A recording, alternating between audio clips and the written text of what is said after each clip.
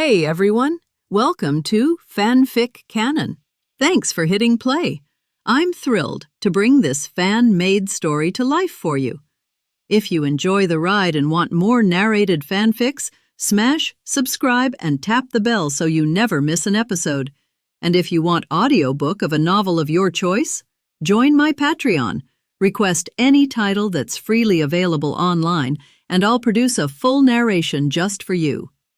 Now, let's dive into today's adventure. A faint breeze stirred the courtyard.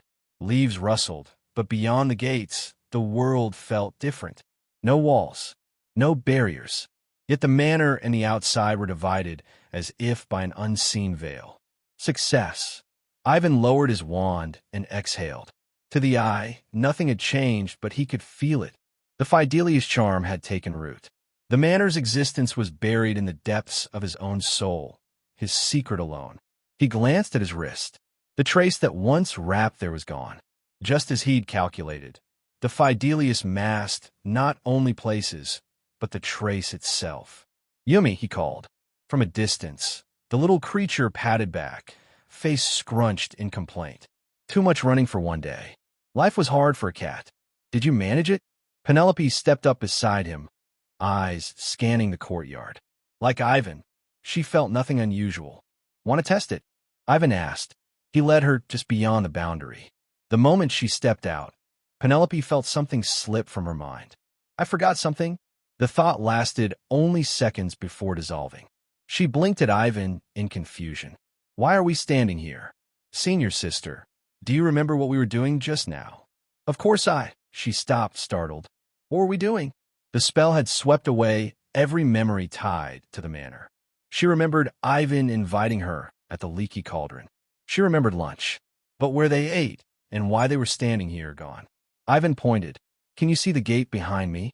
What gate? She asked blankly. The gate was there, looming, yet invisible to her perception. Even birds avoided it. A sparrow veered sharply mid-flight, as though slamming into a wall, never realizing why it turned. Incredible. The Fidelius could hide not just places, but concepts themselves. Yet it carried a price. The grander the secret, the greater the burden. With his current magic, Ivan could hide a town, but it would burn through his soul. When Ivan finally guided Penelope back inside, her memories returned in a rush. I remember. Her eyes lit with wonder. Ivan, you cast the Fidelius on the manor. You actually hit it. From today, Ivan said with a smile, this will be our base outside school. A safe house for us and for our people. As if on cue, Yumi trotted up, disgruntled, carrying Penelope's wand in her mouth. Thank you, Yumi. Penelope scooped her up, showering her with affection. Ivan coughed lightly. He had treated the poor cat as a tool again. Any ordinary pet owner would have strung him up in the street by now. Don't be mad. Ivan rubbed her ears. You'll be rewarded. Penelope tilted her head, sensing something unusual. You've prepared something for her, haven't you? Senior, do you know about blood magic? Blood magic? Penelope frowned. She was bright, but without pure blood heritage, such knowledge was out of reach. Ivan conjured illusions of magical beasts that shimmered in the air. Creatures are born with power. No wands, no incantations. They carry magic in their blood. Blood magic and magical transformation are fields most wizards never touch in their lives. His tone darkened. Ancient wizards experimented recklessly. Werewolves, vampires, mummies, zombies. Most were made, not born. Penelope's eyes widened. You mean, you want Yumi to awaken her bloodline? Now, not an ordinary cat, Ivan explained. Yumi carries Kneazle blood. I intend to restore it. He spoke of Kneazles, intelligent, proud creatures recorded first in Egypt, revered as guardians of the underworld. Cats were sacred there, protectors of the dead, punishers of the wicked. It matched Kneazle temperament exactly. Yumi flicked her tail, preening under the praise. Ivan's eyes gleamed silver. I can see the magic woven into blood. I've traced the patterns and designed a potion formula to draw out her ancestry. Potion. Penelope's curiosity sharpened. And what about magical transformation? Ivan paused. Dangerous territory. But she deserved an answer. Transformation is rarer, riskier, a cousin to Animagus work, but deeper. Instead of awakening what already lies in your blood, you steal power from nature itself. Night, death, time, space. Penelope shivered. The thought of carrying death in her veins chilled her. Only a handful have ever succeeded, Ivan admitted. Most die. Others twist into something worse. It is a forbidden path, knowledge buried even in Hogwarts' restricted section. He looked at her steadily. Too early for you, senior. For now, prepare for Animagus practice. One day, though, his voice softened, but the weight behind it was iron. I believe you can succeed. Before she could protest, white mist unfurled around them. In it, a vision, Penelope, wand blazing, cutting down Aurors single-handedly. Not a timid girl, but a storm. Penelope's heart pounded. The future had never felt so close, nor so terrifying. Penelope's lips trembled. I will succeed. You saw it. Her voice wavered, yet her eyes burned with the image of the woman in the vision, cold, commanding, radiant with power. She could hardly believe it was her. Neither could Ivan. Since Penelope sought him out, Ivan's soul sight had offered glimpses of her future, a successful magical transformation. The girl who now stood uncertain could one day wield magic with frightening mastery, perhaps not rivaling Voldemort or Dumbledore, but far beyond the reach of ordinary witches. In pure magical attainment, her potential even eclipsed Hermione. Such talent deserved cultivation. Do you want to try it? Ivan asked quietly. I could design the potion formula, prepare the place, the timing. Everything you'll need. He saw her open her mouth, hesitation written across her face. He lifted a hand. Not now. Don't answer in fear. I want your resolve, not your courtesy. Desire must come from here. He touched his chest. If she chose not to risk it, he would not force her. This was an invitation, not a command. Ivan turned, lifting Yumi gently from Penelope's arms. Ready, Yumi? Meow. The tiny cry snapped Penelope from her thoughts. She blinked as Ivan produced a slim vial of potion, the liquid inside swirling blue-black, threaded with faint gray mist that glimmered faintly against the glass. You're demonstrating on Yumi? Penelope's heart tightened. Will it hurt her? Ivan's tone was steady. Don't worry. I've tested it again and again. If I wasn't certain, I'd never use her. He wasn't lying. He had experimented on magical beasts within the secret realm, refining batch after batch until he struck the delicate balance. Success outweighed failure, and this latest formula had been perfected. Even if it fails, she'll be weakened for a while. Nothing more, Ivan reassured. Proud as ever, Yumi opened her mouth without protest. Gulp, she swallowed the potion, face scrunching instantly. Potion taste was cruel, and no spell could disguise it. The structure was too precise to alter. At first, nothing. Then, Scrio! Yumi shrieked, fur bristling, pupils convulsing. Tiny fangs lengthened, sharpening. Her small frame convulsed, blood seeping through fur. She grew, limbs stretching until she was the size of a small hound. White fur darkened into a gleaming shade of midnight blue. Penelope gasped. Ivan lifted his wand, magic eye flaring. If anything went wrong, he would sever the spell work at once. But the balance held. The potion's spark lit every dormant node in Yumi's bloodline. The cat collapsed at last, panting, exhausted. How do you feel? Ivan whispered, cleaning her fur with a flick. Through his passive legitimacy, he caught her groggy thought. My mouth tastes awful. He smiled faintly and lifted her, only to realize she was now too big for his arms. Before he could adjust, Yumi jerked free, leaping, and instead of landing, she hovered. A gray mist coiled around her, suspending her in air. She's flying. Penelope breathed, awe and disbelief mingling. And more. Yumi twisted like a fish swimming through water. Then she vanished.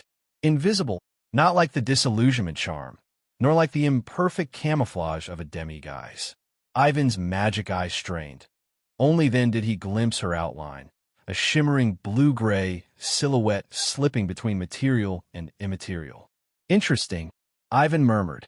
She's phasing out of the physical plane itself. Spell struck her.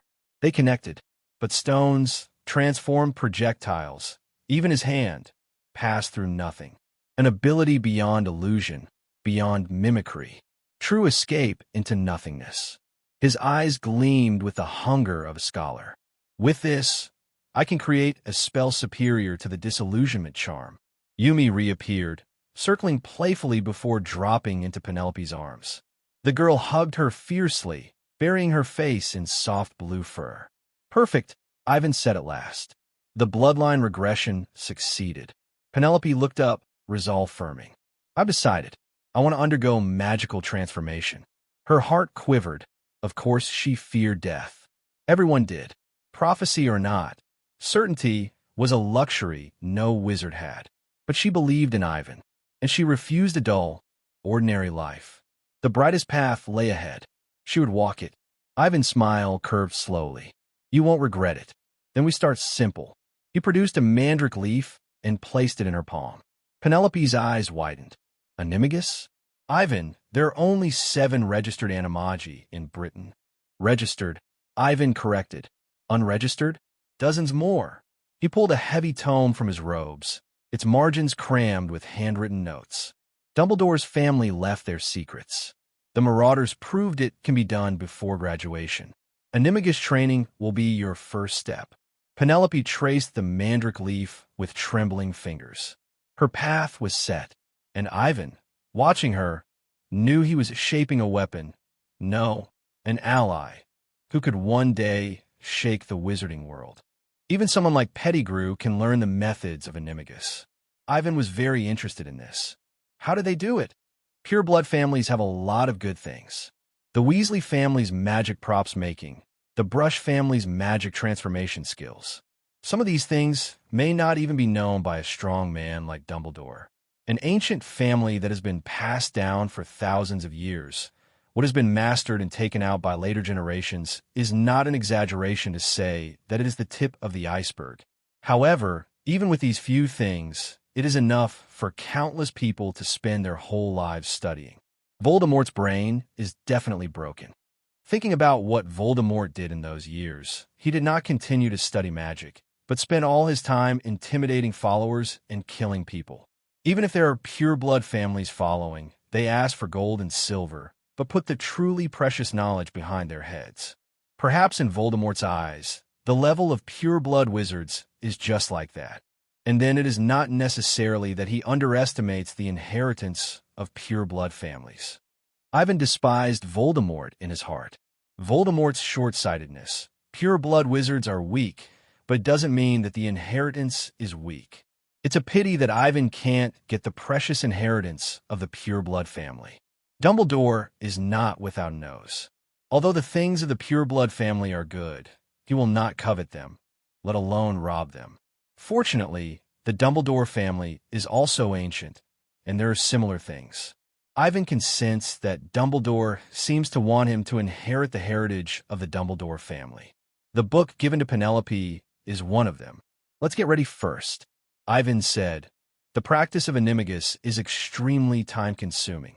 Not only do you have to make potions, but you also have to wait for the right time to transform. I know, Penelope knows this very well. She is a good student of Professor McGonagall, so she naturally knows about this knowledge. In the wizarding world, if you want to practice Animagus, first of all, you need a mandrake leaf and hold it in your mouth for a whole month. During this period, as long as the leaf leaves the mouth, it means that all the previous efforts are wasted and the whole process has to start again. After the first step is completed, wait until the second full moon. Place the leaf soaked with your saliva in a small transparent bottle and let it receive pure moonlight. Then add your hair, a teaspoon of pure dew, and a hawk moth pupa to the bottle. Let this mixture stand in a quiet and dark place, making sure it is not peeped or disturbed until the next storm comes. While waiting for the storm to come, point the tip of the magic wand to the heart at sunrise and sunset and chant the spell. Amadeo, Animo, Animato, Ani Mag, Eut. The waiting time for the storm to come may take weeks, months, or even years. During this period, the crystal medicine bottle must remain completely undisturbed and out of contact with the sun. Sunlight pollution will cause the most serious mutations. If the spell is repeated repeatedly at sunrise and sunset, the practitioner will feel the changes brought about by this magic. When the tip of the magic wand touches the chest, a second heartbeat will be felt, sometimes stronger than the original heartbeat, sometimes weaker. Everything must remain unchanged, and the spell must be recited the correct number of times without missing any. Until, when lightning breaks through the sky, immediately go to the place where the crystal vial is buried. Dig out the potion. If all the above steps are completed correctly, you will find that the potion in the bottle has turned blood red. At this time, the wizard must immediately go to a large and safe place to ensure that the transformation process will not attract attention or put his body in danger. Then, point the tip of the wand to the heart, recite the spell Amato, Animato, Animagus, and drink the potion. The complexity of Animagus's transformation is extremely rare among many magics. However, such magic is the foundation of the wizarding world for many years. I said before that magic transformation must absorb the magic of nature. In fact, almost all truly advanced magic involves this step. Animagus is a lower-level substitute for magic transformation. In Ivan's view, Animagus is more like an accumulation for magic transformation. When you become an Animagus and have a certain amount of experience in magic fusion, the danger of the following magic transformation will naturally be reduced. I remember, Penelope put the mandrake in her mouth and pressed it down. The most troublesome step in practicing Animagus. In the next month, the senior sister will be very uncomfortable. There is no way. If you want to gain powerful strength, you must endure hardships. Without talent and unable to cheat, you can only rely on your own efforts. Fortunately, Penelope met Ivan, a wall hanger. With Ivan's help, the senior sister finally saw hope. The opportunity is hard-won. Penelope decided to seize it tightly. I can do it. I can definitely do it. Suddenly, Ivan realized a problem. That is, how should the senior sister give him advice if he has a mandrake in his mouth? Miscalculated. Seeing Ivan's distress, Penelope couldn't help but smile. Although this junior brother of hers is extraordinary, he occasionally makes some small mistakes. Penelope doesn't think there is anything wrong with this, but is very satisfied. It was precisely because of these behaviors that the senior thought were very cute that she clearly understood that Sway Fan was not a prophet without emotions. He was a real person just like herself. I can communicate with you using an automatic feather pen. Penelope took out a notebook and an automatic feather pen from her suitcase. Two objects floated in the air beside the senior sister, and the feather pen started to work. You can tell that it has been practiced. Ivan remembered the beetle reporter in the original book who was good at it. But now it seems that this is the standard equipment of every magic reporter. I have considered working in a newspaper after graduation, so I learned the automatic feather pen accompanying magic in advance. The feather pen wrote automatically, and Penelope followed Ivan because he provided decoration suggestions. As a witch from the wizarding world, Penelope knew how to use magic to transform furniture and houses. In this way, the two worked together until the evening. Ivan did not cook again this time, but gave the opportunity to Penelope. The senior sister was very confident in her cooking skills and said that she would help her mother who worked outside to prepare food since she was very young. So, they had a clear division of labor. Ivan prepared the ingredients, and Penelope performed life magic to make the dining car, salt, and food dance. It must be said that the senior sister is more skilled in using life-related spells than Ivan. It can be seen that powerful magic does not necessarily mean skilled magic. When Ivan and a wizard can successfully cast the spell, the one with higher proficiency will obviously perform better. In this regard, even Ivan can't take advantage. You can only practice diligently on weekdays to improve your proficiency. After dinner, Ivan asked Penelope to find a room in the villa. The senior sister carefully considered and finally chose the room next to Ivan's room. Will it not disturb the junior brother? Of course not. That's good. Penelope smiled slyly, and she joked. First come, first served.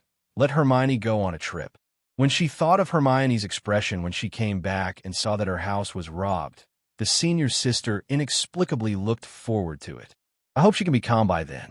Ivan doesn't care. But thinking about Hermione's temper, she might have a real confrontation with Penelope.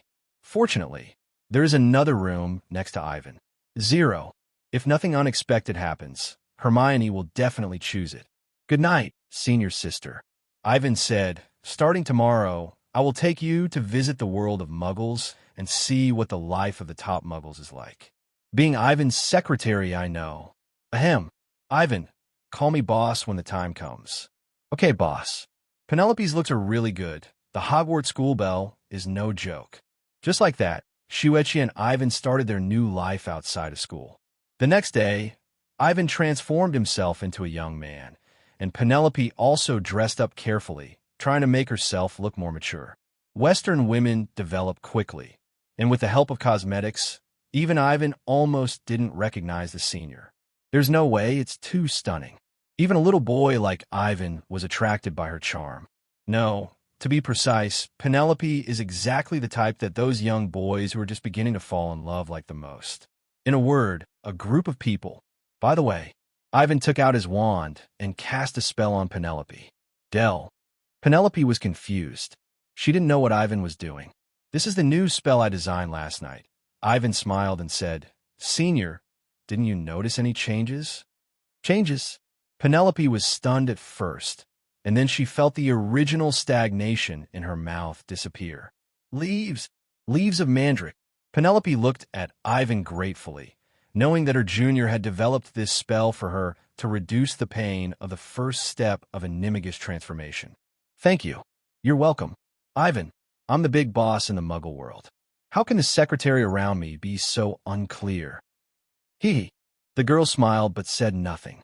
Penelope felt Ivan's gentleness and thoughtfulness for the first time, silently, but always able to warm their hearts in some details. Let's go. Duh. Without thinking any more, Penelope quickly followed Ivan's footsteps. The senior's job is not complicated. Most of it is memorizing, preparing materials, and notifying Ivan what to do and when to do it. Ivan plans to bet all his assets on the ruble during the Christmas holiday. As for the result, Ivan's plan was very successful. There was almost no obstacle in the whole process. After all, Ivan has been preparing for this day for several years. The plan is so cautious that it is not an exaggeration to say that it is flawless. How much money is this? The night before returning to school, Penelope looked at the string of numbers in Ivan's account and was stunned. As long as you don't do anything stupid, you can't spend it all in this lifetime. Ivan said it lightly, but the senior sister who had lived a poor life since childhood still couldn't believe that Ivan could so easily acquire such a huge wealth. Fortunately, Penelope is not a greedy person. The senior sister has a positive view of money. She needs money, but she will not pursue wealth excessively.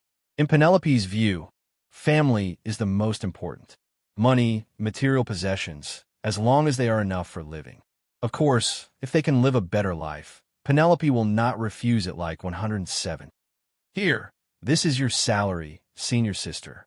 Ivan took out a check and said, I opened an account for you in a London bank, and you can use the money at any time. This is too much. Penelope took the check and glanced at it, and was instantly shocked by the number on it.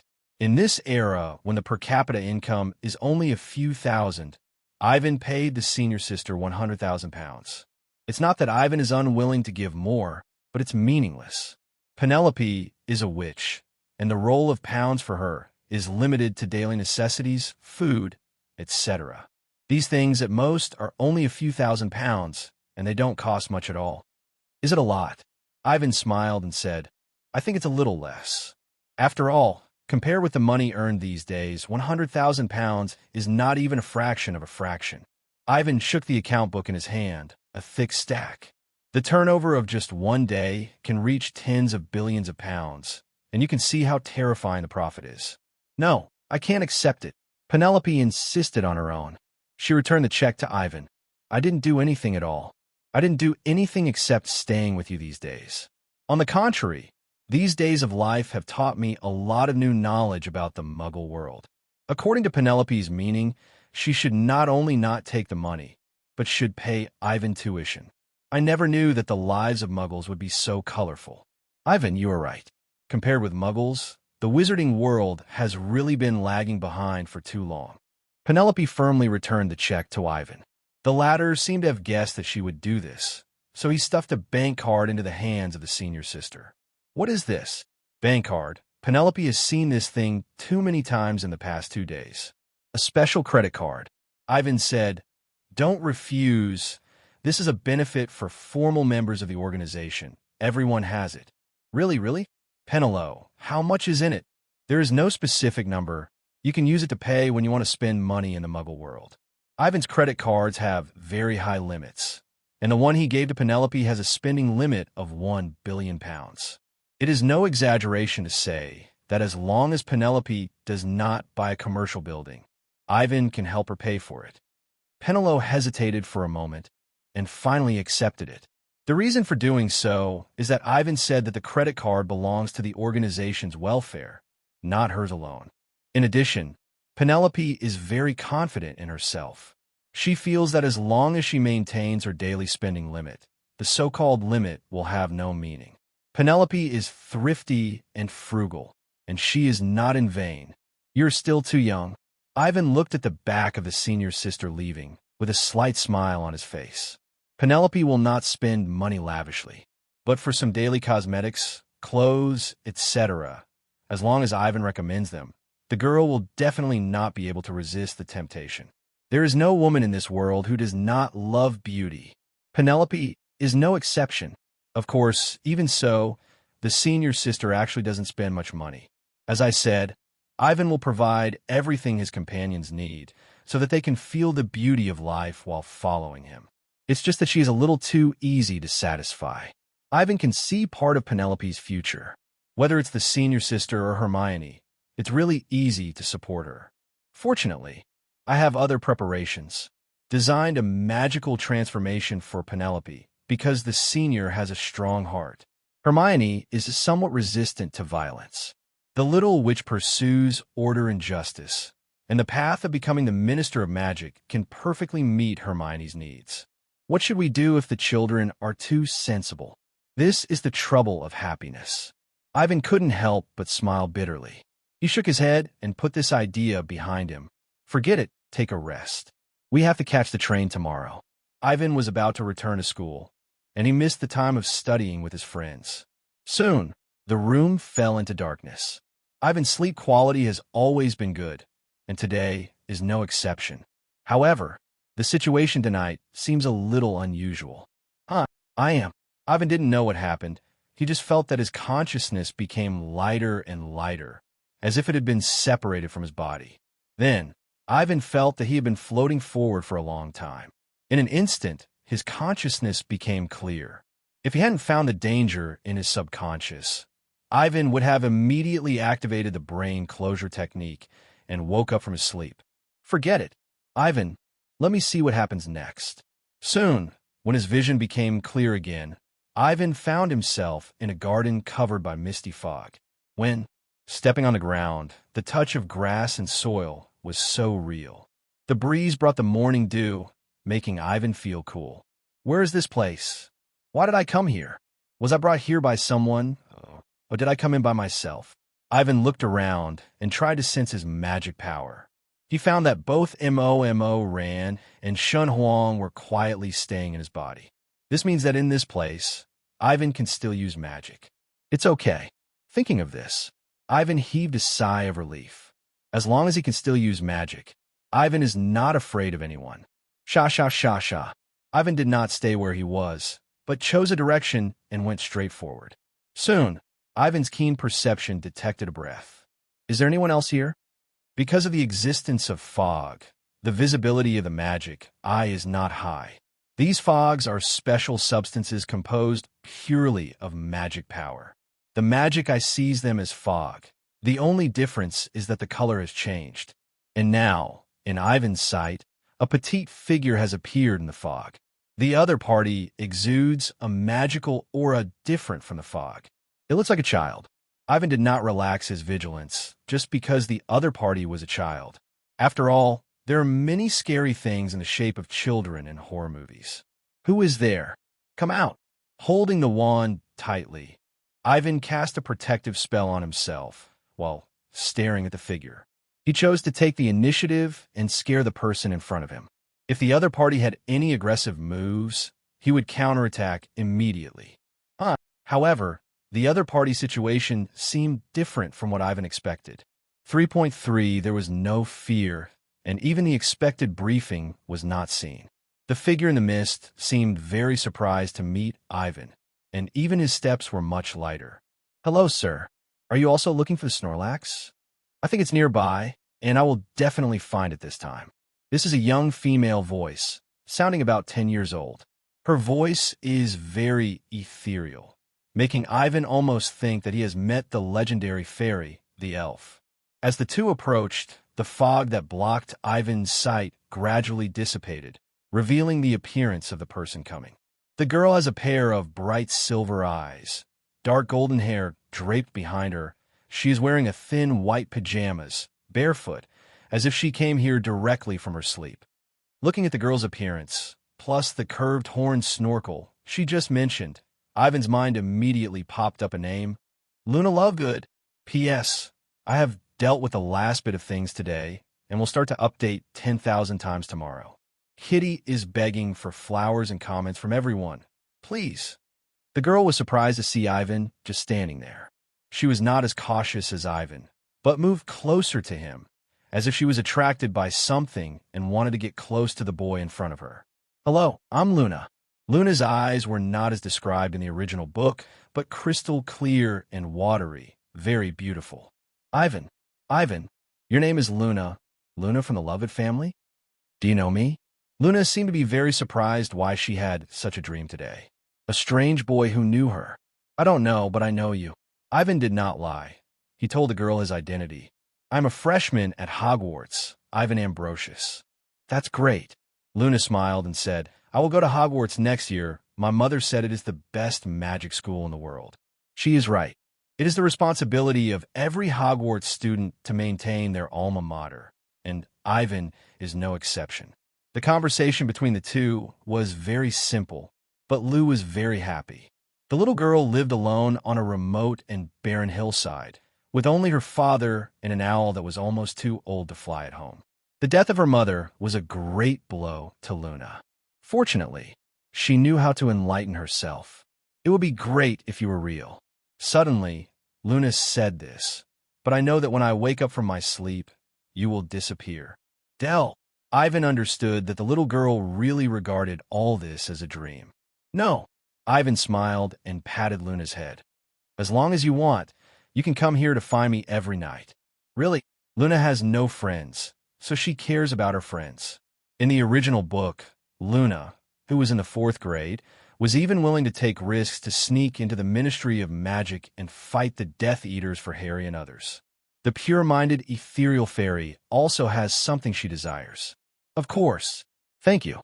Luna was very happy. She grabbed Ivan's hand. "Come with me." Having made a new friend, Luna couldn't help but want to share with him the beautiful scenery she discovered 27. "Where is this garden?"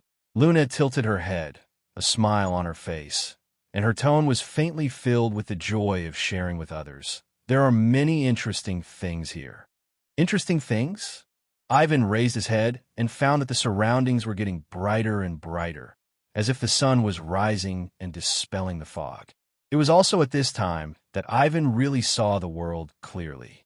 Gorgeous colors filled every inch of space within sight, and everything around him was in the light, like spilled paint, dazzling. "Ivan, look." Luna squatted down and then grabbed a fluffy little guy from somewhere. The strange creature was very small, about the size of a ping-pong ball, with a grayish-white face, like a ball of dandelion that had become a spirit. The little guy stared at Ivan with his 2 cute little eyes, and seemed to be very curious about the strange creature in front of him. "What is this?" Ivan thought this furball looked like Puffy, but he knew it was not. "Bub." "What?" Ivan was a little confused. Luna used English, and Ivan had never heard of the word Rombois. "I have always called them that, and they like this name very much." Sure enough, just as Ivan thought, this was a term invented by Luna herself. "Bub." The sun shone down, And the little guy's face relaxed, and he made a satisfied cry. Obviously, this is the basis for Luna to name this creature. It is reasonable to name it according to the cry. Moru, la, aku aku. Soon, all kinds of little guys jumped out from the grass and flowers. They're very small, like plants and animals, and each of them has a very weak magic fluctuation. These guys are very weak, and they can kill a group of them with a slap. Well, it's a bit like ants and other insects in this world, playing the role of the lowest level of the ecosystem. Suddenly, Ivan, who was watching Luna and the little creatures playing happily, suddenly noticed something. He raised his head and saw a huge, sun-wiped figure slowly floating through the sky covered with rainbow light. What is that? Ivan looked closely and found that it was a huge light brown monster. It had a head for body segments and 4 pairs of legs extending from the body, with claws, suckers, or toes at the end. The monster looked like an insect or an animal and was sliding its 8 legs and swimming slowly in the sky. Water bear. Ivan had seen similar creatures in his previous life. A kind of outrageous microorganism that would not die unless the sun exploded, with the most terrifying vitality of all creatures. Ah, that's the water bear. Following Ivan's gaze, Luna seemed to be used to it. Don't worry, although they are big, they are actually very good-tempered and won't hurt us. The moment Ivan saw the tardigrade, which is the water bear in Luna's mouth, he basically determined where he was. He came to the microscopic world that the spiritual vision had seen before, a special dimension that is different from reality but actually exists in the material world. However, Ivan felt that he did not come here physically after becoming smaller, but relied on the powerful soul power to pass through a certain barrier and descend with consciousness. Maybe Luna is right. This place could really be a dream. As soon as he thought of this, Ivan felt the changes in the magic around him again.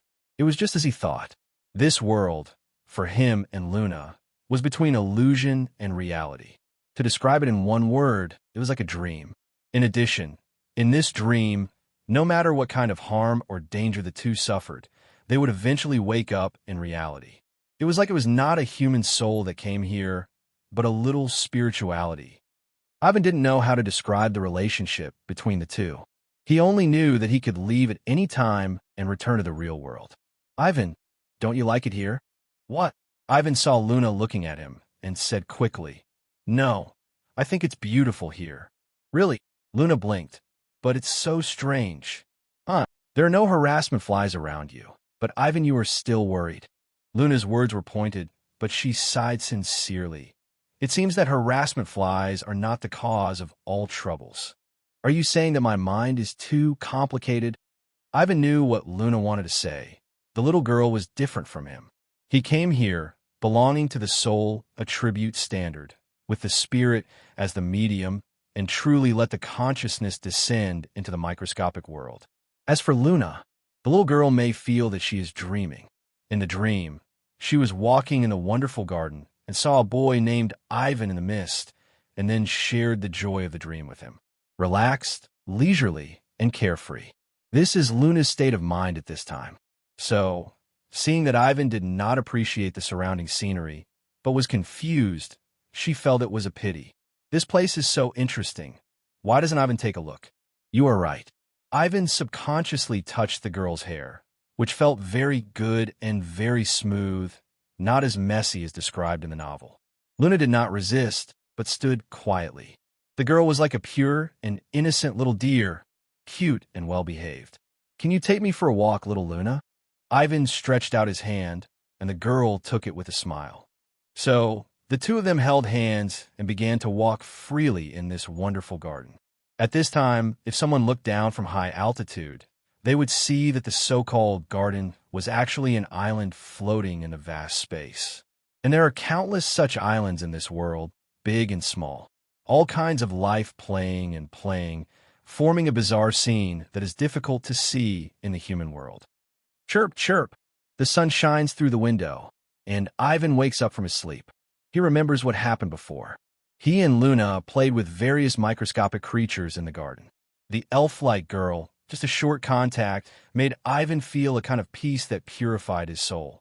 Unknowingly, the two played in the dream for a long time, until Luna's figure suddenly disappeared in front of him. Ivan was a little panicked at first, worried that something happened to Luna. But soon, Ivan reacted. The reason why Luna disappeared was because she had woken up. Unlike Ivan, who had enough soul power and would not be forcibly repatriated, Luna really broke into that world accidentally in her sleep. What a pity. The powerful soul allows Ivan to enter the dream dimension anytime and anywhere. Even now, as long as Ivan closes his eyes and empties his mind, he can appear in the original place again. New ability? Ivan has a feeling that as he enters the dream dimension more and more times, his connection with it will become closer and closer. This is not a bad thing, but it is of great help to Ivan. The dream dimension is just Ivan's name. In essence, it is still part of the material world. There is a door called the Planet Hall in the Department of Mysteries, and the planets are celestial bodies in the universe. Based on the magic knowledge learned so far, wizards know the concept of the universe, and even began to study the relationship between the starry sky and magic thousands of years ago. To some extent, the civilization of wizards is far more advanced than that of Muggles. Unfortunately, due to the introduction of the confidentiality law, the wizard society has come to a standstill. Many once great explorations and discoveries have been shelved and are no longer as glorious as they once were. What about the microscopic world? Since Luna can enter that world, there must be other people who have done similar things before me and her. What do those wizards call it? If the universe is the embodiment of the big in the macroscopic, then the dream dimension is the opposite of big, the opposite side of the universe. The mustard seed contains the Sumeru, the grand, and the tiny. All are worlds, all have living beings and their kings. According to this calculation, the wizard's worldview is indeed extraordinary. How many such gardens are there in the dream dimension, and whether there are magical lives different from the earth in the universe? Of course, these things are not what Ivan can know now. Knowing too much is not a good thing. Ivan is self-aware, so he quickly suppressed his complicated thoughts and recalled more of the pleasant time he spent with Luna. Luna, what an incredible girl.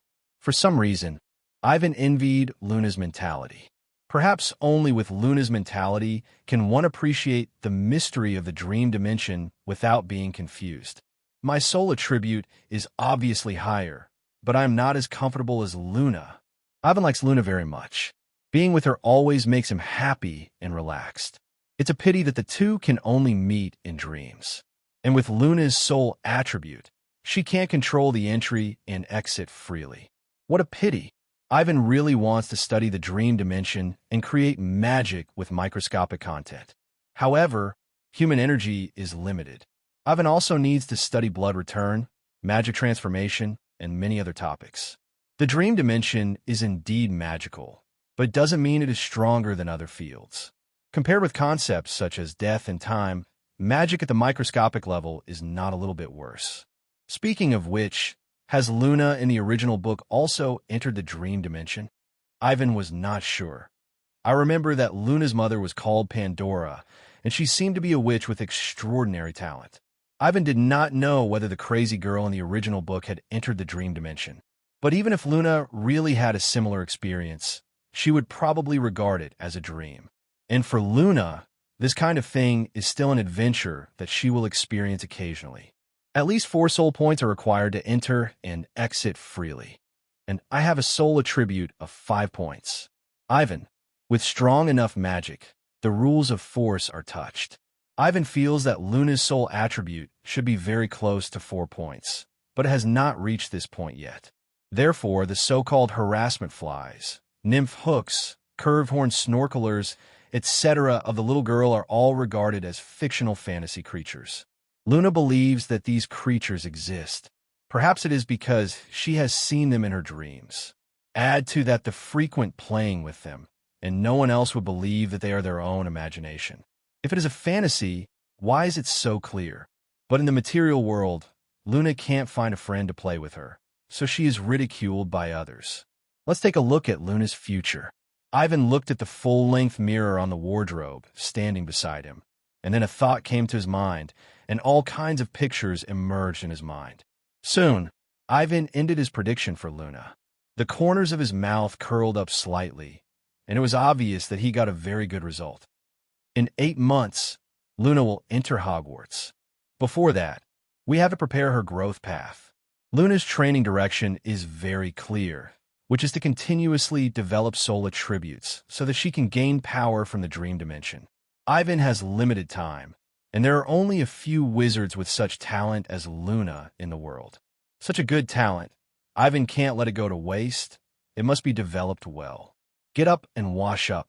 When Ivan came to the lobby on the first floor, he found that Penelope had already prepared breakfast. Bacon, eggs, toast, plus a glass of milk.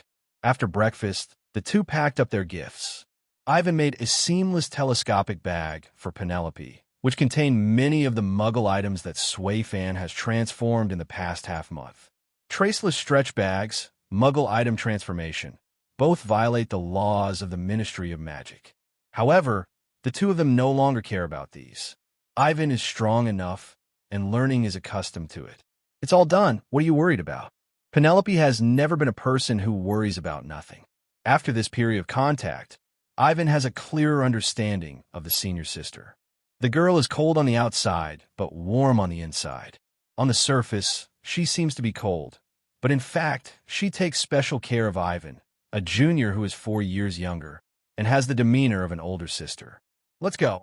Ivan stretched out his hand, and the girl quickly grabbed it. Snap! The next moment, with a crisp sound, the figures of the two disappeared in the manor. Ivan, Senior Penelope, at the station entrance. The two heard the little witches shout as soon as they arrived. Hermione! Penelope whispered to Hermione, and Ivan went forward to talk to Mr. Granger. Mr. Granger was still the same, asking Ivan to take care of Hermione, which made the little witch very dissatisfied. There was no way. The old father could only drive away awkwardly, secretly thinking that the girl should not be kept. When her father left, Hermione immediately ran to Ivan and chattered about her experience during her trip to Denmark. Denmark has always been known as the kingdom of fairy tales and is a tourist destination in Europe. There are many legends about magic and witches here. However, Hermione herself is a witch. Looking at it from the perspective of magic, Hermione found that the magical world and the cognition of Muggles is full of loopholes. They think witches are ugly old women. Hermione, and in almost all stories, they are villains. This is all prejudice. Witches are not witches with tumors, and they will not poison princesses with poison apples. What about you? Hermione asked the two what they did on Christmas. Ivan showed me the lives of Muggles. Penelope, it was really exciting. Originally, Hermione was going to continue chatting with Penelope, but unfortunately the senior was the prefect of Ravenclaw. On the trains returning to and leaving school, the prefects have their own carriages and tasks. They need to patrol the trains and take care of the juniors who are in trouble. Ivan, Parvati, and Padma pushed their suitcases across platform 9 3/4. Seeing this, Hermione quickly took out her magic materials to help them carry their luggage. How was your Christmas vacation? Very good. Hermione, I went to Denmark. How about you? We went back to India. Speaking of this, Parvati's tone changed, and she began to complain. Believe me, it was definitely not a pleasant experience. Well, it was really terrible. The parents of the two sisters are wizards from India. However, the customs in India are completely different from those in England, and there is considerable discrimination against women there. Even women are no exception to this. The elders at home are too strict, and they have to say a few words about everything. It seems that if we don't find faults, we will be embarrassed outside. Padma is better. As a younger sister, she is more submissive. But her elder sister Parvati will not bear this humiliation, especially when learning magic with Ivan. Parvati has broadened her horizons and knows how terrifying powerful wizards can be. In Parvati's opinion, the Indian wizards in her hometown are not even comparable to Ivan's fingers. In the carriage, the four people sat down according to the positions when they went home. Ivan said embarrassedly, "You didn't really say this?" This is too hateful. How could it be? Parvati quickly covered her mouth and laughed. I just thought about it. That's good. Ivan was really afraid that Parvati would brag about it in her hometown in India. He wasn't afraid.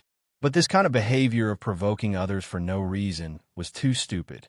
Fortunately, Parvati and Padma were not the kind of people who liked to show off like Ronald. They just secretly compared the Indian wizard with Ivan in their hearts, and finally concluded that Ivan was awesome.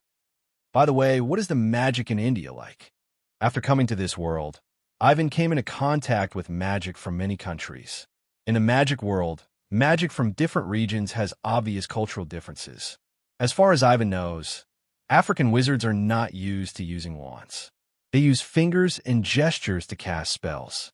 In addition, African wizards can transform into animals, and more than one kind. This is amazing. After all, Animagus can only transform into one kind of animal, but African wizards can transform into multiple animals. Ivan once asked Dumbledore how the African wizards did it. The explanation given by Dumbledore was that Africa is the region with the largest number of magical creatures in the world. The wizards there have lived with them since ancient times, which makes their physique different from that of ordinary people. In Ivan's words, the magic calendar of the ancient masters still exists in the blood of the purpose. What they call multiple animal transformations is more like a group blood magic. The same skills, wizards in other regions can never learn their set.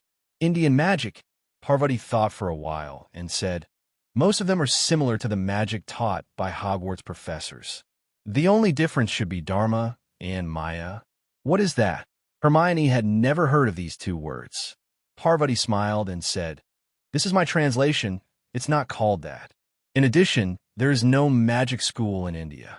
There are 11 magic schools in the world, but only the Magic Institute, also known as Magic Takuro, in Minami Iwo Jima, Japan, is located in Asia. There is no magic school in India, so the inheritance of magic there is completely different from ours. India mostly uses a teaching model of one teacher leading a group of students to pass on magic. That's why Hermione doesn't know about Maya and Dharma. Don't they write magic in books? No. Parvati's words were like a basin of cold water, making Hermione's hands and feet cold and unbelievable. Wouldn't it be easy to lose it?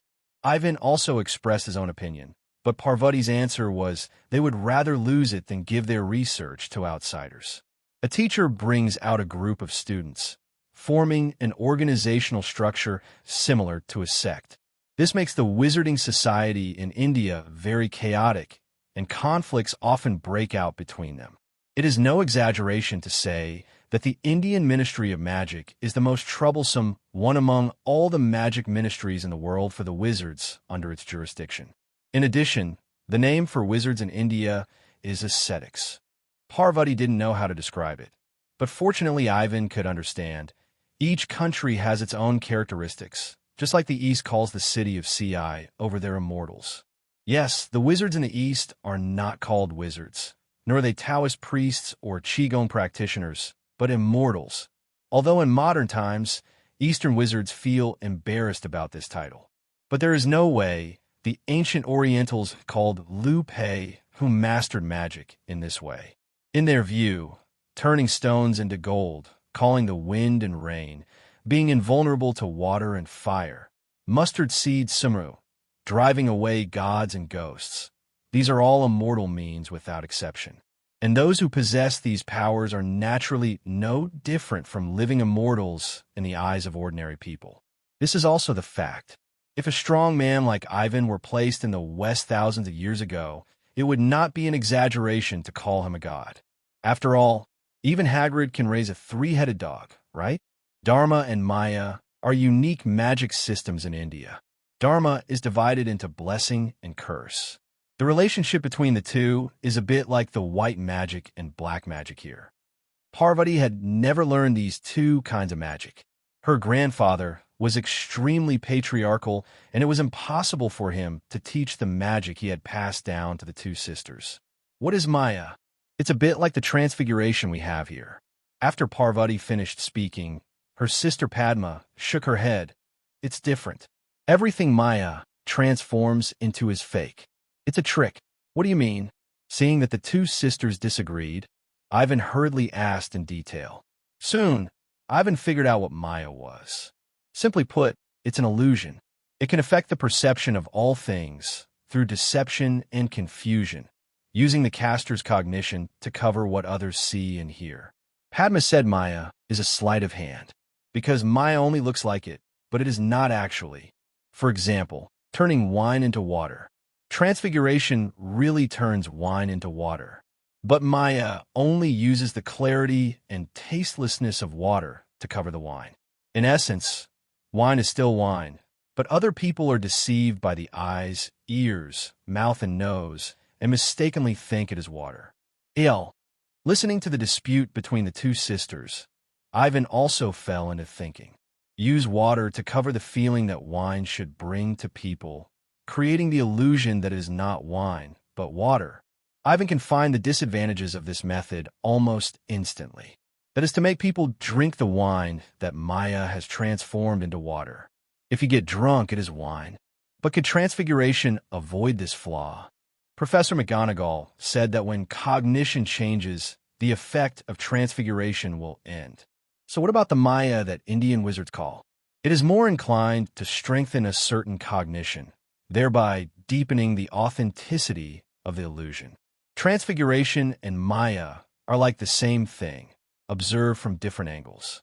Thinking of this, Ivan asked, then what level can Maya reach after practicing to the limit?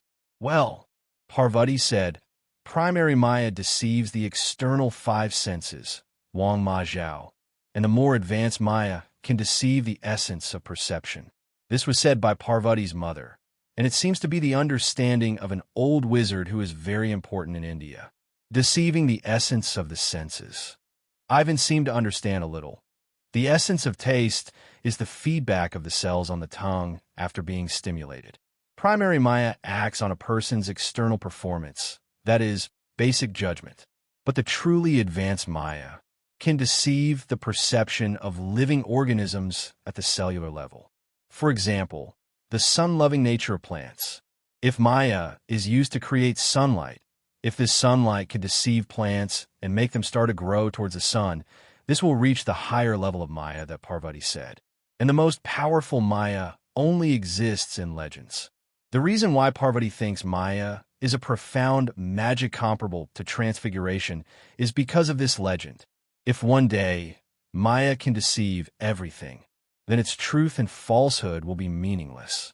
In short, advanced Maya deceives plants to grow towards the sun, but the plants themselves do not complete photosynthesis. And the top-level Maya can make plants hallucinate, thinking that they have obtained the catalyst of sunlight and start to produce oxygen and transport nutrients. Then can you say that the sunlight transformed by Maya is fake? It looks real. The animal said, I think it is sunlight. The plant said, I think so too. Even chlorophyll was deceived by Maya's illusion of sunlight and began to operate automatically. If we continue to dig deeper, when the atoms and molecules complete their original cycle and interaction due to Maya's deception, is there a big difference between true and false? The world is so big. The 5 virtues in the East, the animal transformation in Africa, and the Dharma Maya in India. Compared to the tip of the iceberg mentioned in movies and novels, the real magic world is far more vast than Ivan imagined. The magic in this world may not have the power to move mountains and fill the sea. But if you think about it carefully, you will find the great horror in it. It is really terrifying to think about it carefully. If you have a chance in the future, you can go back and have a look. Ivan will not say how Maya is better than transformation, nor does he think that the 5 virtues are more powerful than the magic incarnation. Whether it is a spell or magic, they are just external things. The real power is Lucifer himself. Yes, it is the point-adding system and the attributes that are strong. This is the foundation of Ivan's foothold in the magic world. In this way, the journey back to school is particularly peaceful. If you have to say what is different, it is probably that Yumi no longer needs to enter the cage, but follows Ivan in an invisible state. One person and one pet got off the train.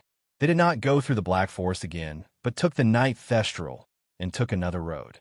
Ivan, Hermione, and Parvati were sitting in a carriage. The three girls seemed to be very interested in the carriage without horses. Is it because the carriage was enchanted? F.O. Ivan shook his head and said, "There's something pulling in front of the carriage. That is the thestrals." Thestrals? The girls naturally believed Ivan, but they were all a little curious about the thestrals. So, under Ivan's guidance, the girls reached forward one after another, and they really touched something invisible, dragging the carriage forward. Thestrals are a kind of Pegasus with a tall and rugged body, a black body, a dragon head and a horse body, and a pair of broad wings on its back. It can fly at high speed in the air. Only people who have experienced death can see it. Experienced death? Hearing this, the girls withdrew their hands as if they had been electrocuted, as if they had touched something ominous. "Don't be so scared."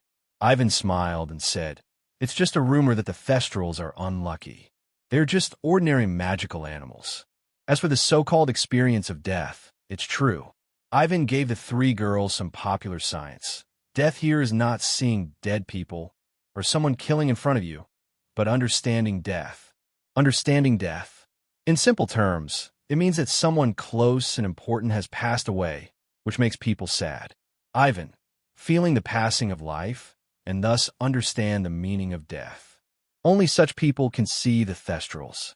So, being able to see the thestrals is not a good thing, because it just proves that you have lost 310 important people, which is a manifestation of inner pain. Ivan, can you see it? I can't see it either. Unlike the protagonists in other novels, Ivan can't see the thestrals with his naked eyes. He did defeat Voldemort, which is also a disguised way of killing him. But killing his enemies does not make Ivan feel sad. However, Ivan has a magic eye. All phenomena and states of the non-material level cannot escape the insight of these eyes. In Ivan's opinion, the thestrals were wrapped in black mist, and it was this invisible force that concealed their forms. Death. Ivan was sure that this was the magic of death. No wonder wizards are reluctant to approach the thestrals. Although it is very weak, the magic of death does give people a very bad feeling. Soon, as Ivan told them, the returning wizards once again stepped into the Hogwarts castle. After a day's journey, the students were already hungry. Dumbledore was good in this respect. He never made long speeches. He just said, "Eat," and announced the start of the banquet. This is a good tradition. Ivan felt that if he became a principal in the future, he would definitely imitate Dumbledore's conciseness. After the dinner, the students returned to their own dormitories. Ivan did not follow Hermione and the others. Percy saw it, but did not say anything and let him move freely. At Hogwarts, the name of Ambrosius is basically equivalent to privilege. In this way, Ivan walked through the professors and followed Dumbledore. McGonagall and Flitwick saw this scene, but they were not surprised. Only Snape snorted in dissatisfaction, obviously unhappy with the arrogant attitude of a certain little wizard. He really doesn't take the school rules seriously. It's so blatant. "Professor, I heard that Ambrosius often wanders at night." A Slytherin student complained in dissatisfaction, but what he received was Snape's death stare. The student was stunned by Snape's eyes. "It's okay, I'm sorry, Professor. Go back." Doesn't Snape know that Ivan often wanders at night? But so what? What is the purpose of not allowing night wandering? I hope that students can go to bed early and get up early, so that they can be more energetic to study the next day. In addition, Hogwarts in the dark may be dangerous, and the little wizards should not wander around in the dark night. However, all the senior wizards studying in Hogwarts know it. There is no student who has never wandered at night. Wandering at night is a part of life in Hogwarts. Even the deans only warn verbally. In fact, as long as they are not caught directly, it is not considered a violation of school rules. As for being caught, in the whole Hogwarts, Filch is the only one patrolling at night, and he's a damn squib. If he can be caught. Sorry, the deans of each house can't afford to lose this person. As that kid becomes stronger again. Snape felt a lot of pressure from Ivan, just like facing the former Dark Lord. But how is this possible? Ivan is only 11 years old, and will be 12 after the Husha New Year. He is just a first-year student. Snape was shocked that he could defeat him. On par with the Dark Lord, Snape was amused by his own thoughts. As for saying that Ivan defeated Quirrell, who was possessed by the Dark Lord, Snape thought it was nonsense. That was the Dark Lord. No matter how talented Ivan was, he could not defeat an opponent like Voldemort at this age. Only a fool would believe Harry's nonsense. Would you like something sweet? In the principal's office, Ivan sat in his old seat naturally. Dumbledore smiled and opened the jar full of cockroaches. No need. Before, because of Dumbledore's strong recommendation, Ivan ate a cockroach out of curiosity. How to say it? This is not a real cockroach, but made of chocolate and syrup. It's just that feeling of struggling in the mouth. Even though Ivan was prepared, he almost vomited it. Dumbledore doesn't have many hobbies, but this is his favorite. Ivan couldn't understand it. What's more embarrassing is that since Ivan ate the cockroach candy, Dumbledore seemed to have found a like-minded person and recommended this to him every time. Ivan felt that this old guy was definitely doing it on purpose. That's a pity. Crack, crack. Dumbledore chewed the candy cockroach and felt the juice splashing in his mouth, showing an expression of great enjoyment. Ivan didn't know how to comment, so he could only change the subject abruptly. I want to ask you about the knowledge of microscopic and planetary aspects. Oh, this aspect.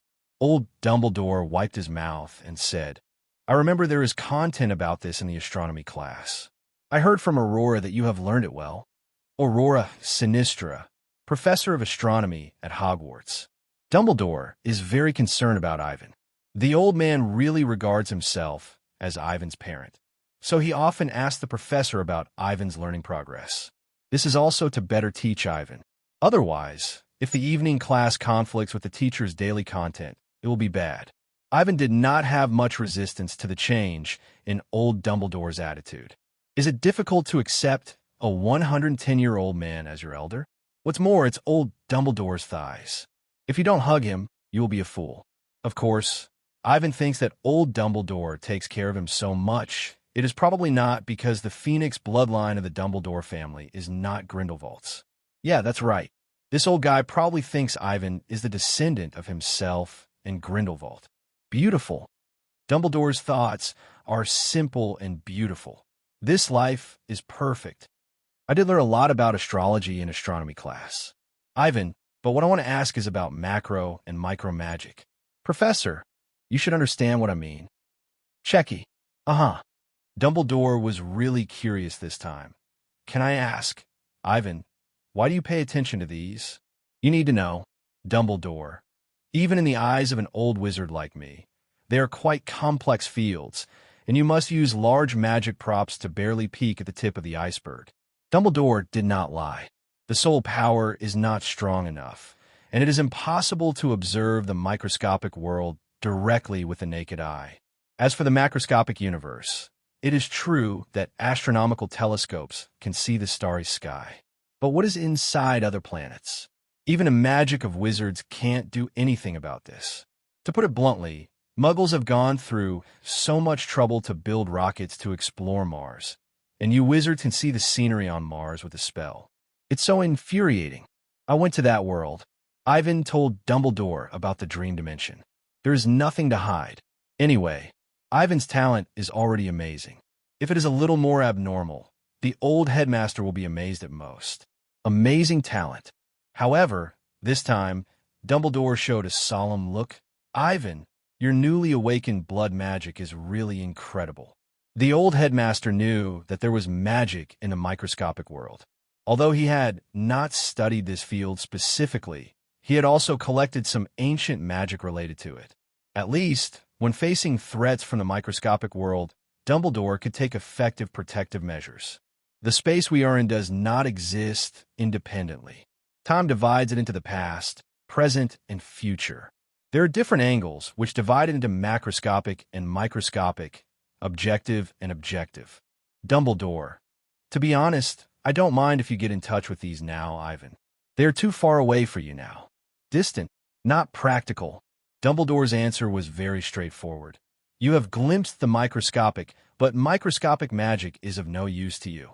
At least now, it is useless. But if you just want to know what to write, old Dumbledore smiled. I may be able to answer your doubts. I understand.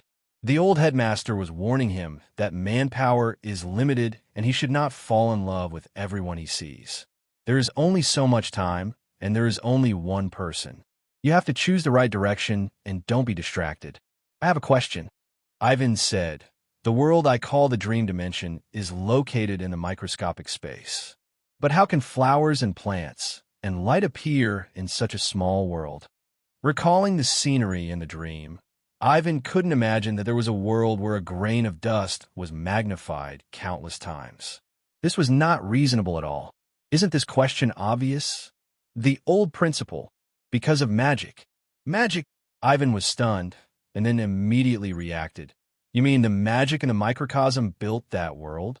With this thought, Ivan thought of another possibility. Doubt if magic creates a world in the microcosm, then is the planet they are in now, their world, also a microcosm in the eyes of a macrocosm? Even more extreme, the macrocosm may not be the macrocosm. Big and small are just divided by humans with their naked eyes and perception. But from an objective point of view, is the microscopic world really the product of the magnification of Ivan's world? It seems that you have discovered it.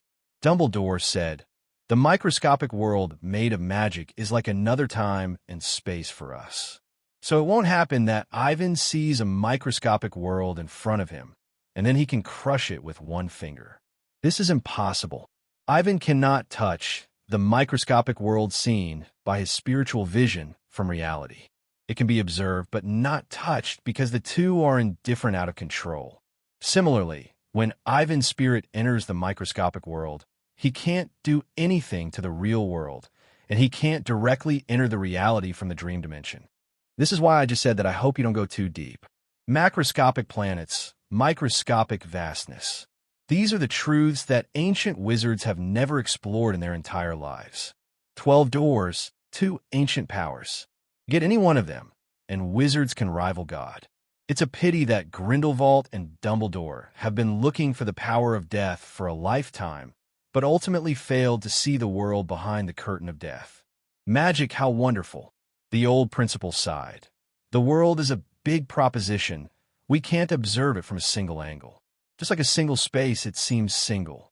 However, space cannot exist alone. It also contains time, planets, emotions, life, death. Similarly, time-related magic will also involve space and matter. The complexity of a microscopic dream dimension perceived by Ivan is even more complex and huge than the large subjects such as transfiguration, alchemy, potions, and spells. If possible, Ivan, I hope you can postpone these things. At least before you learn the magic knowledge here. Forget your troubles and be a happy little wizard. Dumbledore did not suppress Ivan. On the contrary, he was protecting Ivan. In the eyes of the old headmaster, with Ivan's talent and potential, there's almost no one in the world who is more powerful than him. Even if it is himself, when Ivan grows up, he can only admit defeat. So, humans cannot kill Ivan. Human weapons cannot reach Ivan either. Only those taboo knowledge, the deep world, and the terrifying while hidden in the unknown are what Dumbledore is worried about. The old man is afraid that Ivan will be deeply trapped in it and cannot extricate himself. Thank you, Professor. Ivan can feel the good intentions of the old headmaster, and he finds that he is indeed too persistent. As soon as he returns to Hogwarts, he immediately comes to Dumbledore. You are still a little wizard, Ivan. As the old headmaster said this, he pushed the jar with the cockroaches in front of Ivan. You should enjoy your time studying at Hogwarts now. Looking at the cockroaches crawling around, Ivan's mouth slightly twitched. I will enjoy it. But these... Ivan directly took the lid and sealed the cockroach pile. Excuse me for refusing.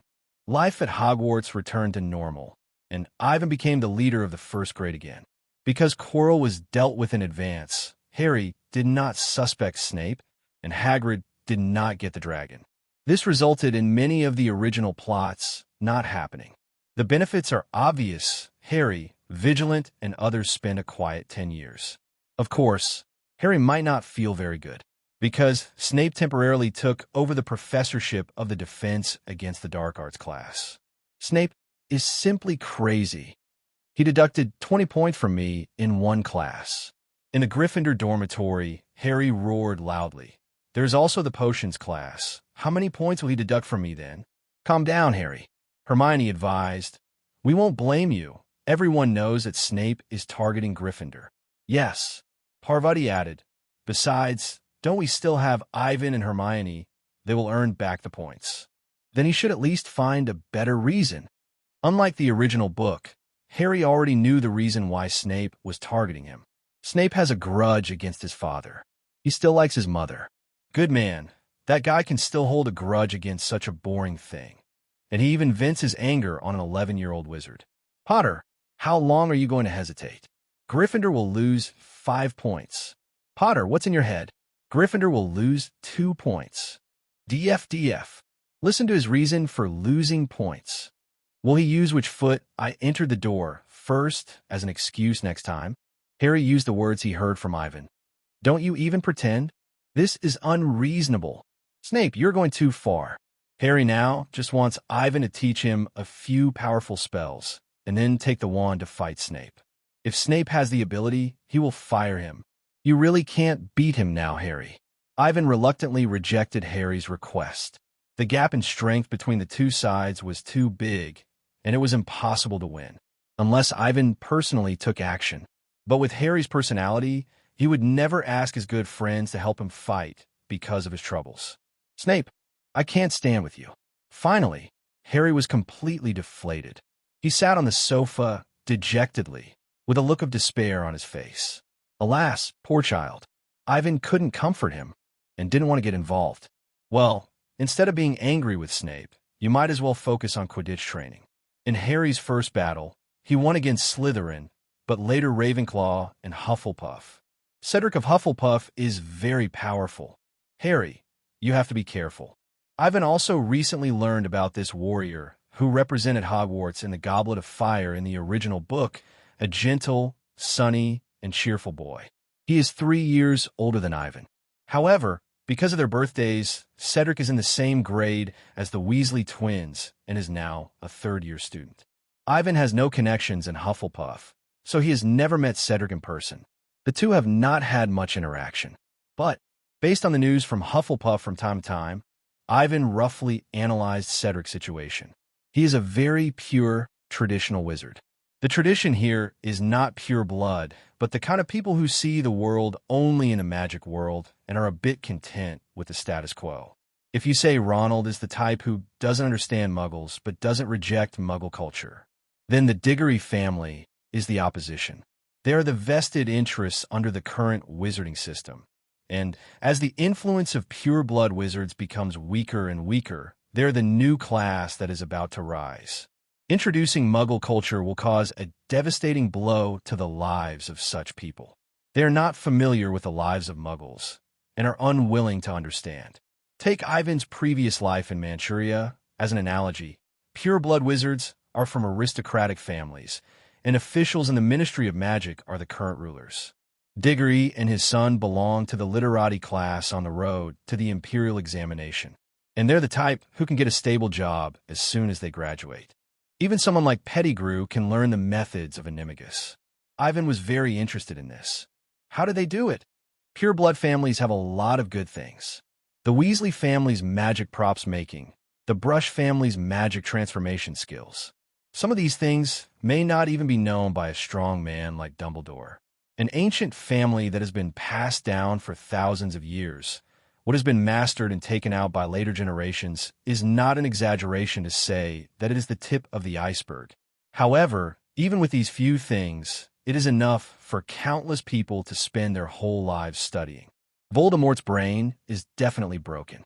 Thinking about what Voldemort did in those years, he did not continue to study magic, but spent all his time intimidating followers and killing people. Even if there are pure-blood families following, they ask for gold and silver, but put the truly precious knowledge behind their heads. Perhaps in Voldemort's eyes, the level of pure-blood wizards is just like that. And then it is not necessarily that he underestimates the inheritance of pure-blood families. Ivan despised Voldemort in his heart. Voldemort's short-sightedness. Pure-blood wizards are weak, but it doesn't mean that the inheritance is weak. It's a pity that Ivan can't get the precious inheritance of the Pureblood family. Dumbledore is not without nose. Although the things of the Pureblood family are good, he will not covet them, let alone rob them. Fortunately, the Dumbledore family is also ancient, and there are similar things. Ivan can sense that Dumbledore seems to want him to inherit the heritage of the Dumbledore family. The book given to Penelope is one of them. Let's get ready first. Ivan said, "The practice of Animagus is extremely time-consuming.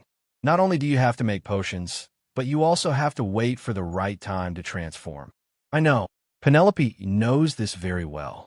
She is a good student of Professor McGonagall, so she naturally knows about this knowledge. In the wizarding world, if you want to practice Animagus, first of all, you need a mandrake leaf and hold it in your mouth for a whole month. During this period, as long as the leaf leaves the mouth, it means that all the previous efforts are wasted and the whole process has to start again. After the first step is completed, wait until the second full moon. Place the leaf soaked with your saliva in a small transparent bottle and let it receive pure moonlight. Then add your hair, a teaspoon of pure dew, and a hawk moth pupa to the bottle. Let this mixture stand in a quiet and dark place, making sure it is not peeped or disturbed until the next storm comes. While waiting for the storm to come, point the tip of the magic wand to the heart at sunrise and sunset and chant the spell. Amadeo, Animo, Animato, Ani Mag, Eut. The waiting time for the storm to come may take weeks, months, or even years. During this period, the crystal medicine bottle must remain completely undisturbed and out of contact with the sun. Sunlight pollution will cause the most serious mutations. If the spell is repeated repeatedly at sunrise and sunset, the practitioner will feel the changes brought about by this magic. When the tip of the magic wand touches the chest, a second heartbeat will be felt, sometimes stronger than the original heartbeat, sometimes weaker. Everything must remain unchanged, and the spell must be recited the correct number of times without missing any. Until, when lightning breaks through the sky, immediately go to the place where the crystal vial is buried. Dig out the potion. If all the above steps are completed correctly, you will find that the potion in the bottle has turned blood red. At this time, the wizard must immediately go to a large and safe place to ensure that the transformation process will not attract attention or put his body in danger. Then, point the tip of the wand to the heart, recite the spell Amato, Animato, Animagus, and drink the potion. The complexity of Animagus's transformation is extremely rare among many magics. However, such magic is the foundation of the wizarding world for many years.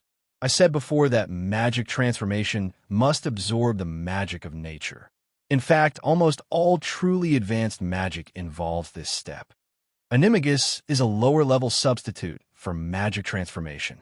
In Ivan's view, Animagus is more like an accumulation for magic transformation.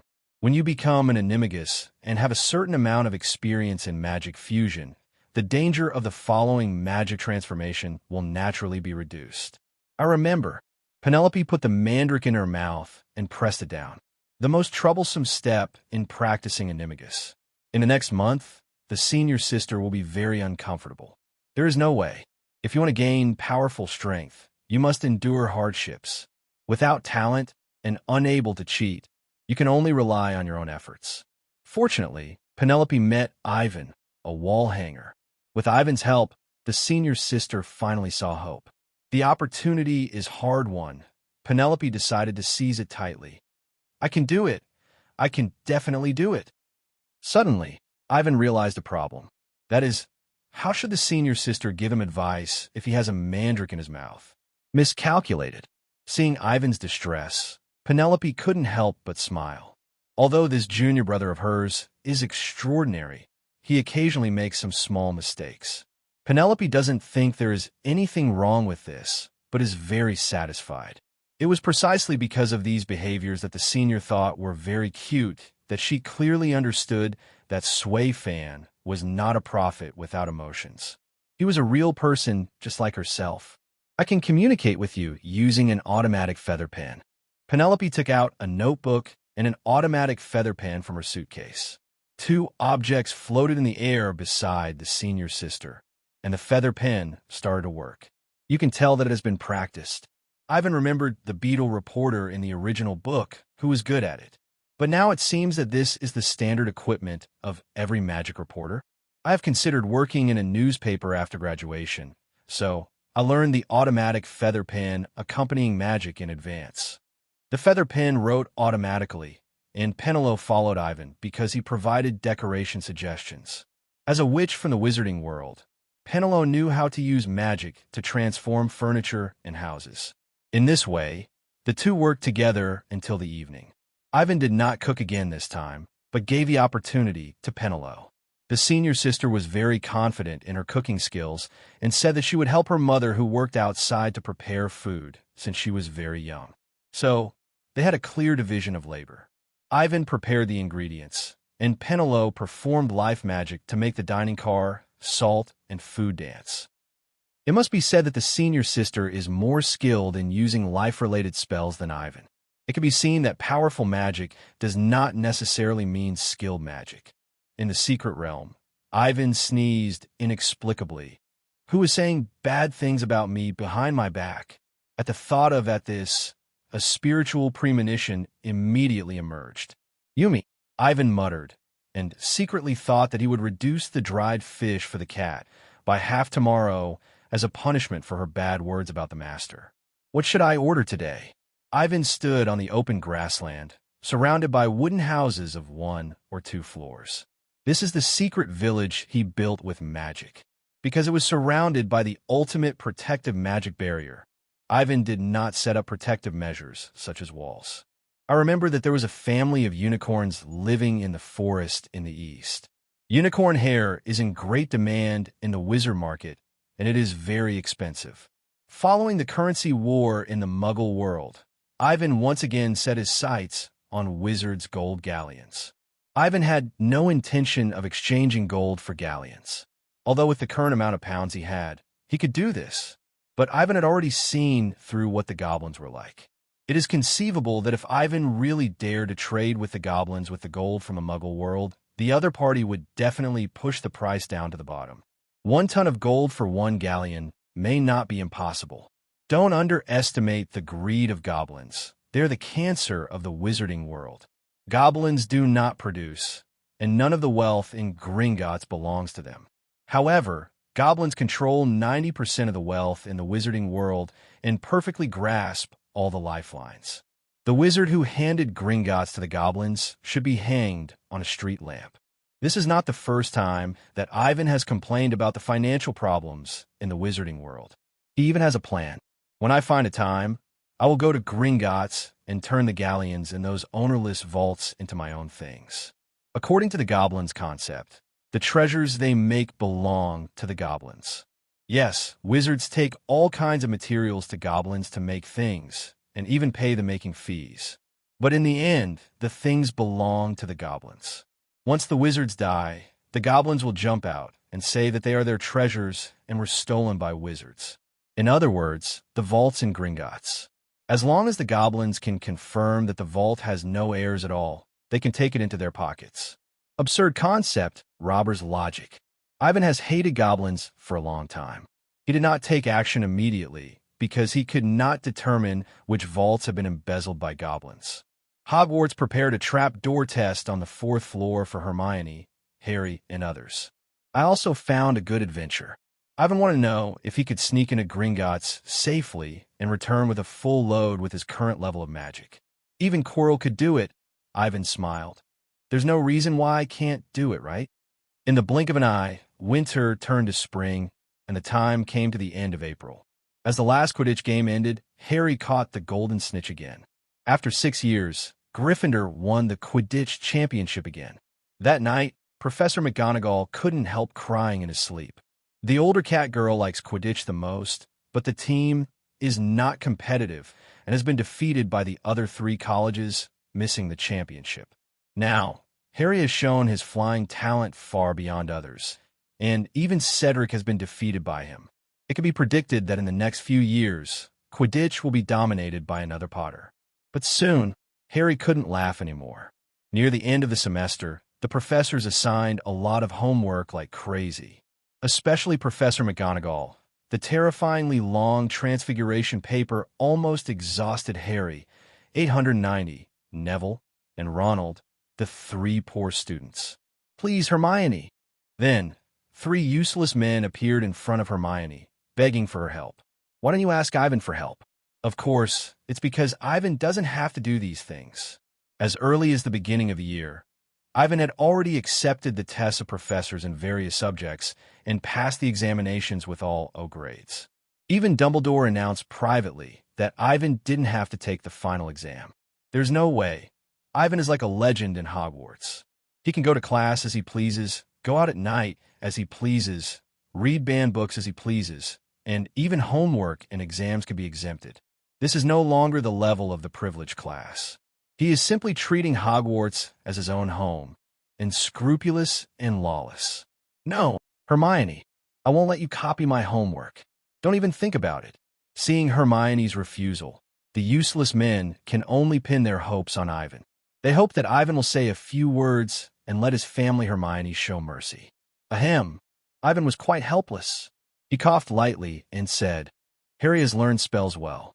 Ronald has made obvious progress recently. Neville.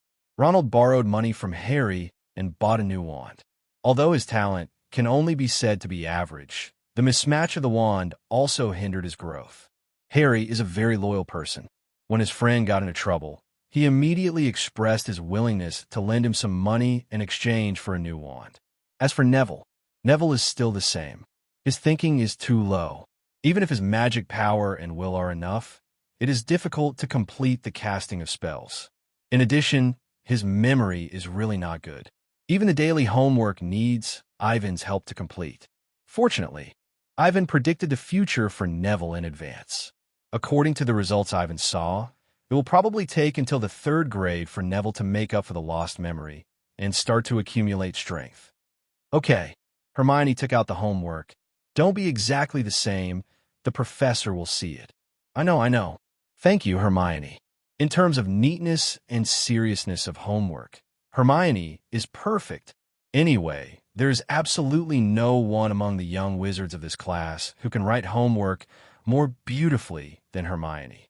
These guys, looking at the 3 people running back to the dormitory excitedly with their homework, Hermione really didn't know whether to laugh or cry. But the little witch didn't say anything. In fact, even if Ivan didn't ask, Hermione would have lent them the homework in the end. The reason why she refused at the beginning was mainly because she hoped that the 3 of them could work harder. When there was really no other way, she would lend the homework. After following Ivan for almost a year, Hermione's temperament has changed a lot, and she is no longer as rigid and boring as at the beginning. Want to go out for a walk? No. Hermione refused Ivan's invitation, which surprised the latter. Because this situation is rare, I still need to review the knowledge points of this school year.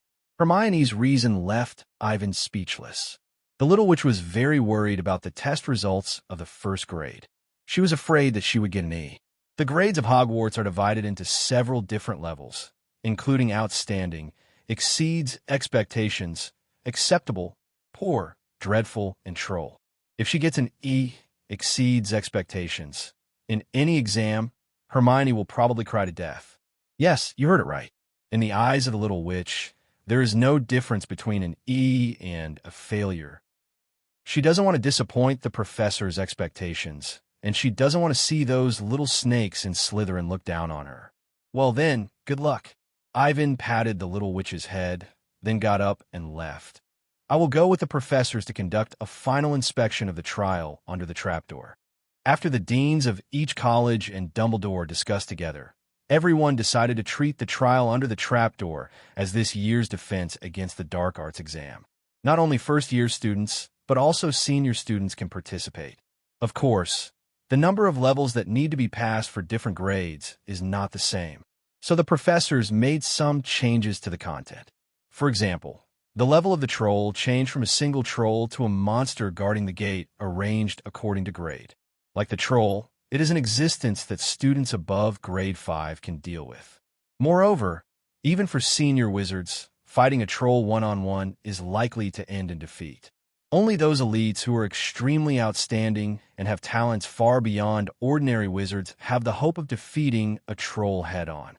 For example, Percy and Penelope, who is about to take the final step of Animagus transformation after being trained by Ivan. Not to mention Penelope, who has made great progress and greatly increased strength. The reason why Percy was able to pass is that the troll here is not the one Ivan encountered. Voldemort's troll was cast with a violent spell, which greatly increased its combat power and magic resistance. Such a monster, let alone Percy, even if Mr. Weasley came in person, might not be able to seal it. All students will participate at that time. Ivan gave Hermione a look. Do you need me to give you some hints? I don't need to reveal the questions. Hermione hates cheating, and as strict as she is with herself, she is overly obsessed with exams. Well, you are worthy of being our Miss Know-It-All. I hope you can get good grades then. After saying goodbye to Hermione, Ivan found a secluded place. System. Just now, Ivan's system suddenly responded. After opening it, Ivan saw a series of new prompts. Obtain the main task. First year trial. Trial name. Soul Coffin. Dead souls. Ivan thought the word sounded familiar, as if he had heard it somewhere before.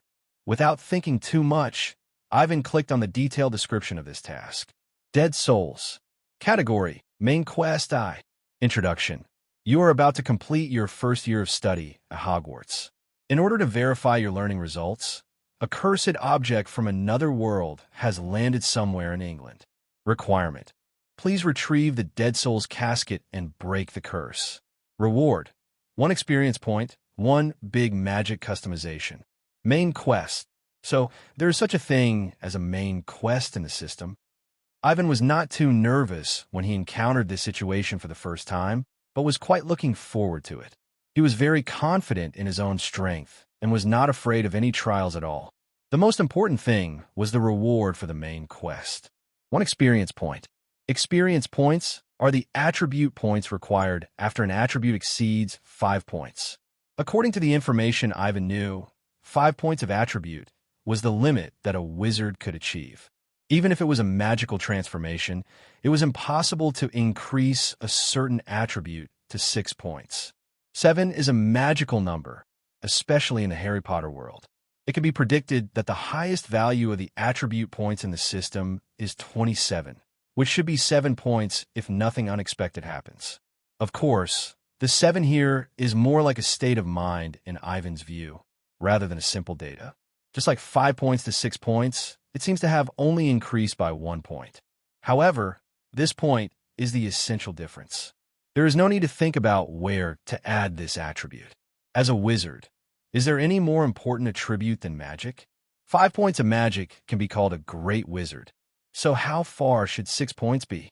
Ivan heard Dumbledore say that his strength at his peak would never be lower than the 4 giants at the time. Although there's also a saying in the HP world that the older the stronger, there are always some extraordinary geniuses in every era. A wizard like Dumbledore who can lead an era, even if he cannot compare with the 4 giants, has already stood at the same height as them.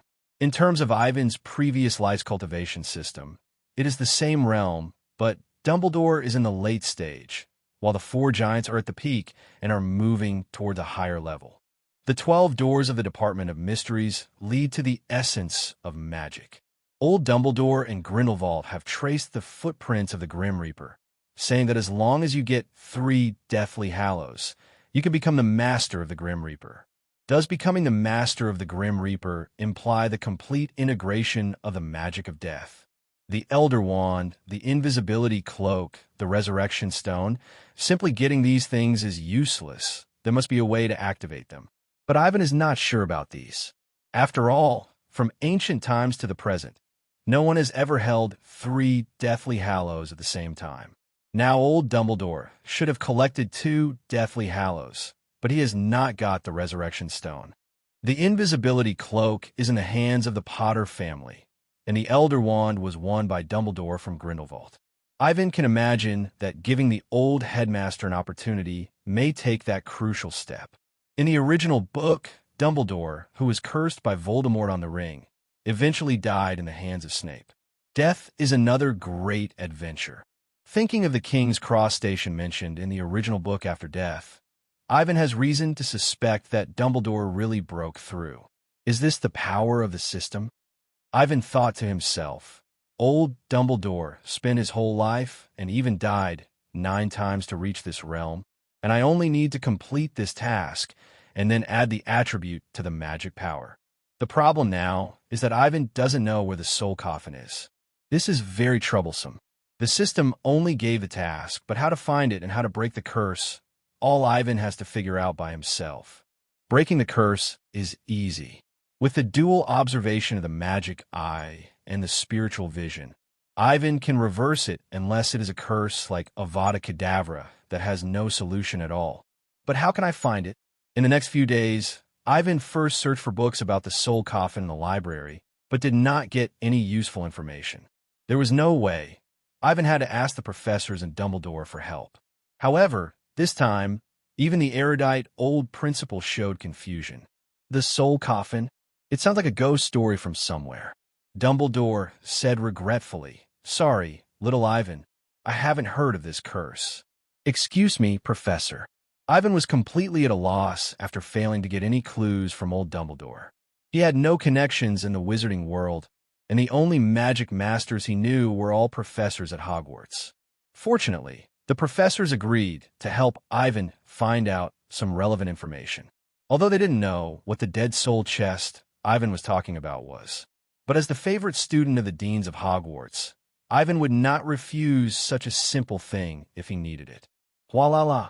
Just when Ivan was at a loss, a cruise ship was fishing near the coast in a sea far away in the east of England. The people on the boat were not fishermen, but some rich people fishing at sea. This amount must be a big catch. The captain commanded the crew to raise the big net, and the passengers on the same ship came forward one after another, wanting to see the harvest this time. Bang! However, accompanied by the sound of a heavy object falling to the ground, the passengers showed a look of surprise. On the deck, a stone coffin about half a person's length appeared among all kinds of seafood. The weird atmosphere made the audience around solemn. For some reason, a cold wind blew through everyone's heart, making many people shiver. What is this? A box made of stone? Although the stone coffin looks like a coffin, its size is obviously not enough to accommodate a living person. At most, only a child can enter. It should be an antique. It is difficult to say who the sarcophagus belongs to. It was the ship that lifted it, but it was the rich merchant family who paid for the sea fishing. It stands to reason that the two sides must have quarreled at this time. But the reality is not the case. The scene was very quiet for a while. Neither the captain nor the rich merchant family was willing to take over the strange sarcophagus. The subconscious told them that the sarcophagus was extremely ominous and must not be touched. How about donating it to the museum? The rich merchant and the captain are both rich people. They don't care much about the value of the antique. After some discussion, the two sides reached a tacit agreement and decided to donate the sarcophagus salvage from the sea to the British Museum. What's in it? Someone said this, and the crowd, who had been afraid to approach the sarcophagus because of its strange aura, suddenly became interested. For a moment, the whole place was silent. Gradually, curiosity about the sarcophagus dispelled the fear in everyone's heart. "Open it and have a look." The captain and the sea fishing tycoon looked at each other, and both saw a hint of expectation in each other's eyes. Opening a treasure chest, drawing cards, scratching lottery tickets, these are the things that can arouse human desire the most. What will be in the treasure chest? Is it some kind of precious treasure? When thinking of this, no one, whether the onlookers or the parties involved, can remain calm. Where are the tools? The lid of this sarcophagus is so heavy, someone come to help.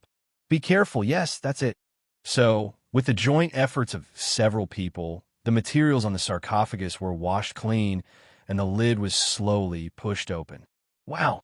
And just when the lid was moved away, everyone felt a dazzling golden light blooming from the sarcophagus. Looking closely, the sarcophagus was filled with gold coins as big as the bottom of a bowl.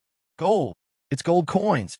These gold coins emitted a crazy light, and a skull was depicted on it, 17 or 18, the pirate flag of the century. This is a pirate gold coin. Although the origin of the gold coin and the sarcophagus is unknown, the captain thinks that the only person who can make the gold coin like this must be a legendary pirate. And there are too many gold coins here. Even if we don't mention the antique value, the gold coin itself is worth a lot of money. Gold? The passengers obviously have never seen so many gold coins. There are almost 1,000 gold coins in here, right? This sentence, like a huge rock thrown into the lake, aroused the possessiveness of the captain and the rich businessman. The two sides began to argue about the ownership of the gold coin. One party said that he paid for the sea fishing, and everything he caught should belong to him. But the captain said that it was his own boat that caught it, so it should belong to him. The passengers on the ship did not say anything. However, some of them began to plan secretly. So many gold coins, if they could get them, would definitely be a lot of wealth. Because a sarcophagus that was accidentally salvaged and the skeleton gold coins in it seemed to have magic, more and more people were aroused by greed. Minister, something happened to Gree. A few days later, although the Ministry of Magic inside, the door of the minister's office was pushed open and a middle-aged man in his 50s came in. He had thick eyebrows and sharp eyes and looked like an old lion. His name is Rufus Scrimgeour, and he's the head of the British Auror Command. In the wizarding world, Aurors are like a violent organization that combines the functions of a police station and the army. As the immediate boss of all Aurors in Britain, Scrimgeour is vigorous and resolute, and he does not tolerate any sand in his eyes. What's wrong, Rufus? Unknown creatures appeared at Ramsgate Pier in Kent, England. Scrimgeour put the information in front of Fudge. Many local muggles witnessed this suspicious creature and caused quite a commotion. Damn it, Fudge! Who is causing trouble? I want to put the wizard who caused this mess in jail. Fudge has just taken office as minister and needs to maintain his image. But at this time, such turmoil occurred. Slap in the face. A complete slap in the face. Fudge couldn't help but start to think whether he had offended someone by taking office. Those guys were jealous of him, so they deliberately made trouble. Our Aurors went there as soon as possible and used the Oblivion Charm on all the local muggles to modify their memories. In the memories of these muggles, the supernatural events caused by magic were all replaced by understandable phenomena. These things are easy for Aurors to do. Has it been solved? That's good. Fudge secretly breathed a sigh of relief. He was about to praise Scrimgeour for his good work, but he heard the latter say, "It's not over yet, Mr. Minister. We captured those strange magical creatures and found that they were all cursed muggles." Curse! Hearing this, Fudge vaguely realized that this matter was not simple, so he picked up the documents on the desk and read them carefully. The more he looked, the more frightened Fudge became. According to the Aurors investigation, the so-called strange creatures turned out to be some rotten skeletons with ragged clothes and pieces of flesh hanging all over their bodies. These people were no different from ordinary people when there was no moonlight. But once they were exposed to direct moonlight, they would immediately turn into rotten skeletons. Whether before turning into skeletons or in their normal state, these muggles are immune to any harm. At this point, Scrimgeour felt his scalp tingling. "Mr. Minister, any form of harm?" "What do you mean?" "We made some attempts, whether it was cutting off their hands and feet or burning them with fire. We could not cause any real harm to them. Of course, all these things can be done, but as long as the moonlight disappears and the sun rises, all the leftover corpses will disappear. And the most important piece of the broken corpse will be restored to its original state, and the cursed muggles will be resurrected." Merlin's beard. Fudge has been in the magic world for so long, and he has never heard of such a weird curse. The magic of unknown origin turned a group of muggles into undead skeletons. How did this happen? According to our investigation, the source of the curse is this thing. Scrimgeour put the skeleton gold coin on the desk. Using legilimency, we found the place where the gold coin first appeared. Next, Scrimgeour reported to Fudge the details of the cruise ship fishing, and finally caught the sarcophagus and the cursed gold coin. Fudge was a little overwhelmed after listening. He is a politician, and he is very good at playing mud and intrigue. Lees. But when it comes to magic, JJ is a bit clueless. To be honest, Fudge couldn't imagine how terrible this strange curse was. Is it a curse? Fudge moved away from the skeleton gold coin with some worry. Seeing this, Scrimgeour hurriedly explained, "Don't worry, Mr. Minister. You will only be cursed if you take the gold coin out of the sarcophagus. In other words, if you get this gold coin from someone else, then no matter what you do, the final price will only be borne by the person who first took it. Otherwise, the power of the gold coin is too terrifying. Anyone who takes over and uses it will become a walking corpse." It's not an exaggeration to say that this thing is a cursed plague in the wizarding world. This is also a blessing in disguise. Scrimgeour said distressfully. It's just that our people have studied this gold coin for a long time, but still haven't been able to deduce its antidote. Can't find a way to remove the curse. Fudge thought it was incredible. He knew the ability of St. Mungo's hospital in dealing with magical damage. Except for the 3 unforgivable curses, there was nothing that magic could not solve. Yes, Minister Jair. Scrimgeour. After those people turned into skeletons, there was no magical reaction on their bodies. This is very strange. In theory, even if the werewolves did not transform, they could still verify their special identities by using special magic to test them. However, this group of cursed people was different. When they were not exposed to the moonlight, they were no different from ordinary people. If I had to describe it, it was probably that their senses seemed to be a little duller than before. Dampened senses? Fudge, what do you mean? When eating, the taste began to fade, which is the most obvious point. Scrimgeour is an experienced Auror. He has seen a lot of black magic and has a certain understanding of the magic systems of various countries. In his opinion, this curse is very similar to the legends of ghost ships that are circulated in Europe and the United States. According to my judgment, these people will eventually become real zombies and will never be able to experience the beauty of the living again. Like those ghosts. Almost. Scrimgeour nodded and said, "The only difference between them and the ghosts is that they still have a body. Although this body has no flesh and blood, only a rotten skeleton is left, it is still a little better than the ghosts that have become nothingness." I know. Fudge felt a headache and gave an order. Catch all the people related to it. Also, find the sarcophagus and the gold coins that were taken away. Yes, Mr. Minister. That's what Scrimgeour did. After Scrimgeour left, Fudge's face darkened completely. He still suspected that there was something fishy going on in this incident, and who was plotting against him in secret. Could it be Dumbledore? Although he was extremely respectful to the world's strongest white wizard on the surface, Fudge always knew that he was just a puppet pushed to the front by Dumbledore. Look at the influence of the old headmaster. He just said, "Fudge is good," and Fudge became the Minister of Magic. Are other people worse than him? Not to mention others. Just Scrimgeour, who just left, his ability is above Fudge. Dave, but it's useless. Could it be Dumbledore?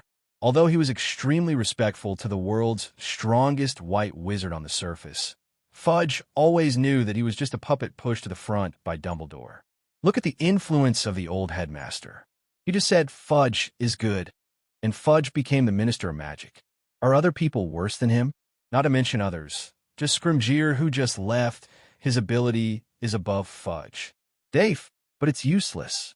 Because Dumbledore chose himself, so he is the Minister of Magic. I won't stay in Dumbledore's shadow forever, no. Fudge comforted himself in this way, and then showed that amiable smile again, and used magic to contact Dumbledore. Yes, contact Dumbledore. Although he was wary, Fudge was still young and still needed to respect the old headmaster. Especially in this case, those strange cursed gold coins. Even St. Mungo's hospital and the Ministry of Magic's Cursebreakers could not do anything. Although Hogwarts was just a school, many of the professors there were masters of magic in various fields. Cornelly? Soon, a wave of magic emerged from a two-sided mirror, followed by the figure of the old headmaster. The mirror reflected the scene of the headmaster's office of Hogwarts. But there was not only Dumbledore and a boy of 11 or 12 who looked like a young wizard who had just entered school. This seems to be... Fudge remembered that the other person seemed to be called. 1. Ivan had a great reputation in Hogwarts. Because of the troll incident before, even Fudge had heard of his name. Of course, he had only heard of him a little. As for more, Fudge didn't care that much. What kind of genius wizard could defeat trolls and dark wizards within 1 year of entering school? To Fudge, this sounded more like a publicity stunt for Ivan. So it's all fake. Albus. Though he was blaming Dumbledore in his heart, Fudge's face was full of smiles. I'm so sorry to bother you so late. You know, Albus, 1, I just took office, and I'm still unfamiliar with many things about the Ministry of Magic. However, as Fudge said this, he found that Ivan was still standing beside Dumbledore, with no intention of leaving at all. What's going on? It stands to reason that when a headmaster of Hogwarts talks with the Minister of Magic, shouldn't a little wizard leave first? Even if Ivan doesn't understand this, doesn't Dumbledore understand it either? However, Ivan is still there, and Dumbledore doesn't mean to let Ivan leave. FFLX. Dumbledore saw Fudge suddenly stop and asked in confusion, Cornelly, why did you come see me? Duh. Fudge was silent for a while, and he frequently used his eyes to hint to Dumbledore to let Ivan leave. Dazed, Dumbledore saw it, and the old headmaster slapped his forehead and smiled awkwardly. Look at me, I almost forgot about this kid. Huh. Fudge breathed a sigh of relief, and now he believed the rumors that Dumbledore had Alzheimer's disease. Fortunately, the old headmaster finally reacted. Let me introduce you. Dumbledore. This is Ivan Ambrosius, a new student who just enrolled in Hogwarts this year. He is the most gifted child I have ever seen. Dumbledore noticed Fudge's problem, but he is not Ivan and has not read the original novel. Therefore, the old headmaster did not think there was anything wrong with Fudge. This is indeed the case. Fudge is greedy for power, which is not wrong. The mistake is that he still suspected that Dumbledore wanted to seize power when Voldemort returned, and even ignored the danger of the Ministry of Magic. In Ivan's words, Fudge is a king who maintains the status quo. If there is no major disaster, people like him who are good at disguising themselves can ensure the stability of the wizarding world. At least Fudge is not confident enough to think that he can reform the wizarding world with his talent. The old headmaster wants to introduce Ivan to Fudge. According to Ivan's talent, he can definitely take a smooth road in the future. After graduating from Hogwarts, with the help of Dumbledore and the connections he had accumulated over the years in the school, coupled with his own talent, quickly gained power. He first became the Minister of Magic in the British Ministry of Magic, and then joined the French Ministry of Magic and the German Ministry of Magic to form a unified alliance in Western Europe. The next step is to become the chairman of the International Confederation of Wizards. Perhaps Ivan will lose several elections because he is too young. But Ivan is still young. He can wait for a while until he is about 30 years old and stand on the international stage. Dumbledore had discussed these things with Ivan, but Ivan didn't agree. He is him, and Dumbledore is Dumbledore, and they have different personalities. The path chosen by Dumbledore may not be suitable for Ivan. Of course, it was Dumbledore's good intention anyway, and even if Ivan didn't accept it, he wouldn't refuse it directly. Ivan had no reason to refuse Dumbledore's connections. It was just that the Minister of Magic looked a little nonsense little wizard. How could someone publish academic papers in the first year? He also created his own spells. Does he think he is the reincarnation of Merlin? Through legitimacy, Ivan heard Fudge's inner voice. How to say it? This minister is even more stupid than Ivan imagined. Oh, Fudge, of course. I always admire your vision, Albus. So now, Fudge almost told Dumbledore to get Ivan out quickly. Now we can talk about things. Old Dumbledore asked Ivan to sit down. This attitude also told Fudge that Ivan was qualified to listen to what they said. Old fool. Fudge was really furious at Dumbledore's attitude of not taking the Minister of Magic seriously. He took a few deep breaths and reminded himself that it was not the time to turn against Dumbledore. It's good to know some things outside the school in advance. Fudge laughed and said, after you graduate, you will come to work in the Ministry of Magic, right? Cornelly. Dumbledore reminded Fudge to talk about business. Okay. Let's talk about what happened tonight. Fudge told Dumbledore about the strange, cursed items that appeared at the docks in the east of England. After listening to Dumbledore and Ivan, the former only pondered the principle of the curse and how to break it. But Ivan, what the hell? Ivan thought to himself. The gold coins that turn people into skeletons are salvaged from the sarcophagus under the sea, and all the people who touch them first will be cursed. This information is almost exactly the same as a movie Ivan had seen in his previous life. Aren't these the Aztec gold coins in Pirates of the Caribbean? Ivan was a little suspicious of the origin of these gold coins. He had previously only focused on the Dead Soul's chest and thought that the main task of the first year would be a North Sea giant monster or a Davy Jones to fight him. Unexpectedly, the Black Pearl came with the name of the Dead Soul's chest. But the system seems to have only summoned that box of cursed gold coins. Of course, it may not be summoned directly from the Pirates of the Caribbean set, but the system, like the secret wardrobe, used the power of magic to reshape them. No matter which one it is, Ivan has the responsibility to solve this matter. But will the Ministry of Magic let me get started? Ivan recognizes the significance of the Ministry of Magic, but he still doesn't like it. There is no way. It is because of the preconceived notions in the original novel that makes it difficult for Ivan to trust the Ministry of Magic.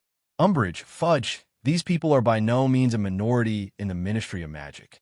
Just like now, whenever Ivan proposed to break the curse, JJ would reject him immediately. Ridiculous political struggle. They are obviously a group of wizards who have the personal power called magic, but they are fighting for power and profit like ordinary people. Let's go and see. Dumbledore stood up and called Ivan. Corneli, you should not mind if I bring a student to the Ministry of Magic to learn more. Of course, Fudge wanted to say. Where did this little wizard come from? Can he go to the Ministry of Magic? However, Dumbledore was firm in his attitude, and Fudge could only nod and bow to welcome their arrival. I'll be there soon. After disconnecting the communication, Dumbledore said to Ivan, Flu Network, our target is the Ministry of Magic. Although you can use Fox's apparition to go to the Ministry of Magic directly. But this exclusive apparition is their trump card to save their lives. On weekdays, if you can't expose it, try not to expose it. Professor, do you know that kind of curse? Never seen it before. Dumbledore was also confused after listening to Fudge's description, but I guess it should be some kind of ancient witchcraft from America. Witchcraft, the magic used by Native Americans.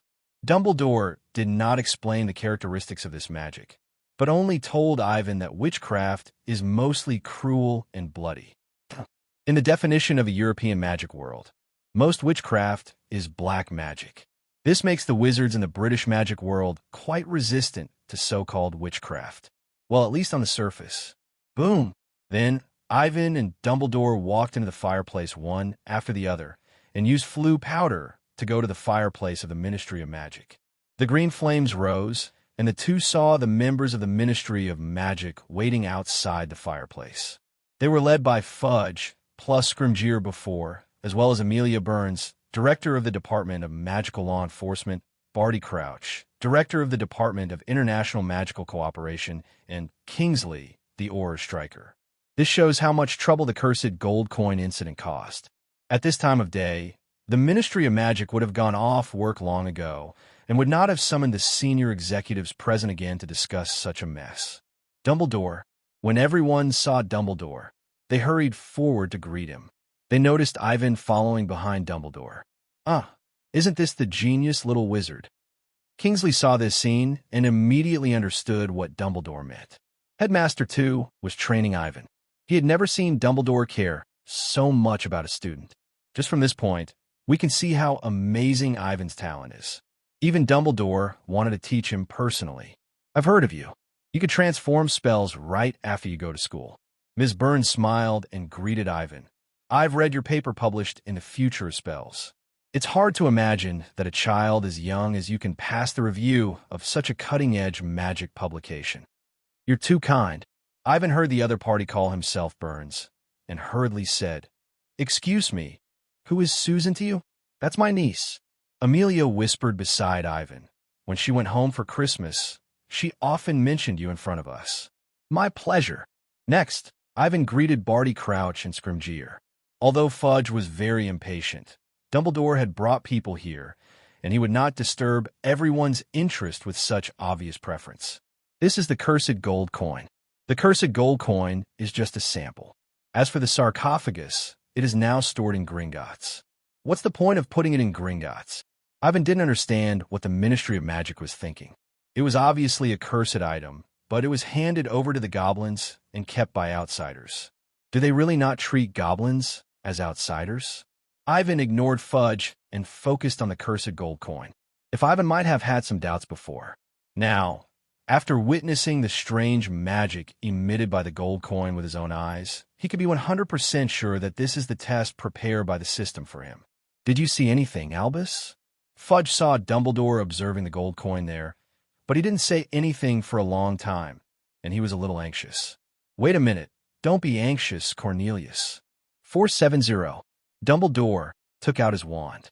The wand that looked like a dead branch in the eyes of others was so dazzling in Ivan's eyes. In terms of magic power alone, the old wand was the most terrifying magic prop Ivan had ever seen. It was hard to imagine how such a wand was made. The curse on it is very strange. Dumbledore tapped the gold coin with his wand, floating it in the air and looking at it carefully. Seeing this, the officials of the Ministry of Magic remained silent. There was no way, because among all the people present, Dumbledore was the authority in the field of magic. Ivan, I'm here. Did you see anything? Dumbledore's words directly attracted everyone's attention. What's going on? The headmaster was actually asking a little wizard what he thought. It's an incredible curse that can be self-sufficient. Ivan ignored everyone's reactions. Like Dumbledore, he wanted to understand the principle of the cursed gold coin with all his heart. Dumbledore, go on. The gold coin itself is a product of alchemy. Ivan, in addition, according to the degree of change of magic power, I judge that the magic on it has existed for at least 400 years or even 500 years. In 500 years, even if it is a magic prop, most of the magic on it will dissipate. But this cursed gold coin remains intact. Not only that, it can once again cast a curse on Muggles after 500 years. In Ivan's concept, the only magic that can remain immortal for hundreds of years is Hogwarts Castle and the relics of the Four-Eyed Head. Of course, the 3 Deathly Hallows must also be magic items of this level, and they are more mysterious than the former. But the problem is that this is just a cursed gold coin. Nearly 1,000 gold coins. If all the original magic power is left, it is hard to imagine how powerful the curse on it will be. So, Fudge didn't understand why Ivan was the only one talking. What do you want to say? He wanted to know what Dumbledore was doing. Is this teaching the little wizard? Ivan means that this is a curse that cannot be broken by force. Dumbledore was very disappointed with Fudge. The other party returned all the magic knowledge to the professor after graduation. Break it by force? In other words, St. Mungo's hospital, potions, and the end of all curses are ineffective against it. In the end, it was Scrimgeour who understood what the two meant. He widened his eyes. I have never seen such a curse. In fact, there are many such curses. Ivan gave Scrimgeour many examples, such as vampires, werewolves, and blood-cursed orcs. These are curses rooted in the blood and cannot be broken by force. To be honest, to this day, the method of how these beings can restore their human bodies has long been lost. What should we do? Fudge didn't want to hear this. He just wanted to know how to solve this problem. It could be alleviated. Dumbledore shook his head and put the cursed gold coin back. Using potions and special spells, Muggles can recover temporarily. But this is obviously not enough.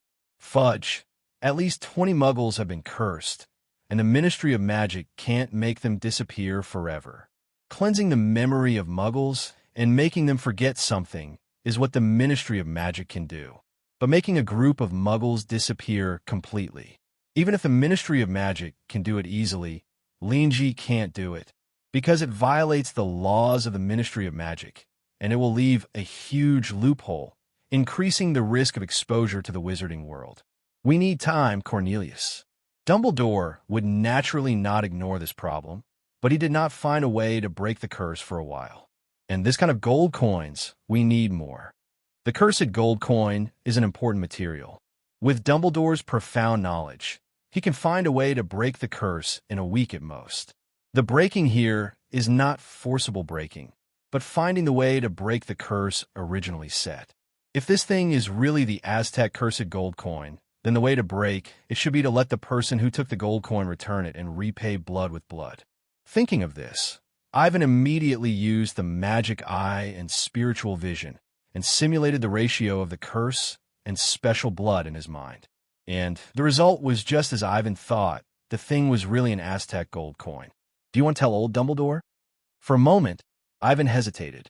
He trusts old Dumbledore very much now, but now is obviously not the time to say this. The officials of the Ministry of Magic and Fudge are here. Ivan has been in the limelight enough.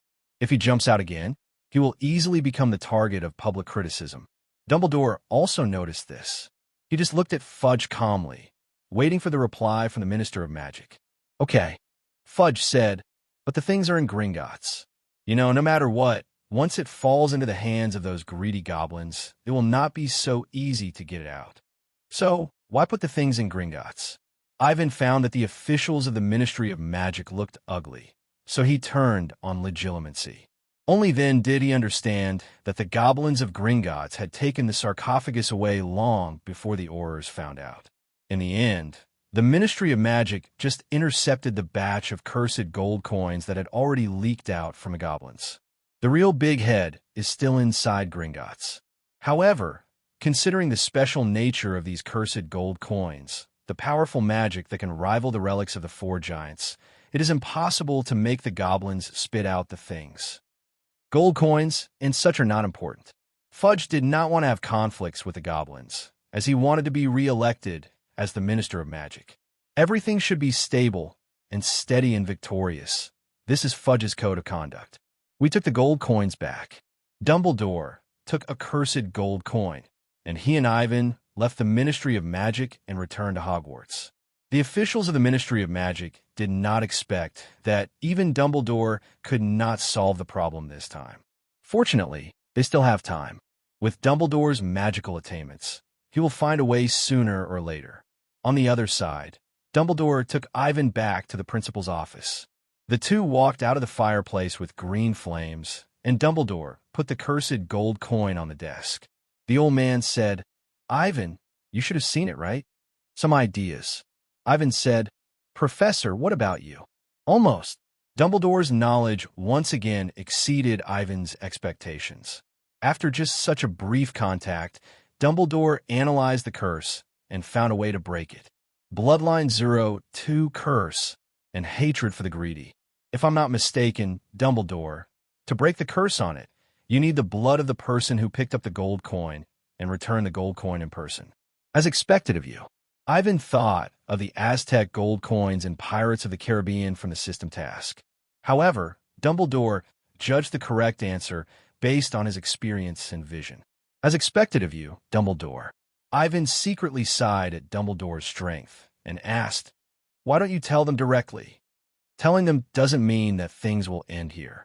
It seems that Dumbledore also knows the problem of the Ministry of Magic, and he is not worried that they can't break the curse. The problem is that it is easy to break, and it is not difficult for me to curse the gold coins. But these gold coins are now in the hands of the goblins, which is very troublesome. You mean we should first take the sarcophagus and the gold coins inside back from the goblins? Ivan understood what Dumbledore was worried about. These cursed gold coins contain extremely powerful magic. Such things need to be sealed with powerful magic. As for Gringots, even dark wizards like Quirrell can enter and exit freely in such a place. Its security is full of loopholes. I will ask the Ministry of Magic to find all the people who took the gold coins. The sarcophagus, the gold coins, and the people who took the gold coins. Only when these three are gathered together can the curse be officially broken. In addition, there is one more point. Dumbledore's influence is too great. If he doesn't take it easy and tells them the correct answer right away, the Ministry of Magic will appear very incompetent. In this way, Fudge will not only not be grateful to Dumbledore, but will blame him for stealing his limelight. I don't quite understand. Ivan asked. "Why do you support such a person to become the Minister of Magic?" He was not like this before. Dumbledore was also troubled. Before Fudge became the minister, there was almost no fault in his behavior. However, after he came to power, except for the frequent consultation with Dumbledore at the beginning, he seemed to have changed into a different person. It was not until this time that Dumbledore understood. It turned out that everything Fudge did before was to please him. He restrained himself and made himself a person that Dumbledore admired. Until he gained power and status, his true nature was exposed. If a person can pretend to be a good person for his whole life, then he is a good person. Unfortunately, in the face of the temptation of power, Fudge chose to indulge himself and drifted away from his original personality. Then should we do nothing? We have to prepare in advance. Dumbledore said, "This curse has many flaws." Flaws? Yes, Dumbledore. To be precise, it should be the method to break this curse. It seems easy, but there are traps everywhere. There are many requirements to break the curse, and these requirements are very easy to have problems. For example, there are 888 gold coins in total. If someone destroys one of the gold coins, can the curse still be broken? Then what if the person who took the gold coin died and had no blood left? The negative emotions on the gold coin are extremely strong. Obviously, the caster is full of malice towards the person who picked up the gold coin, and he hopes that they will suffer eternal torment. So what the Ministry of Magic has to do now is to find all the cursed muggles and gather them together. At the same time, the lost gold coins must be collected and the sarcophagus taken away by the goblins. Of course, not a single gold coin in the sarcophagus can be lost. The goblins wouldn't be so stupid as to take the gold coins away, would they? Not impossible. The goblins are famous for their greed for magic items. Dumbledore couldn't tell them this on the spot because of Fudge's face.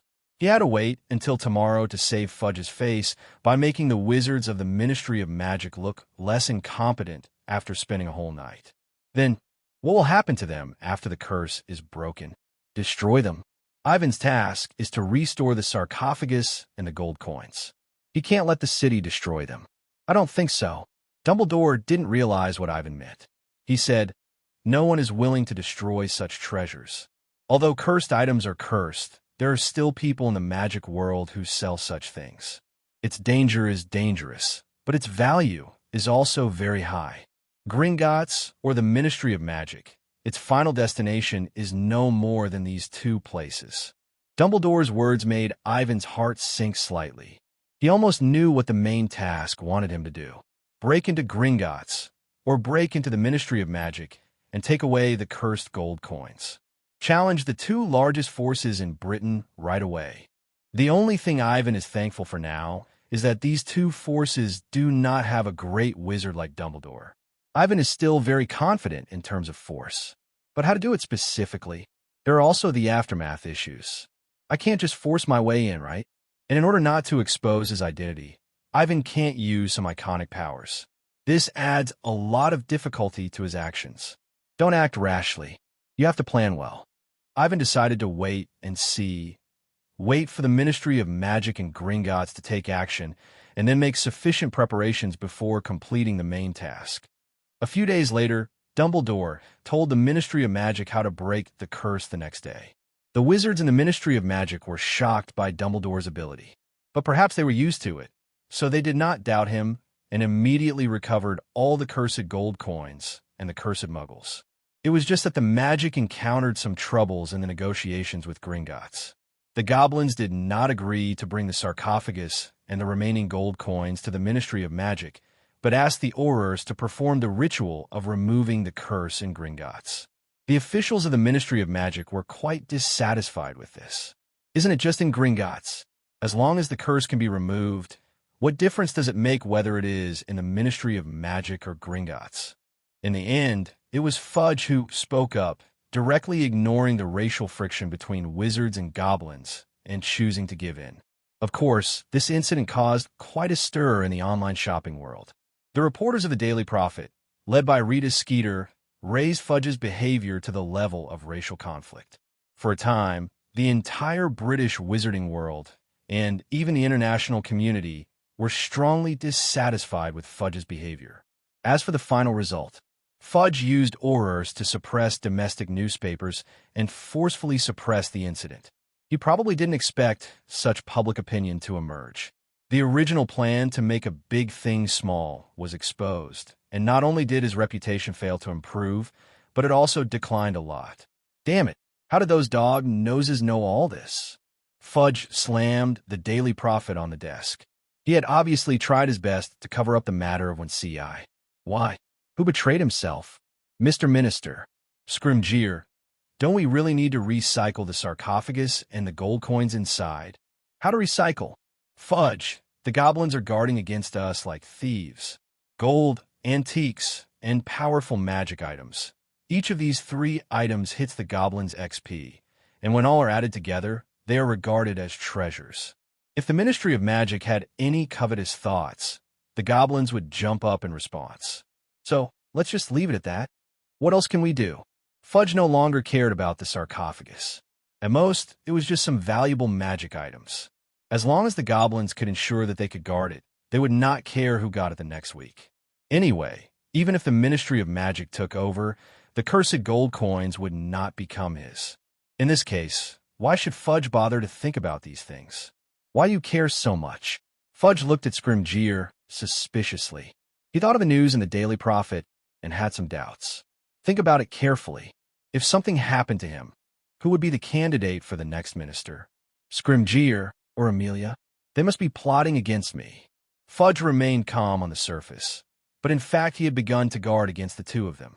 So, he did not say more to Scrimgeour, but directly asked him to do his own thing and not think about it anymore. Negotiating with goblins is not good at all. It is a thankless task. Only fools would do it. Just as I thought, the things were taken away by the goblins in the end. On the other side, Ivan sat in the dormitory. His eyes surrendered to the wardrobe in front of him. The picture that emerged in the mirror was Gringots. In the picture, the goblins got the scattered gold coins from the Ministry of Magic. The curse has been broken. The memories of those Muggles and everyone related to this matter have been deleted and modified by the Ministry of Magic. From the perspective of the incident, this is already a good ending. However, Ivan's main task has just begun. He needs to recycle the task items and use the existing magic knowledge to completely break the curse. Only in this way can Ivan complete the task and gain some experience points. Is the thing placed here? Looking at the vault where the goblins stored the sarcophagus in the mirror, Ivan remembered the number on it. This is exactly Ivan's prophetic ability. Predictions of things that have happened in the past. As long as it doesn't involve a powerful person like the Great Magician, there's almost nothing in this world that Ivan can't spy on. How deep is the vault under Gringots? However, Ivan found that he couldn't remember the route the goblins took to the vault for a while. There was no way. The railroad track was like a roller coaster, and the whole picture was constantly shaking left and right. Even though Ivan had an amazing memory, he could only force himself to remember it and browse it over and over in his mind. The route is in hand, and the location of the gold coins is also determined. Then what Ivan has to do next is how to break into Gringots, how to open the door of the vault, and then leave safely. Ivan's choice is much less because he can't reveal his identity. First of all, it's a matter of getting out. I can use the Phoenix's flame apparition to leave directly from the underground vault. There are anti-apparition magic inside and outside Gringots, and anti-curse barriers are specially developed for various races with the ability to apparition. The goblins really spent a lot of money to protect their wealth. Unfortunately, this didn't work for Ivan. No matter how well prepared the goblins were, they would never have thought that someone could use a mythical creature like the Phoenix to perform apparition. In fact, the anti-Phoenix apparition spell does not exist in the world today, and no one will develop it. After all, the only 2 wizards in the world who have Phoenixes are Dumbledore and Ivan. It is impossible for people without Phoenixes to study counter curses. As for the old and young, even if they really have the anti-Phoenix translocation curse, they will not give it to others, let alone use it against each other. Moreover, Fox is quite different from the Phoenix. Unless both parties can hand over their pets to each other, and let the other party study for a period of time, it is difficult for a good cook to cook without rice. First, determine which magic to use. Ivan is not very worried that his identity will be known by Dumbledore. His goal is to break the curse. After the magic power on the soul chest dissipates, they become ordinary items. This means that Ivan does not need to prepare a reason for his behavior. Anyway, the ending is here. The things are gone. Ivan will neither take them for himself nor do anything with them. Old Dumbledore is not a great and glorious person. He is actually very partial to his own people. In this way, what I really need to guard against is the Ministry of Magic and Gringots. Ivan only needs to be careful not to let them associate the invading wizard with himself, and he will be safe. Gringots. Diagon Alley. Ivan came to the outside of Gringots. He didn't do any disguise, no black cloak, no need to dress himself up like a dark wizard. With disguise Animagus, as long as Ivan wanted, he could instantly change into anyone he had met. And now, Ivan chose a young man in his 20s. This young man was nothing special. He was just a person Ivan saw one day, completely random. In addition, Ivan's wand was also disguised. Using transfiguration, the sycamore wand looked like another person from the outside. So how do we get in? In order to invade Gringots, Ivan thought about many calendars. But in the end, Ivan found that there was no need to be so troublesome. What is assassination? As long as all the witnesses are killed, it will be the most perfect assassination. Well, just as planned, Ivan's mouth drew a smile. Kai Wu Shuang. Step. After making the decision, Ivan swaggered towards the door of Gringots. At the door stood the goblin guards in scarlet and gold uniforms. Ivan glanced at the two and shrugged. Fall down. The next moment, two beams of magic hit them silently. Powerful magic, although not amplified by the 627 of the wand. But with Ivan's current spellcasting skills, the damage caused by low-level and intermediate spells without a wand is not much different with or without a wand.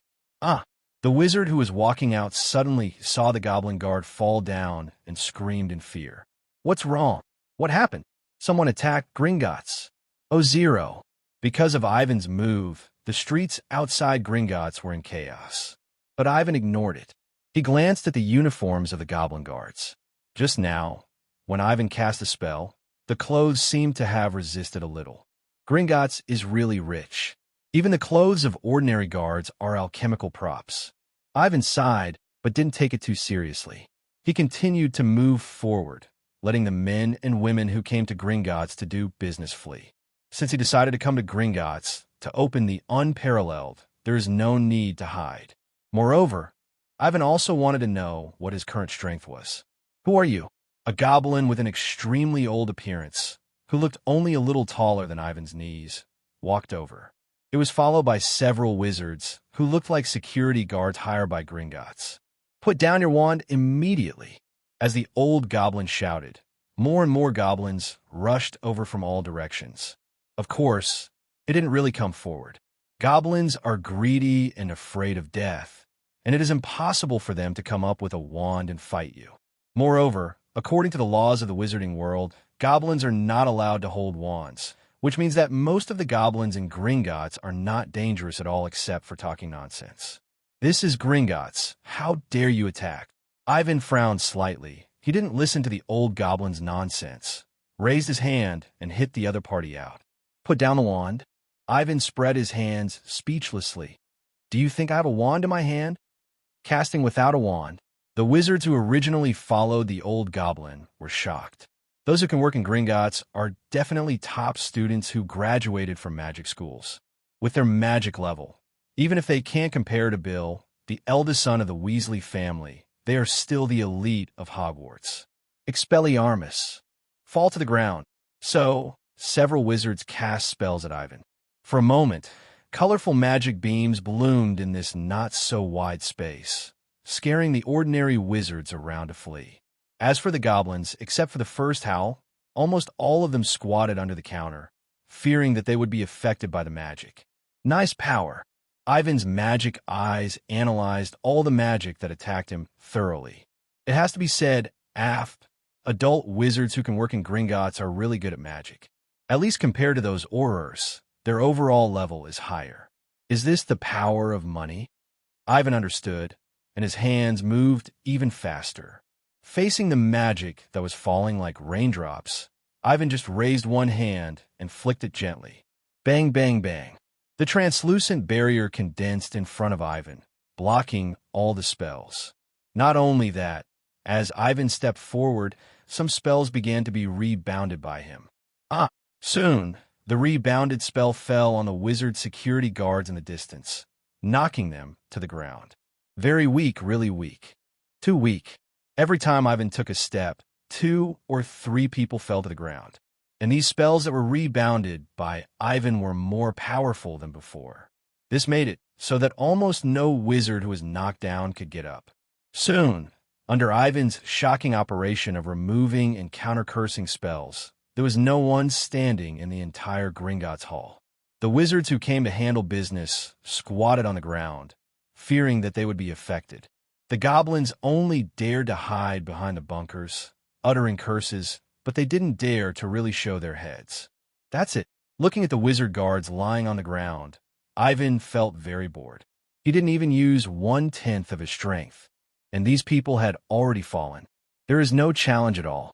Ivan curled his lips, and he threw a spell at a goblin who cursed particularly happily. Bang! Accompanied by a loud bang, the original counter was instantly reduced to ashes. This move really amazed the wizards present, because Ivan only destroyed the counter, but did not hurt the goblins and wizard around. This kind of extremely delicate magic manipulation is simply amazing. Who is he? Almost at the same time, countless people had such a question in their hearts. Such a superb magic level can defeat dozens of combat-type masters guarding Gringotts by himself. With such strength, they can't imagine the identity of the other party at all. Too strong. So strong that it is hard to understand. Suddenly, he was about to choose the foul-mouthed goblin as a guide to take him into the underground vault. But at this moment, Ivan noticed a special spatial fluctuation. Apparition. Is the Auror from the Ministry of Magic here? Obviously, when Ivan attacked Gringotts, someone notified the Ministry of Magic. But this efficiency really shocked Ivan. The power of capital. Ivan waved his left hand and grabbed a goblin not far from him. You, what are you going to do? Let me go, you robber. The old goblin was still chattering, which made Ivan speechless. He thought to himself, these ugly guys, can't they even see the situation clearly? I can kill you at any time, You are shouting so loudly, you are really not afraid of death, right? In this case, casting the soul out of the body, that is the soul-stealing curse, is the best way. However, Ivan will not be unforgivable. Forgiveness spell. Or Ivan, apart from a few black magic spells, only tried them lightly. There is no way. Only by really touching black magic can you experience the unspeakable attraction. Maybe some people think that power has no good or evil, but only good and bad. This is actually nonsense. Because this is just like power has good and evil, it is also too absolute. Just like everyone knows that feces can be used as fertilizer, but no one can deny that it is dirty. The same is true for black magic. It will magnify a person's dark side, and it will also seduce you. And the more you fall into it, the more you will fall. The deeper it is. This point will not be different just because Ivan is stronger than other wizards. The corruption of black magic is proportional to strength. The stronger Ivan is than others, the greater the temptation he can feel. When one day, Ivan realizes that he is affected by black magic, it will be too late. Therefore, before gaining enough willpower to resist the erosion of black magic, Ivan will not delve into those black magics with huge side effects. Shock the mind. However, not being able to use black magic does not mean that you can't deal with this situation. The essence of the 3 unforgivable curses is to use negative emotions as fuel to cause irreversible damage to others. Ivan doesn't like this kind of magic that harms others and oneself. For this reason, Ivan has developed many first-level and even equivalent alternative spells. For example, this Shock the Mind is inspired by the dream dimension, and its effect is to make the consciousness of the person under the curse fall into a deep sleep. At the same time, the body of the person under the curse is not asleep, but in a state similar to sleepwalking. It is also because of this feature that Ivan calls it sleepwalking curse. The effect of the sleepwalking spell is very similar to the Imperius curse, but is not as flexible as the latter. In short, it is difficult to verify whether a person who has been cursed by the Imperius curse is cursed, and the cursed person can still move like an ordinary person. In contrast, a person who has been cursed by the sleepwalking spell can be seen at a glance that he is not in a good state. Confused, he will also obey the caster's words, like a puppet. You don't need negative emotions to control people's minds. The shortcomings will be seen at a glance. Ivan didn't care at all. In the face of outstanding advantages, a little flaw can be ignored. You can open the vault track of Gringots, right? Yes. The old goblin gave a positive answer. Take me to the underground vault. Ivan gave an order, and the old goblin hurriedly led the way. On the way, Ivan encountered a few goblins who started to scold, and Ivan threw a few spells at them and knocked them to the ground directly. By the way, suddenly, Ivan thought of the Aurors of the Ministry of Magic who were rushing over. Ultimate Guardian. The wand appeared in Ivan's hand. This time he did not use wandless casting, but really used all his strength. Auror. The next moment, everyone in Gringots felt an irresistible magic rising up, and in the blink of an eye, it enveloped the entire Gringots. What is this? Outside Gringots, the Auror team led by Dawlish watched the bright magic barrier wrapping Gringots. Ultimate Guardian? Someone recognized this magic. Such a powerful magic. Who is the intruder? In this era, Ultimate Guardian is often used as a glue for all protections, connecting several all protections together to create a huge magic barrier. But what is the situation now? There is only one intruder. Kingsley asked his subordinates in disbelief. Are you sure? The information provided by the goblins is like this. One of his Aurors said so. They wanted to contact Gringots, but Ivan had already cut off the connection between the inside and the outside. 0. Asterisk. Even the Flu network was down, leaving them no chance to exploit loopholes. How is it possible? Kingsley looked at the bright and dazzling magic barrier in front of him. There was no need to test it. The power of this thing was absolutely terrifying. If anyone dared to take a step forward, they would be burned to ashes by the magic of the barrier. Let's go together and break it by force. Dawlish couldn't understand Kingsley's hesitation. It was just a barrier, and it was a magic cast by a mere wizard. There were at least 20 Aurors present. It was a joke for one person to stop them with his magic power. Who do you think he was? Dumbledore or the Dark Lord? Boom. Swish. So, clusters of magic beams shot out from the tips of the Aurors' wands and collided directly with the magic barrier. However, the light of the spell kept washing the barrier, but except for making the latter's light brighter, there was no reaction at all. The barrier was not weakened, and there was no damage at all. It was intact and unshakable. This is impossible. Dawlish felt that his 3 views were shattered. What level of ultimate protection is this? How can it be so strong? You know, there are 20 adult wizards on the scene who are fighting together. So many people, such a huge magic power. No effect? Then how big is the gap between the two sides?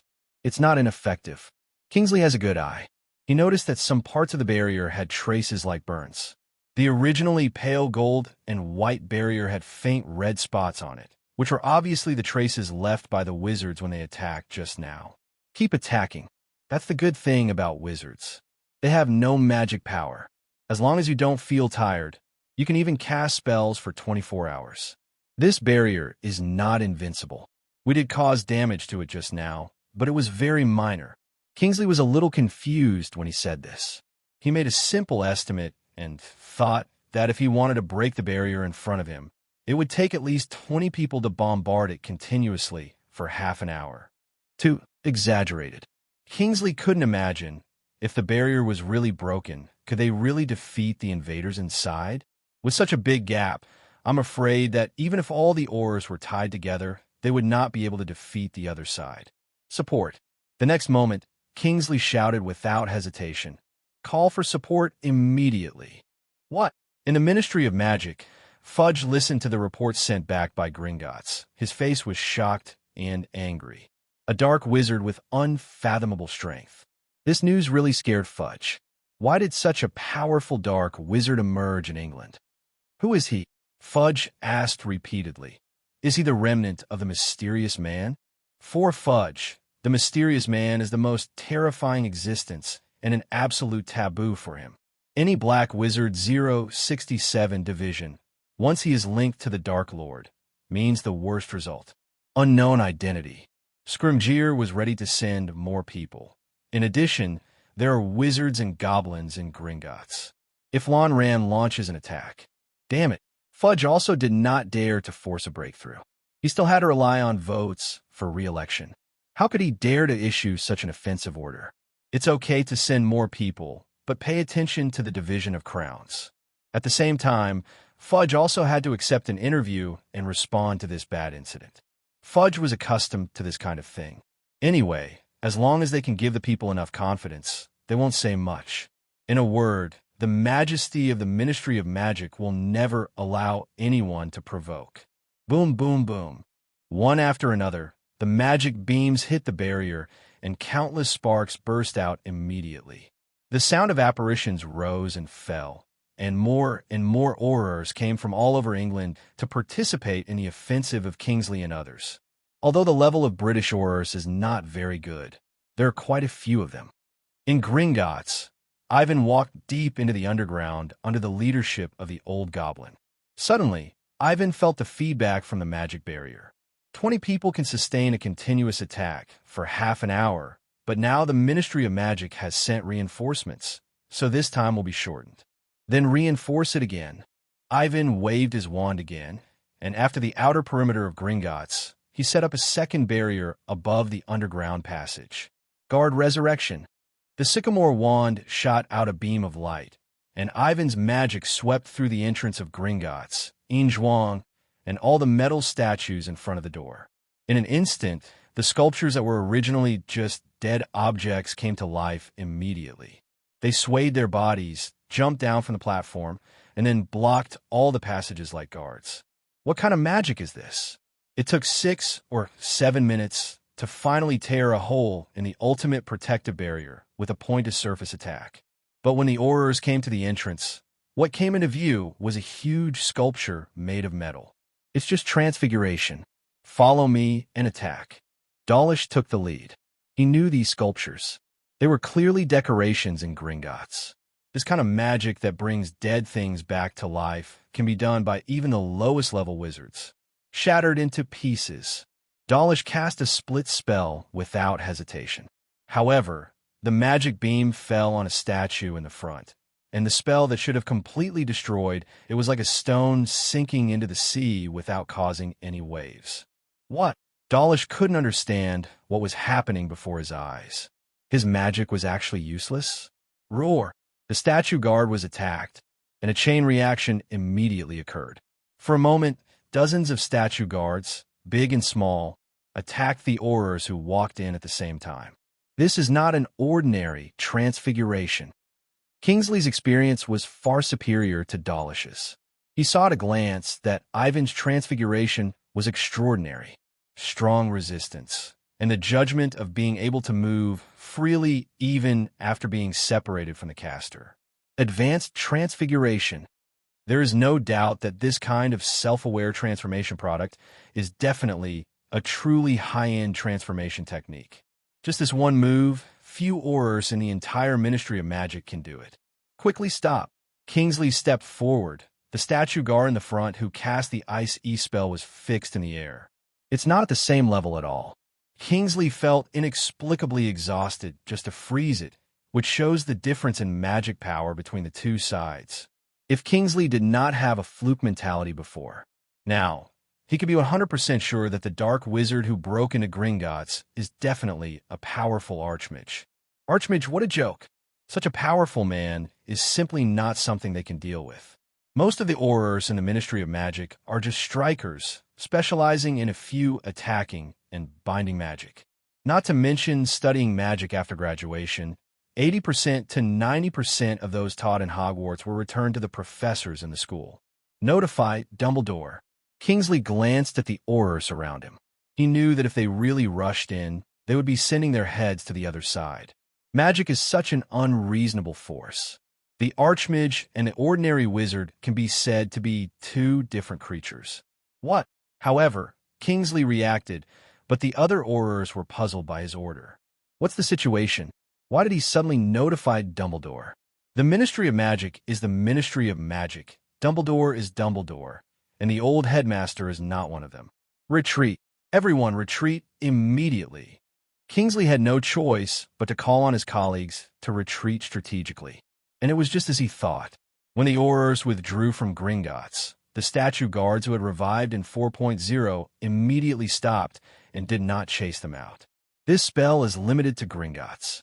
As long as they retreat, they will not continue to attack. Seeing this, Kingsley breathed a sigh of relief for a short time. But before he could think about what to do, several figures appeared, including Fudge and Scrimgeour. In addition, there was an old man with a lame leg, who was the Mad-Eye Moody who appeared in the original book. Who cast the ultimate guard? What's the matter with the statue inside? Moody limped forward, ignoring the Minister of Magic and the head of the Auror office, and stared at the statue guarding Gringots with his magic eye. Mad-Eye. Kingsley didn't expect that even Moody would come. Mad-Eye Alastair Moody, a powerful Auror with rich practical experience. Below the Grandmaster, he is the top nobby. However, even an old warrior like him was amazed by the scene in front of him. Who is inside? The Dark Lord? Or Dumbledore? Let alone anything else, just based on this sentence, one can judge the strength of the dark wizard inside. Moody is comparing him with Voldemort and Dumbledore. Kingsley didn't think much of this, but Fudge, Dawlish, and others said that this was impossible. There is no such powerful wizard in England. Unless, then release the bonus. The Dark Lord died 10 years ago, and Fudge was extremely sure of this. So according to Mad-Eye, the only possibility for the person inside was Dumbledore in disguise. Is your brain broken? Moody felt very speechless. Fudge really had no brains at all. How could the person inside be Dumbledore? It is unnecessary to mention 08. Just looking at the style of doing things, such a high-profile style, it is impossible for him to be Dumbledore. As for the Dark Lord, it doesn't seem like it either. An unknown wizard? Faced with such a strong man, Moody was not afraid at all. He ignored the fool Fudge and limped to the front of all the Aurors. The Aurors present had no experience fighting against the great wizard, and they didn't know how terrifying a strong man of that level was. At the same time, in the basement of Gringots, Ivan and the old goblin had already taken the rails. This was Ivan's first time riding the rails of Gringots. Looking at the dark passage in front of him, and comparing it with the tattered cable car that looked like a mine car under his feet, Ivan had to complain about the goblins' taste.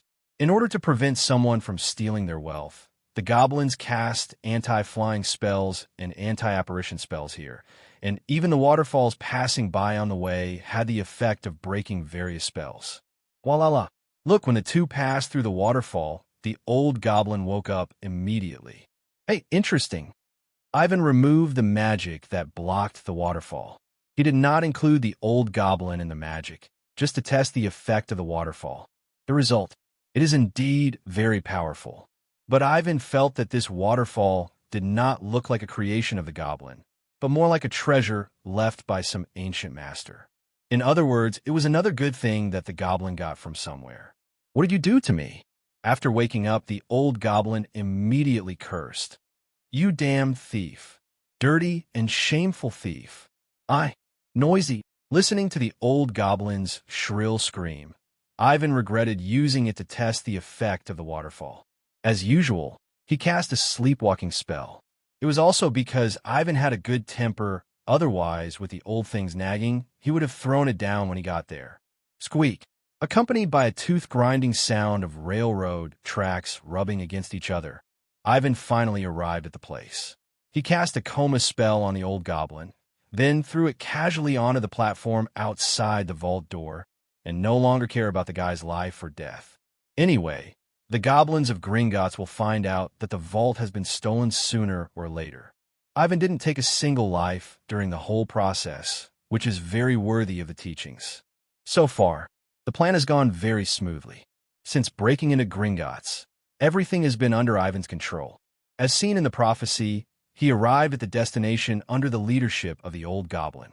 The next prophecy scene shows that Ivan returns to Hogwarts and turns the dead soul's chest and the cursed gold coins inside into nothing. It's missing some details, but it's harmless.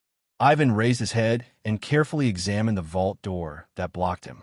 It contained extremely powerful magic. Through the magic eye, Ivan saw dozens of spells used to prevent theft. Breakthrough by force. Ivan raised his wand. Avaho open. The unlocking spell is not only for unlocking.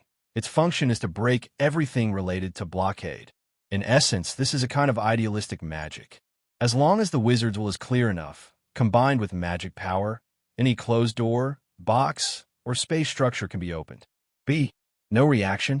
Ivan didn't think the anti-unlocking spell on it was strong enough to resist his breakthrough. Even if dozens of spells were tied together, Ivan still had the confidence to unlock it. But the fact is that he failed. What is the material of this door? Ivan walked forward and put his palm on the dark vault door. The main body should still be magic iron, but it is mixed with some very rare materials. In the wizard world, there are some special metals, and the magic props made of them have extraordinary properties. Mithril, refined gold, and mountain copper. Mithril is as light as a feather. Refined gold is indestructible, and mountain copper is indestructible. The lock inside the vault door is made of indestructible mountain copper and can only be opened with a specially made key mixed with refined gold. In addition, many ancient characters are painted on the door with mithril. From a magical point of view, this kind of structure is like a physical blockade. Unless the vault door is forcibly smashed by magic, it is unlikely to be opened by magic alone. This is not a question of magic strength, but the extreme. Use the blasting spell. The vault door can only block non-offensive spells such as the unlocking spell, but it has little resistance to the blasting spell. With this blasting spell, not to mention whether the cave will collapse, Ivan is also worried that the coffin in the vault will be destroyed directly. Ivan still has some idea of the power of his spell. Suddenly, Ivan laughed. He knew how he would open this door in the prophecy. I saw wisps of white smoke rising from Ivan's palm, swaying in the air, and, as Ivan's mind, they penetrated into the keyhole on the vault little by little. Oh, this is the structure inside. With his eyes closed, Ivan carefully felt the situation inside. The white smoke of magic incarnation can be said to be the purest product of magic in the world. It is more perfect than the so-called magic metals, such as mithril. Soon, there was a crisp metal collision sound, and the blockade inside the vault door opened without a key. Click, click, click, click. The door of the vault slowly opened. The space inside was not big, about 40 to 50 square meters. Fluorescent light flashing. After lighting up the inside of the vault, Ivan did not see the golden light he imagined. On the contrary, the vault seemed particularly dim, and everything inside seemed to be covered with a layer of gray gauze, making it difficult to see clearly. Obviously, this is a magic to prevent theft. All items cannot be distinguished from the outside. No matter how big or small, thieves have to screen them one by one set after another. The goblin's anti-theft method really opened Ivan's eyes. But in this case, if I pack them all up and take them away, won't it be enough? However, as soon as this thought came up, Ivan felt an inexplicable sense of crisis. As if once he did this, something bad would happen. This feeling, the spiritual sense warned Ivan, and he would naturally not ignore it. Curse? The goblin cast some kind of curse on these treasures. If someone really took everything away without caring, the end would definitely be very tragic. With so many curses added together, unless the opponent can transform into a magic incarnation like Ivan and be immune to all magic with an absolute mechanism. Otherwise, even Dumbledore and Voldemort would lose half of their lives if they met him. However, this method has no effect on Ivan. Directly open the magic eye, and the status of the treasures in the vault is clearly revealed in Ivan's sight. Almost immediately, Ivan found the target of his trip. The soul coffin was not placed randomly. It was hidden in a box cast with a traceless extension spell and placed together with several other cursed items. Unfortunately, under the magic eye, any trace of breath will be captured by Ivan, not to mention one box. Even if there are 100 more, they can't hide from Ivan's eyes. If it wasn't me who came here, it would probably hesitate for a while if it was someone else. And this time of searching is enough for the goblins to organize their manpower and surround the entire Gringots. The things are in hand. Ivan took the soul chest out of the magic box and put it in his pocket. However, Ivan did not leave. He stood in the vault and walked around leisurely. The goblins are not good at other things, but their ability to find treasures is really amazing. Everyone is here. Ivan has no reason to leave. He still has one thing to do, which is to verify whether his level has reached the level of Oddang after this year. The efficiency of the Ministry of Magic is really not good. And the goblins are the same. Can't they be faster? Ivan doesn't think that the goblins have only so few people. Gringots is so big. If the goblins don't have enough power, they can't keep their wealth at all. Before coming, Ivan had investigated. The goblins spent a lot of money to hire a group of wizards at home and abroad, including several associations in other countries, especially the latter. The wizards in Bear Country and Egypt are not comparable to the flowers in the greenhouse of England. Let's not talk about the magic attainments for now. There are many magic masters in England, and we can even look at the world-class Dumbledore. But the middle and lower-level wizards either died or were sent to Azkaban because of Voldemort's riots. It is no exaggeration to say that if a magic war between countries really breaks out, England at this stage will definitely be pressed to the ground by other countries. Since you are so slow, don't blame me for not being fair. Ivan looked at the time. There are at least 10 minutes left, and this time is enough for Ivan to analyze the things in this vault clearly. Why don't you take these treasures? Ivan is not really here to steal. He took the soul chest because it originally belonged to Ivan. As for the other treasures, they are the things of the goblins, and Ivan doesn't want to do these things in the territory of the goblins. Today, let's learn about the goblins' inventory first, so that we can directly display it to them when we take over Gringotts in the future. Ivan browsed the treasures while taking out an automatic feather pen and asked it to record the information of the treasures. He wanted to make a list in case the goblins were defeated in the future and cut corners on the compensation. Oh, this is good. And this one, a ring that can increase mana. Is this a staff? Ivan untied the protective curse on his staff, and he took a closer look. I didn't expect that there really is such a staff in the wizarding world. I thought Song had a magic wand. He compared the staff with his own Wudong wand and found that there was no essential difference in the materials and manufacturing methods of the two. If you have to say, the staff is an enhanced version of a magic wand. Sacrificing the characteristics of easy to carry and easy to get, it increases the increase in mana and can better cast more powerful magic. As for the cost-effectiveness of the two, how to say it? Grave accent. If the same material is used, a staff can make at least 10 magic wands. It's just that the power of these 10 magic wands is only 60% of the staff.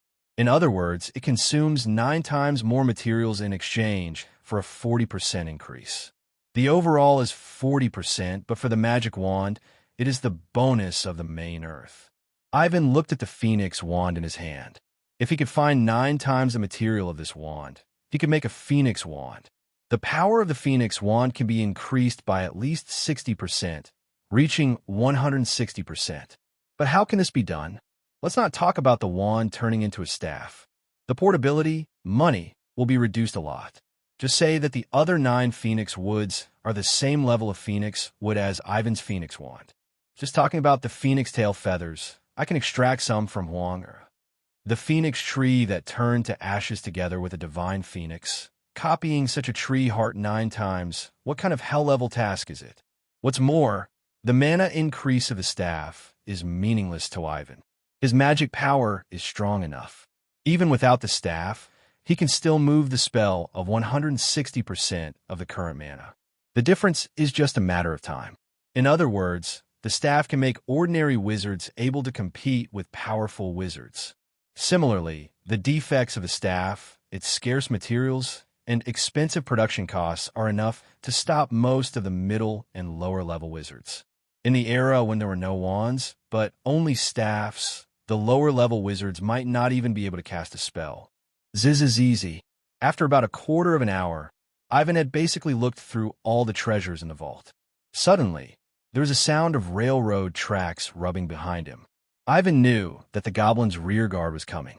Ivan casually arranged a few protective spells outside the vault and stood on the cliff, waiting for the wizard guards and the Aurors of the Ministry of Magic. Here they come. Before the rail car arrived, Master Luon had already discovered Ivan. Thunder explosion.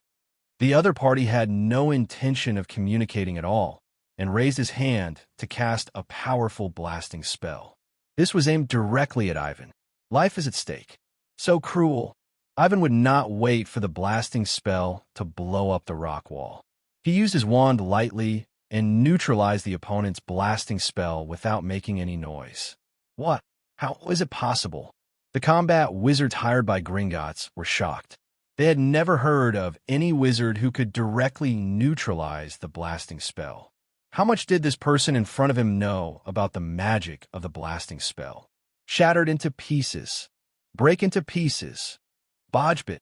The first two spells were fine, but when the third person 063 came from when the tip of the magic wand released green light, even Ivan was shocked.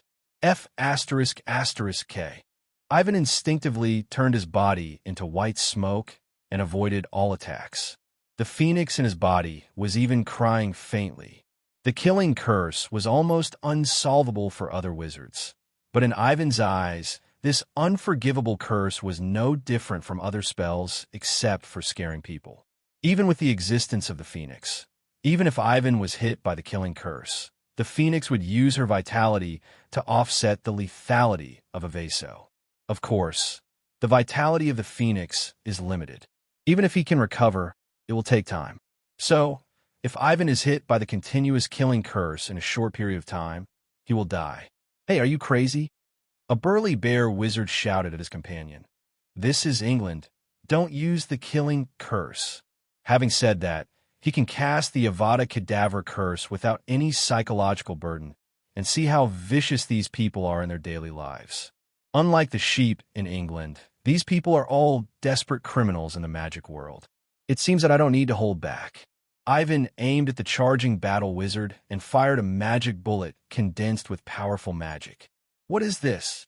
The wizards on the opposite side noticed this scene, but they didn't understand why Ivan did it. A magic bullet. And then, what's the point of this?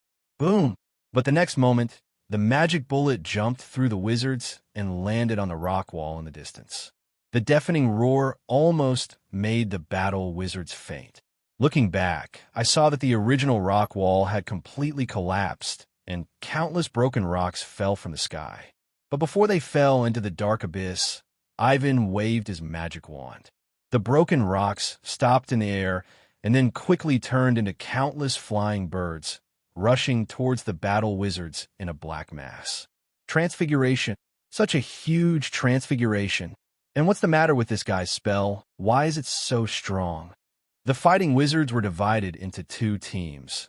One group resisted Ivan's transformation, and the other group desperately sealed the powerful destructive spell of Han Ivan. It also contained a lot of black magic and curses. Even the green light of the killing spell was constantly flashing. Obviously, after seeing the tyrannical strength displayed by Ivan, these wizards no longer had their previous composure. What is this, England? Can't use the unforgivable curse. If they're really killed by Ivan, why do they still consider these? Resolving the enemy is the most important thing. What's more, they are not British wizards. Even if something really happens, they will be extradited to their own country. And with their connections, it's not too easy to evade responsibility. Don't care about the killing spell. Goblins have plenty of galleons. As long as there are enough galleons in any country, there is nothing that cannot be solved. If there is, it must be that not enough galleons have been spent. Can you win after using the killing spell? Too naive. Faced with dozens of killing spells, Ivan not only did not dodge or block, but instead faced the challenge head-on. The red disarming spell seemed to have an attraction, forcibly attracting all the green light. Zizizizi. Instantly, all the fighting wizards were shocked by the scene in front of them. One person, with a disarming spell, completely unreasonably resisted all the killing spells. What a joke! Not to mention this weird disarming spell, Ivan blocked dozens of wizards by himself. This powerful magic directly subverted everyone's cognition. Where did this monster come from? Captain Maoxiong's pupils trembled slightly. He was one of the wizards who had magic docking with Ivan. It was because of this that Mao Yilong could feel the gap between the two sides more clearly. It was heavy, so heavy that it was indescribable. Even if they tried their best, the light of magic docking was still moving towards them. Ivan suppressed them by himself. At this time, the Aurors of the British Ministry of Magic also arrived late under the leadership of Mad-Eye Moody. As soon as they arrived, they saw such a shocking scene. Killing Curse. He blocked so many killing curses by himself. How did he do that? Not only young Aurors like Dawlish, but even Moody was frightened and stunned on the spot, unable to speak for a long time. They no longer had time to consider that someone openly used the killing curse in front of the Aurors. There was no way. Ivan's strength was really too terrifying. Moody, what should we do? Kingsley asked Moody beside him. The situation in front of him was really beyond their expectations. The wizards fighting on both sides. Ivan was alone, obviously the thief who broke into Gringots. But the fighting wizards on the other side, and Captain Maoxiong, were also very famous mercenaries in the world. In particular, the latter's actions clearly violated the laws of the British wizarding world. The scene is too chaotic. Don't act rashly for now. Moody didn't help Captain Maoxiong immediately, and helping Ivan was even more impossible. However, it would be too dangerous to intervene rashly. Neither Moody nor Kingsley wanted their Aurors to rush into the storm of the killing curse. To put it bluntly, this is too dangerous for the new Aurors except for the old strong man like Moody. If they really rush in without caring about anything, these newcomers will die without knowing how. Are we just going to stand by and watch? After all, Dawlish is young, and it is the time when he wants to show himself as much as possible. However, what Dawlish did not notice was that the Aurors under his command were looking at him as if he were a fool. The salary of Aurors is so high. Why risk their lives? There is a reason why the British Ministry of Magic is not strong. An organization like the Order of the Phoenix, which is bonded together by faith, does not need wages and can put life and death aside. Its combat effectiveness is definitely not comparable to that of Aurors who are paid a fixed salary. In fact, the real strong in Alcone is the striker team. For example, Moody and Kingsley, they used to be strikers. In comparison, Dawlish can only be said to be an Auror captain with poor combat experience.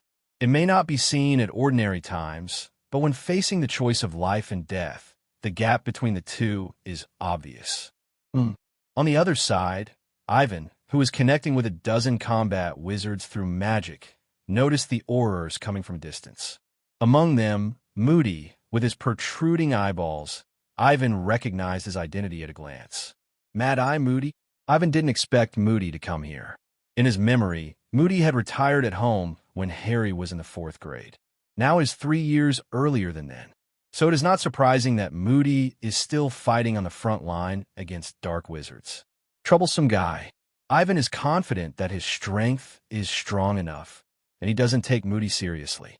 However, the key to the problem is not this. What really makes Ivan feel afraid is Moody's special magic eye. In Ivan's perception, Moody's crazy and chaotic magic eye contains strong magic power. This thing is definitely a top-notch alchemical item. In the original book, the round, bright blue magic eye can not only penetrate walls, close in the back of his own head, but also can easily see through magic such as invisibility cloaks and disillusionment spells. Of course, the perspective ability here is not that kind of vulgar expression.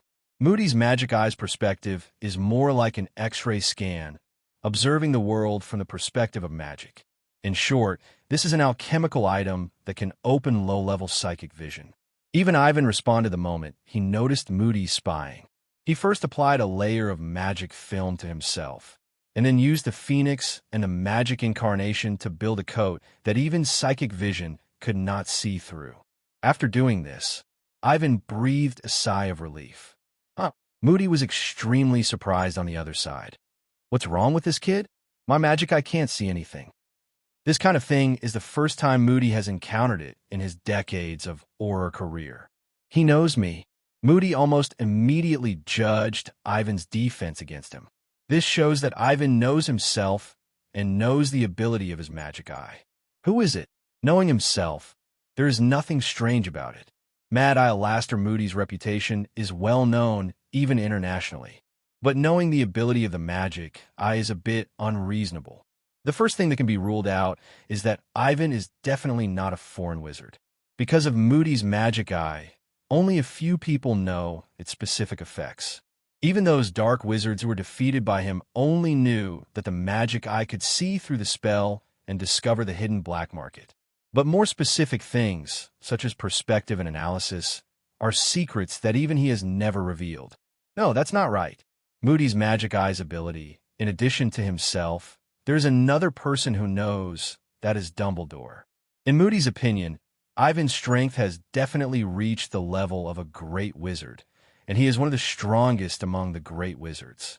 There are only a few such great wizards in the whole of England.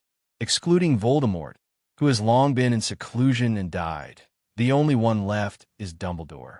His strength should not reach Dumbledore's level, but he is also on par.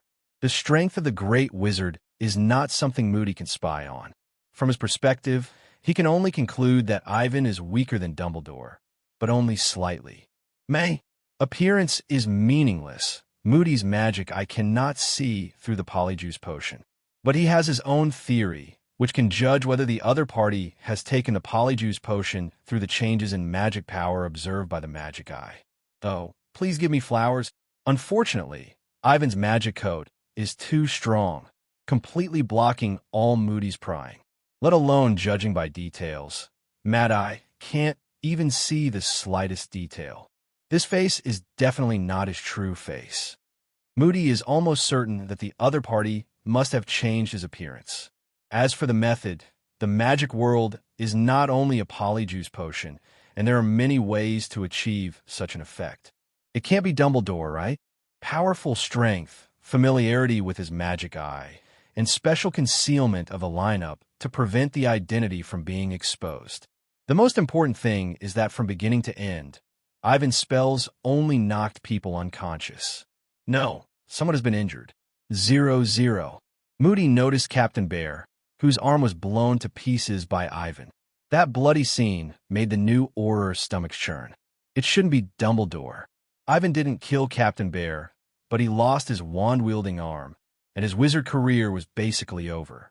For the guy who pointed the killing curse at him, Ivan was able to save his life, which was the last bottom line. No, it could still be Dumbledore. Moody was silent for a moment, and felt that Ivan and Dumbledore had many similarities. Dumbledore usually wouldn't kill anyone, but Captain Malchion was a British webmaster. He was even more notorious internationally, a dark wizard. The most important thing was that Ivan never attacked the Aurors from beginning to end, especially the Aurors outside Gringots. Moody had observed that all of them were very lightly injured and ended up lying in Mungo Hospital for half a day. I am Dumbledore. While Moody was brainstorming, Ivan also caught Mad Eye's thoughts. Inexplicably, Ivan had an idea. He flicked away all the killing curses with his hands, and then cast a golden phoenix flame like a stormy wave from his wand. The god of fire, make way. The next moment, as Ivan waved his wand downward, the originally violent and disorderly flames instantly seemed to have self-awareness, transformed into a golden phoenix craftsman that was a meter long. Fire God opens the way. Moody's eyes widened, and even the magic eye almost popped out of the eye socket. In the entire magic world, there are only a handful of people who know this spell. Moody is one of them.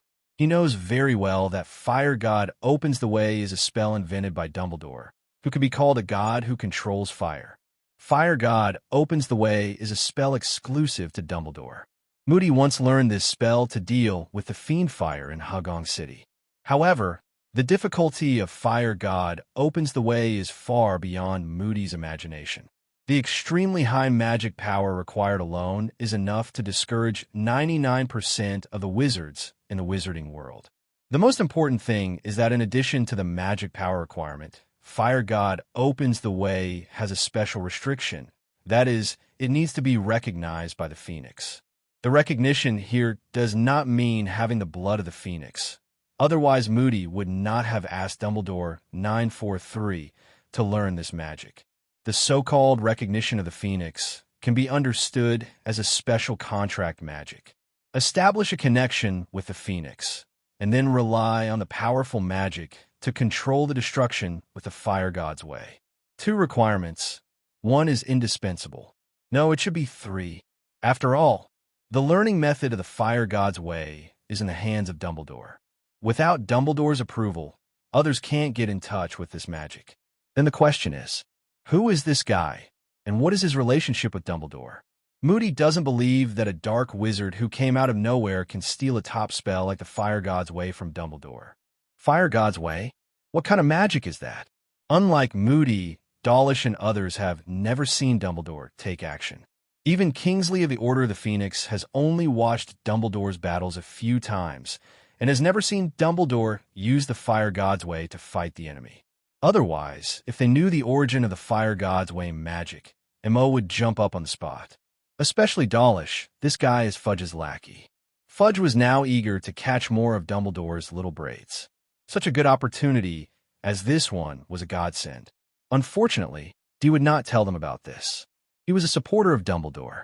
How could he do such a stupid thing as slandering and framing Dumbledore? However, facing the inquiring eyes of the two, Moody could not say nothing. That is a very advanced spell. There are not many people in the entire network masterworld. There are indeed not many people, because this is the magic of Dumbledore alone. But if it was just this, Kingsley didn't think it would shock Moody so much. This is magic that only the Great Wizard can practice. Great Wizard, isn't that a legend? Dawlish didn't understand this very well, but Kingsley said speechlessly, "The Great Wizard has never been a legend. Principal Dumbledore and the former mysterious man are wizards who have reached that level." Hearing Voldemort's name, Dawlish subconsciously shrank his neck. But before he could say anything else, Dawlish noticed the key point himself. "You mean, that person, can he match the mysterious man?" Dawlish, who originally wanted to fight Ivan, now wanted to kill himself. He was so arrogant, so sorry. Isn't this guy too cowardly? Seemingly sensing the contempt from the seniors, even those newbies looked at him with some suspicion. I mean, how did you make such a judgment?" Dawlish pretended to be calm and changed the subject. "You said that guy is very strong. I admit that, but can be compared with the mysterious man. Isn't it a bit exaggerated?" However, such words made Moody and Kingsley even more disdainful. "Little ghosts, let me teach you." Moody pointed at Ivan, who was almost crushing the mercenaries. Even if there is a gap between wizards, the difference is only the perception and experience of spells. But the Archmage is different. Moody, the Archmage has gone beyond the category of wizards. It is not an exaggeration to say that he is another kind of creature. A normal wizard duel is about positioning and timing. To put it bluntly, it's like two people with similar physiques fighting in a duel, and the power of their fists is almost the same. Whether you can inflict enough damage on the opponent depends on the angle and position of the blow. If you hit the vital point, you can win. In contrast, the battle between the Archmage and ordinary wizards is like a 3-meter-tall giant facing a group of human babies. Unless these children are holding guns, that is, magic props with special abilities, or instant death magic, such as Kuin or Evasoming. Otherwise, once the two sides collide, the giant can beat them into a pulp with a casual punch or kick. Of course, there are only a handful of magic props in the world that can close the gap between ordinary wizards and archmages. The most famous in Europe is the Elder Wand in the Deathly Hallows. It is no exaggeration to say that if Snape is an elite wizard of that level, holding the Elder Wand, so he can indeed fight Ivan. As for victory, it's hard to say. The Elder Wand can only make up for the gap between the two sides, but at the same level, Ivan also has the magic incarnation and the protection of the Phoenix. So if they really fight, even if Ivan uses all his trump cards, he still can't win with just an Elder Wand. And there's Avada Kedavra. This thing is the bullet of the wizarding world, and ordinary wizards will die if they are hit. If Ivan doesn't dodge, evade, or defend, he can't withstand many rounds. It has nothing to do with strength. It's purely because the killing curse is too buggy, and it belongs to the rule magic that goes straight to the essence of death. Do you understand? Moody stared coldly at the new Aurors, including Dawlish with his magic eyes. Any magic 4.8 from that guy requires at least a dozen or even 20 wizards to work together to resist. And the magic they cast, that guy can easily dissolve it. Moody taught Dawlish and others the simplest way to identify the Archmage. That is, if there's a wizard who can face dozens of wizards at the same time and win. Don't hesitate, just run away immediately. It's not shameful to be scared by the Archmage and run away. It's really stupid to rush forward and lose your life. Good analysis. Suddenly, a figure appeared in front of Moody and other Aurors. Ivan looked at them with a smile. Then the question is, I am standing here now. Do you want to come together or turn around and leave? Ivan's sudden appearance interrupted Moody and others watching. Fortunately, Ivan did not attack right away. Otherwise, with the distraction at that moment, few Aurors present would be able to stand safely. Who exactly is your excellency? Moody noticed Ivan's state at this time. He seemed to be floating in the air without weight, and there was a faint white mist rising from his body, which made him look particularly ethereal. The other party can fly, and it is obviously not using magic props or letting clothes carry himself into the air. This made Moody feel that Ivan's magical attainments were unfathomable. Is it important who I am? Sometimes knowing too much is not a good thing. Ivan gestured to Moody to look at the hired wizards who were either fainted or disabled, and the threat was obvious at a glance. Back off. I'm here to take back what belongs to me. Ivan's words made Moody and Kingsley look at each other in surprise. It could be seen from the fact that Ivan did not attack them or showed mercy that the other party must know them. Not only that, Ivan is also likely to be a British doctor. 15. As for whether it is Dumbledore, it really looks like it, and it really fits. But the problem is that Moody and Kingsley directly denied this conjecture after close contact with Ivan. Ivan is not Dumbledore. Dumbledore does not give people the impression of this. On the contrary, although Ivan concealed it, Moody still noticed some details. For example, Ivan may not be as old as he looks now. Student, is he a student of Dumbledore? Or is he simply a member of the Dumbledore family? Moody thought of this, but he searched his memory and could not find any other Dumbledore. Albus and Aberforth are the only two members of the Dumbledore family. There is no reason for a new Dumbledore to suddenly appear. What did you take away? That doesn't seem to be what you should ask. Ivan had no obligation to answer Moody. He waved his hand, signaling them to make way, and he was leaving. Moody made a decision without much thought. They didn't need to fight Ivan for the goblins' things. After all, Ivan didn't threaten ordinary wizards in England or expose the magic world. Seeing Moody's attitude, Aurors such as Dawlish were relieved. They couldn't imagine how they would respond if Ivan threw a Vulcan to clear the way for them, and how many people would be lost. Such a monster must be dealt with by legends like Dumbledore. A wise choice. Ivan didn't think about whether Moody guessed that he and Dumbledore's relationship. Since he dares to come, he is not afraid of these. Anyway, in England, with Ivan's strength, as long as Dumbledore is not his enemy, no one can threaten him. As for Dumbledore, how can the old headmaster who can say for the greater good be a good guy? Ivan is the greater good that Dumbledore thinks. Compared with him, even if the entire Ministry of Magic is sacrificed, it is worth it. The old headmaster has long realized that Ivan is dissatisfied with the statute of secrecy, and in the future, he will definitely follow the path of his old lover. But he only guided, not stopped. It is unimaginable how many people will die if the statute of secrecy is broken. But Dumbledore still chose to sit back and watch. It can only be said that in making this decision, at the same time, Dumbledore's courage surprised Ivan. "What are you doing?" However, just as Ivan reached an agreement with the Aurors, a sharp, unsociable voice suddenly came from afar. It was a goblin, very old, wearing a high-standard suit, and it was obvious that he was not ordinary. British Aurors just look at it like this. "Fudge, you need to give me an explanation." The old goblin is the head of Gringots, controlling the whole of Europe and all the operations of Gringots. It is no exaggeration to say that in Europe, the Minister of Magic can only manage his own little piece of land. But the head of Gringots is a person that even the Ministers of Magic have to deal with carefully. "Don't worry, Mr. Headmaster." Fudge asked himself that he couldn't afford to offend these goblins, as the Ministry of Magic needed galleons to operate. The goblins couldn't directly cut off galleons, but they could use financial means to destroy the wizard market, destroy the monetary system of 10 countries.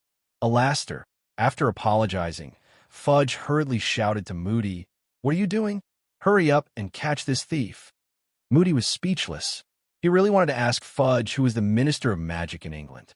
When did an old and ugly goblin stand on the minister's head and give orders? Moody chose to ignore Fudge's stupid order. "Fight with Ivan. If you dare to attack him here, all the people present, including the Minister of Magic, are not enough for him to fight alone." Moody was glad that Ivan was not Voldemort is an evil person. Otherwise, just Fudge's provocation alone would be enough to kill them 10 times. Damn it. Fudge saw that no one responded and shouted again. "Did you hear what I said?" This time, even Dawlish, who always regarded himself as Fudge's lackey, was surprisingly quiet. Gradually, Fudge seemed to realize something, and when he looked up again, he saw Ivan staring straight at him. The silver light in his eyes was so cold that it made people feel like falling into an ice cave. Instinctively, Fudge took a step back. He staggered and almost fell to the ground. "Minister." Fortunately, Scrimgeour stepped forward in time to help, so Fudge didn't make a fool of himself in front of so many people. "Something is wrong," Scrimgeour reminded. "Moody and Kingsley, their strength is the best among the strikers. But what is the situation now? They dare not fight Ivan. What this means is self-evident. Ivan is a powerful enemy that the British Ministry of Magic cannot afford to offend. This is the judgment of Moody and others." Fudge wanted to say a few more words, but finally gave up. Gringotts has been robbed more than once or twice. Although this news will cause a certain blow to the reputation of the Ministry of Magic. But as the old saying goes, too many lice do not worry. Does the British Magic not care about such a dispensable reputation? What the hell? Ivan didn't want to wait for Fudge to release the people. A spell hit Fudge, who was hiding behind the Aurors like lightning. The next moment, the Minister of Magic, who was still hesitating, turned into a green toad. The sudden scene scared everyone, especially Umbridge, who was standing next to Fudge. This guy screamed like a pig being slaughtered. Several Aurors attacked Ivan reflexively, but unfortunately, they were all blocked by the ladder. "Stop! Stop!" Moody and Kingsley hurriedly stopped the Aurors to prevent the possible riot. "What are you doing?" "I want to leave. Why do I need your permission?" "Ivan, it's ridiculous that the Minister of Magic of a country is just a politician who knows some power tactics, not the strongest person. Also, you are too noisy." Another spell fell on the noisy Umbridge, turning him into a pink toad. While Fudge and Umbridge, two toads, just kept jumping and croaking on the ground. "Stop the curse." Kingsley cast a spell to remove the curse on the two frogs, but it didn't work at all. "Don't waste your energy. The difference between your magic power and mine is too big to remove it." Ivan said, "This is just a small punishment and a warning. But if you continue to block the way, I can't guarantee that I won't regard you as an enemy." After saying that, Ivan was about to leave. During this time, he heard the thoughts of the head of Gringots. Before coming, this guy had summoned more hired wizards. If nothing unexpected happened, the goblins had already set up a net outside. 100 fighting wizards, what a big hand. Ivan is fearless, but there is no need to waste time in such a place. After the previous battle, Ivan has almost figured out his current strength. As long as there is no great wizard at the level of Dumbledore and Voldemort among the opponents, he can completely fight against 100 and kill them 7 in and 7 out. Ivan paused and saw Scrimgeour blocking his way. Wow. It seems that the British Ministry of Magic is not all cowards and cowards. At least there's one. No, it's 3 courageous guys. Ivan glanced back and found that Moody and Kingsley were behind him, holding their wands and pointing them at him. The 2 who originally did not intend to fight Ivan had to take action now. Remove the curse from them. Wizard. As soon as Scrimgeour finished speaking, all the Aurors drew their wands and pointed them at Ivan. But if you look closely, you will find that most of these magic powers are trembling. It seems that you didn't take my warning to heart. Ivan's voice was very calm, and he didn't seem to mind taking down more wizards. The Ministry of Magic can't go back to the black market and bow down. Scrimgeour's attitude was extremely firm. He was determined to stand on the opposite side of Ivan. Just like the description in the original book, Scrimgeour hates evil and can't tolerate any sand in his eyes. As for Kingsley and Moody, for the safety of their men, Moody and Kingsley will try to avoid direct conflict with Ivan. Even if they are verbally insulted, they must put their men first. However, the current situation is that Ivan has attacked Minister of Magic Fudge and Senior Member Umbridge. This behavior is tantamount to the biggest provocation to the British Ministry of Magic. In this way, the 3 have no other choice but to fight Ivan with their lives. Quack, quack. The 2 were turned into toads, have lost their human consciousness, and have completely turned into animals. This is not a battle you can participate in. Moody ordered Dawlish, protect the minister. Dawlish swallowed his saliva, and he quickly led everyone to push away and did not forget to put the 2 toads in his arms. When Ivan just approached, Dawlish felt the oppressive feeling like a mountain emanating from the other party. Whether as a human or as a wizard, Dawlish's subconscious mind was warning him, and he immediately stayed away from the black wizard in front of him. Of course, this was not just his reaction. Almost all the Aurors breathed a sigh of relief. So, on the cliff-like platform, Ivan stood in the center, surrounded by the 3 most capable doctors in the Ministry of Magic. Come on, I'll let you go first. Ivan played with the sycamore wand in his hand, and then waited for the 3 people's spells with interest. Arrogant. Scrimgeour frowned, and his sharp eagle eyes stared at Ivan. Several spells were thrown by him in almost the blink of an eye. This amazing casting speed, Ivan had to praise. Sure enough skill. But at this moment, Moody and Kingsley attacked at the same time, blocking Ivan's retreat, leaving him no way to escape. Not bad. The wand in Ivan's hand drew a circle at a very fast speed. Dong, dong, dong. The next moment, a metal-like collision sounded. The 3 people's spells fell on Ivan, but were blocked by the golden barrier. The powerful spell could not even break the defense of the magic barrier, and could only leave faint scratches on it. Impossible. Scrimgeour said what Moody and Kingsley were thinking. The 3 looked at Ivan in horror, their faces full of disbelief. Can the armor charm be this strong? And it has been improved, turning the armor charm from a shield into a real armor. The armor charm can only defend against spells from one direction, but Ivan's armor charm is like an iron tube wrapping himself up. There's no dead angle and no gap. Unless it is broken by brute force, it will never reach Ivan. Expelliarmus. Ivan smiled slightly. He did not explain, but swung out a red, disarming charm from his wand. Not good.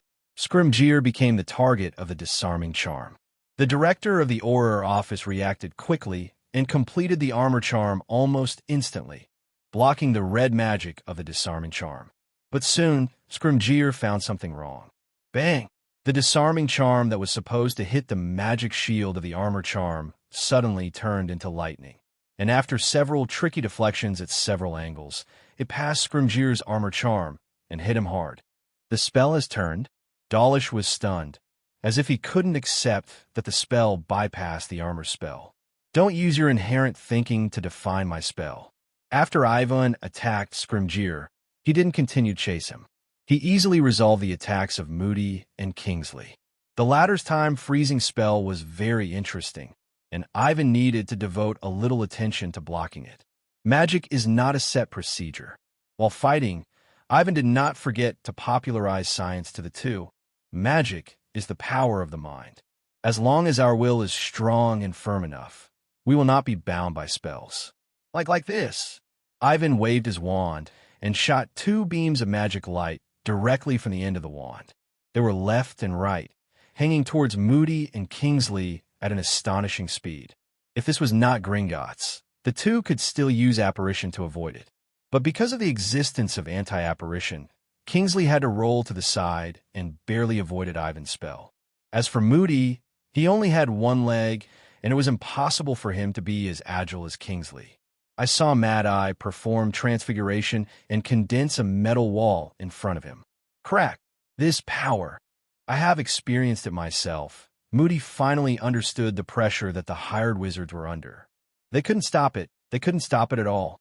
If Ivan's spell couldn't be resisted head-on, they would be tantamount to seeking death for ordinary wizards like them. The metal wall shattered, and the Moody was blown away. On the other side, Kingsley just stood up. But before he could attack, the magic beam that was originally shot at his back drew a beautiful trajectory, like a meteor, and flew towards him again. What? It was already exaggerated that the spell could bypass the armor spell. But the scene that happened now completely shattered the already broken worldview. The spell can not only bypass obstacles, but also turn, track automatically, and even slow down, speed up, and stop. All of this was just like a dream, and the Aurors were stunned. Do you know, Ivan cast several more tracking magic beams. He didn't use any powerful spells, they were just coma spells. Ivan was sitting on a stone. He patted the dust on his body and watched Moody and Kingsley being chased by these coma spells that seemed to have their own ideas.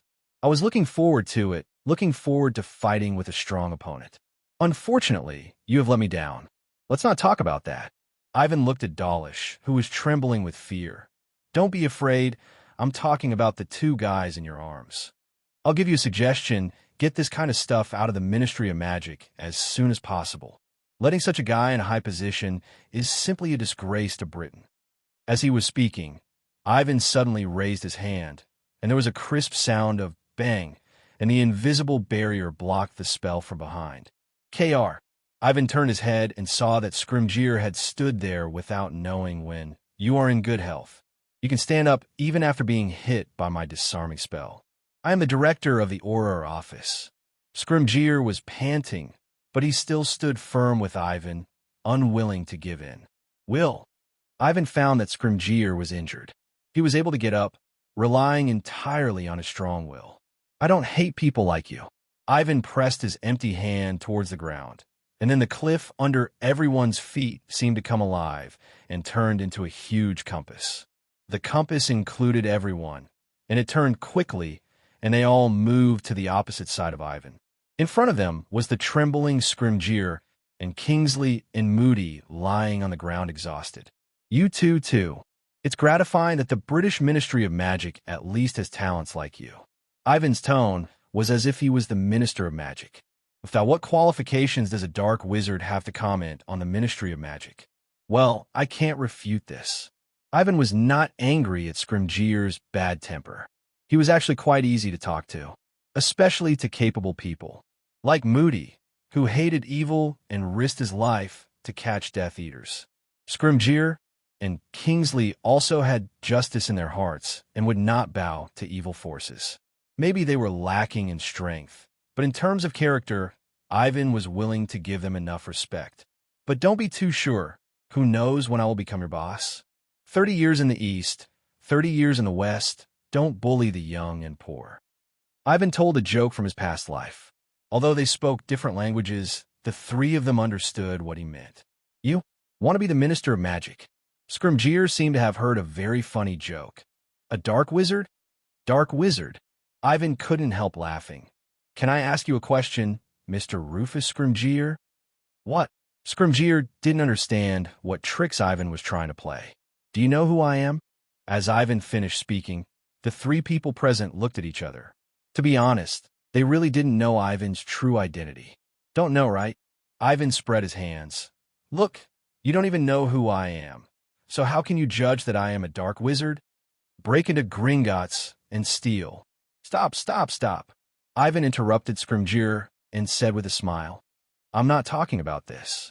I'm talking about who do you think I am without my current appearance. This time, even if Scrimgeour was stubborn, he understood what Ivan meant. The wizard played by Ivan did violate British law and challenge the Ministry of Magic. But the question is, who is Ivan? They don't even know the name of the wizard played by Ivan, let alone his true identity. In other words, I leave here. A few years later, more than 10 years later, I will appear in front of you in another identity, a more glorious identity. At that time, is it really impossible for me to become the Minister of Magic? Ivan's words directly confused the three people. Even an old man like Moody had to admit that Ivan was right. They couldn't see through Ivan's disguise, which meant that Ivan's true identity was innocent, and he was a law-abiding citizen. A good citizen, especially not a doctor with such magical attainments. It was too easy for him to make a name for himself in the Ministry of Magic. Scrimgeour was speechless after hearing Ivan's words. You mean you're a British wizard? Moody began to test Ivan, and Scrimgeour and Kingsley immediately reacted when they heard this. Yes, since Ivan wanted to be the Minister of Magic of the British Ministry of Magic, then his true identity must be a British wizard, right? Yes, I am indeed a British wizard. Ivan knew that Gringots was still gathering people, and he planned to defeat the last wave of hired wizards and completely break the fantasy of these goblins and Gringots. Since there was time, Ivan didn't mind chatting with the three of them and expressing his dissatisfaction with the British wizarding system. British wizard. Scrimgeour was a little bit unbelievable. Seeing Moody's hesitation, Ivan couldn't help but sneered, I don't know why you associate me with Dumbledore, but I can tell you clearly that I am not Dumbledore. Do you suspect he is Dumbledore? Scrimgeour looked at Moody in surprise, thinking that this old friend was indeed suffering from Alzheimer's. Ivan is Ivan, Dumbledore is Dumbledore, and he can admit his mistake? You know shit. Moody didn't want to explain to Scrimgeour. He just stared at Ivan silently, wondering if he was lying. He was not Dumbledore. Moody was sure of this. If I become the Minister of Magic in England, the first thing I have to do is to improve the strength of wizards. Ivan motioned them to look at Dawlish and other Aurors. Look at them. They're not as good as me alone. With this level, England is the weakest among all the magic ministries in the world, right? How is that possible? Scrimgeour quickly retorted. Even if there is a gap between the magic ministries of various countries, it will not be too obvious. Oh, Ivan laughed. So everyone is so weak, no wonder you're lying flat. The three fell into silence. They wanted to refute Ivan that the British Ministry of Magic was not weak. As the leader of Europe, the overall ranking of the British Ministry of Magic is still very high. It's not easy for wizards to improve their strength. It's really not easy. Ivan casually controlled the two toads in Dawlish's arms in midair. Look at them, a minister and a senior member, but their magic level is so little. If promotion in the Ministry of Magic has nothing to do with magical attainments, then why should wizards study magic? Don't say anything. Different people do different things, and the Ministry of Magic also has a department dedicated to studying magic. This is not a reason in Ivan's view. The biggest difference between Muggles and wizards is that the latter have magic power.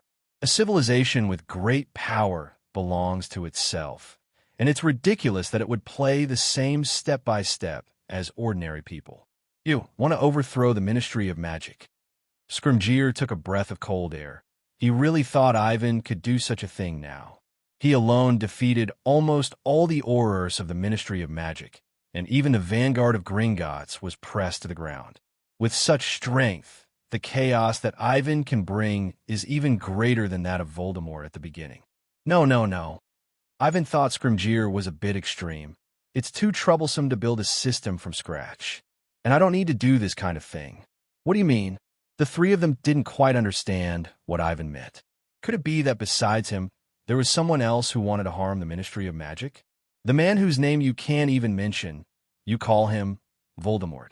As soon as these words came out, everyone felt a chill down their spines. +_Q%.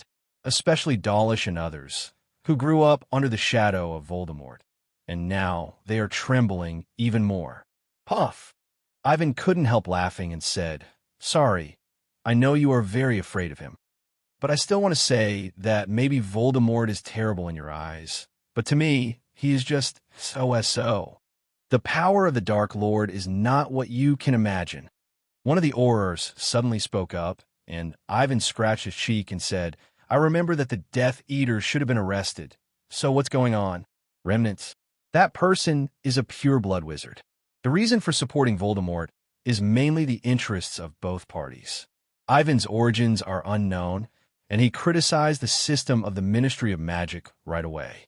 But the problem is that the system of the Ministry of Magic originated from the rule of the aristocracy, which is the key to the profit of these purebloods.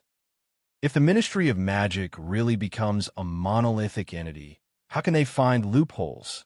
Therefore, if Ivan wants to take power, unless he recognizes the pureblood aristocracy's set, he will be unable to move forward. Shut up, Travers. Travers is one of the 28 sacred families, and many family members have joined the Death Eaters. There is nothing strange about this.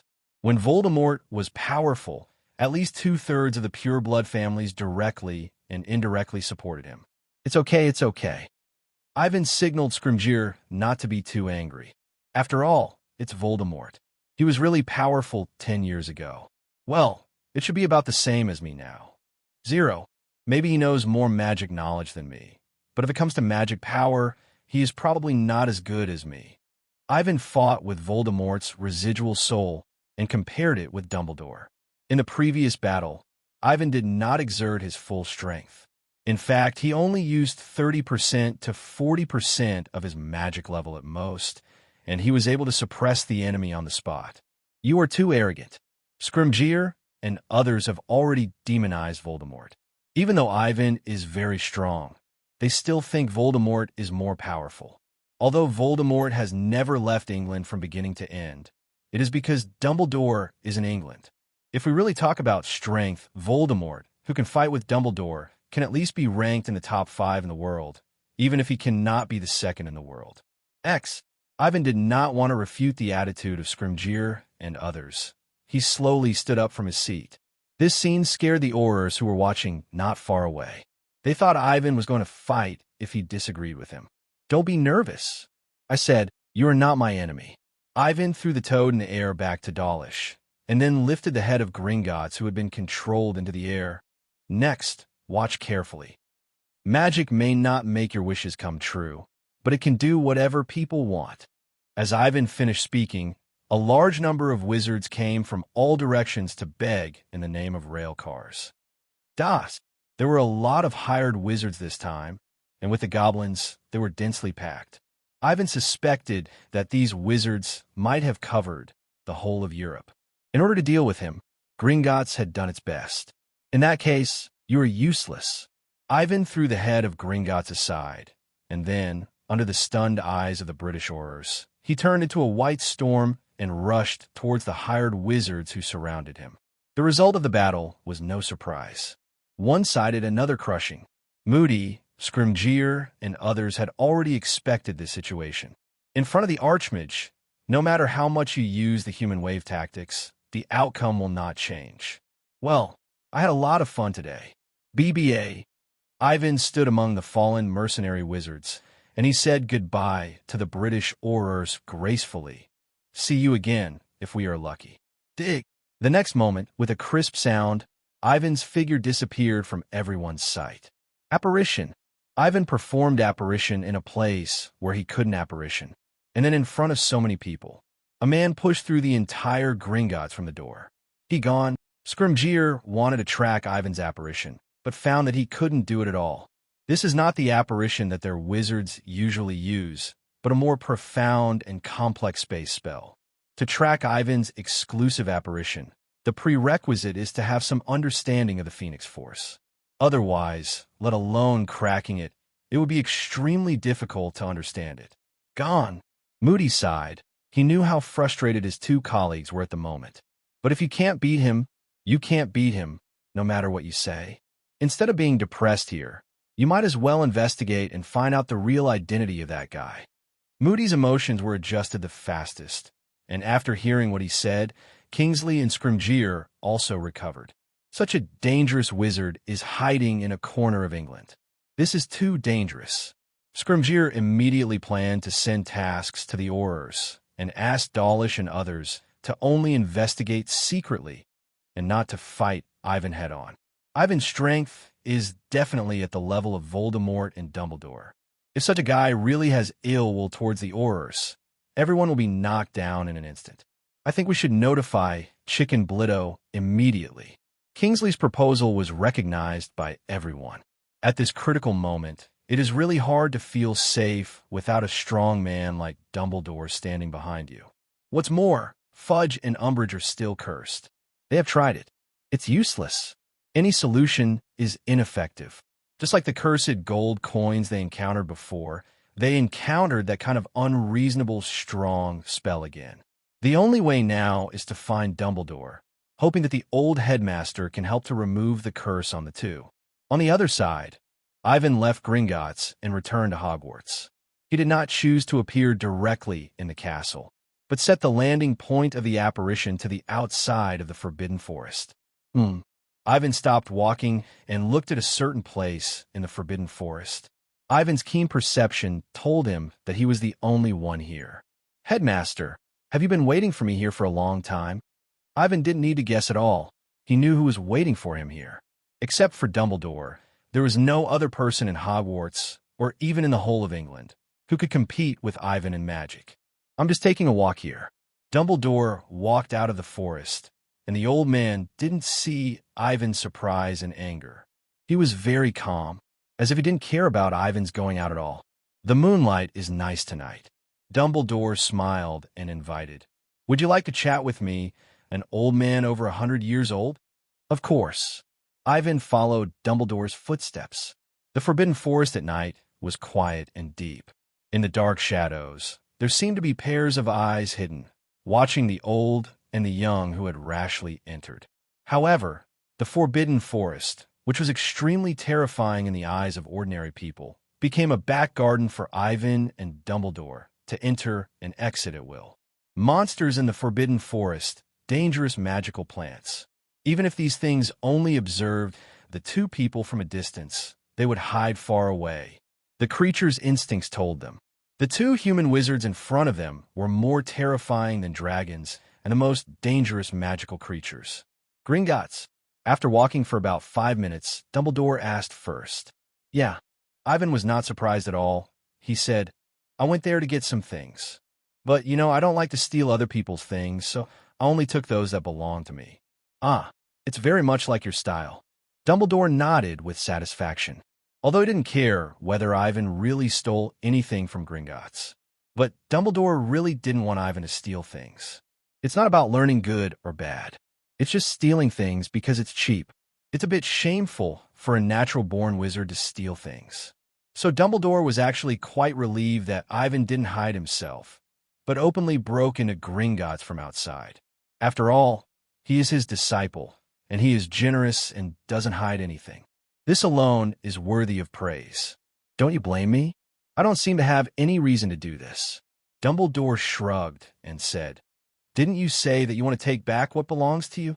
Since it's taking back what belongs to Ivan, it can't be called stealing or robbing, but asking for 5.6, taking things back from the goblins. Those cursed gold coins are very dangerous." "I know." Ivan nodded and said, "So I have no intention of collecting them, but I am going to destroy them immediately."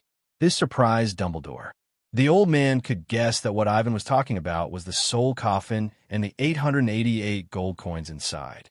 As for why Ivan said those were his things, this is not difficult to guess. It is normal for an ancient family like Ambrosius to have some heritage left. This is my mission. Ivan didn't know that old Dumbledore had misunderstood him, but he didn't lie. The system task itself is naturally a kind of mission. If Ivan wants to complete the task, then destroying the soul coffin is inevitable. Voila! Ivan took the soul chest out of the traceless telescopic bag. He and Dumbledore had studied the magic on it early in the morning, and could determine how to completely destroy it. But before that, Ivan still needed to study the curse on it for several more years. There are 2 requirements for the main quest of the first year at Hogwarts. First, Ivan needs to completely analyze the spells on the soul chest and the cursed gold coins and deduce their essence. In addition, they need to completely destroy both of them, and the curse on them will completely disappear from this world. Of the 2 requirements, the latter is not very difficult. The real difficulty is the analysis of the soul chest. Do you need my help? Dumbledore stood aside and watched Ivan use his wand to observe the soul chest from all angles. The 2 of them basically understood the problem of the gold coins. This is a ritual magic, and it also has a very powerful contractual nature. Once the curse is activated, it will take root in the soul of the person who is cursed like a maggot on the tarsal bone, and it will be difficult to extricate itself. Ivan's movements were very careful. He didn't want to be cursed by the soul-gathering coffin in order to complete the task. It was too funny that Ivan was cursed by something summoned by the system. "Leave it to me, headmaster." Ivan rejected Dumbledore's kindness. The old headmaster had already revealed that Ivan had trespassed in a Gringots and had dealt with countless Aurors. The old man now wanted to know how Ivan would deal with the sarcophagus. Ivan said he would destroy it. But as far as Dumbledore knew, there were not many spells to choose from to destroy such a cursed item. The simplest one was the Fiend Fire. Dumbledore wanted to know if Ivan could master this magic.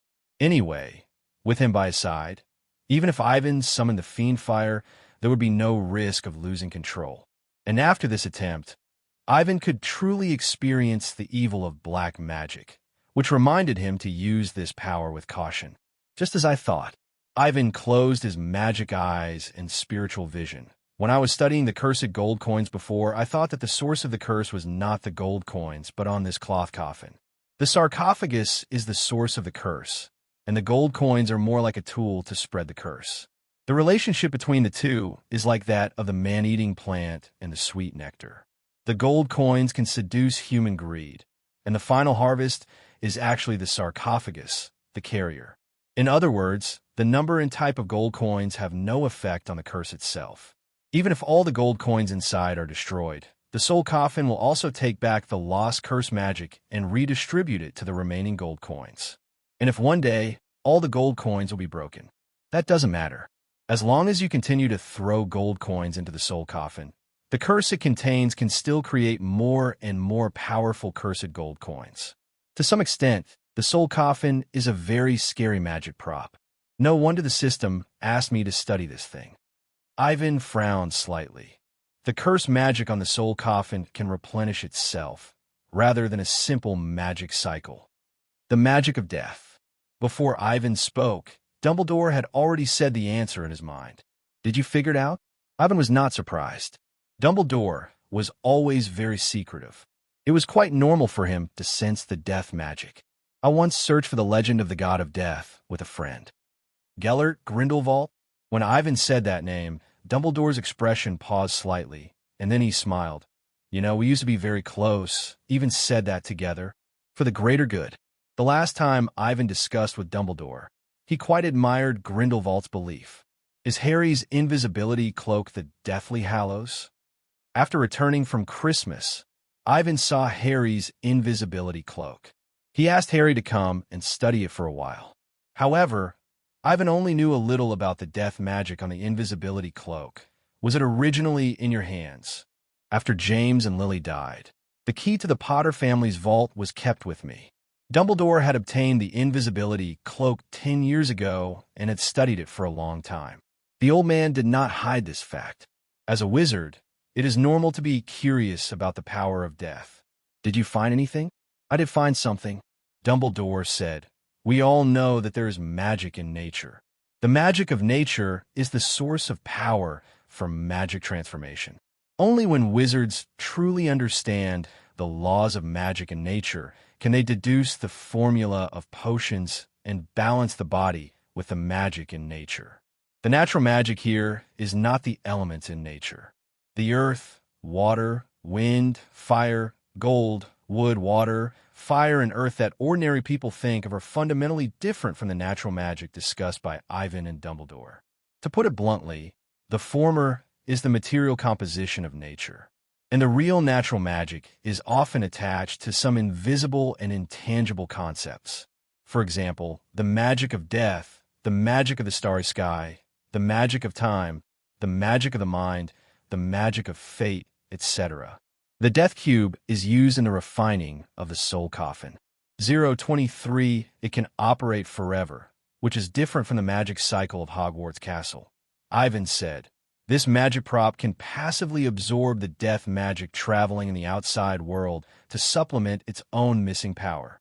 The magic of Hogwarts Castle mainly comes from the young wizards who study here. Every young wizard who enters the school will sign a contract with the castle. While they study in the castle, they will provide the castle with enough magic to operate. In short, as long as there are wizards enrolled, the magic of Hogwarts Castle will be endless and will never be exhausted. It's too early for me to use the magic of death now. Ivan was not tempted by the power of the god of death. He no longer hesitated and waved his wand to cast a spell on the cursed gold coin. The powerful magic, accompanied by the spell driven by positive emotions, was applied to the soul coffin.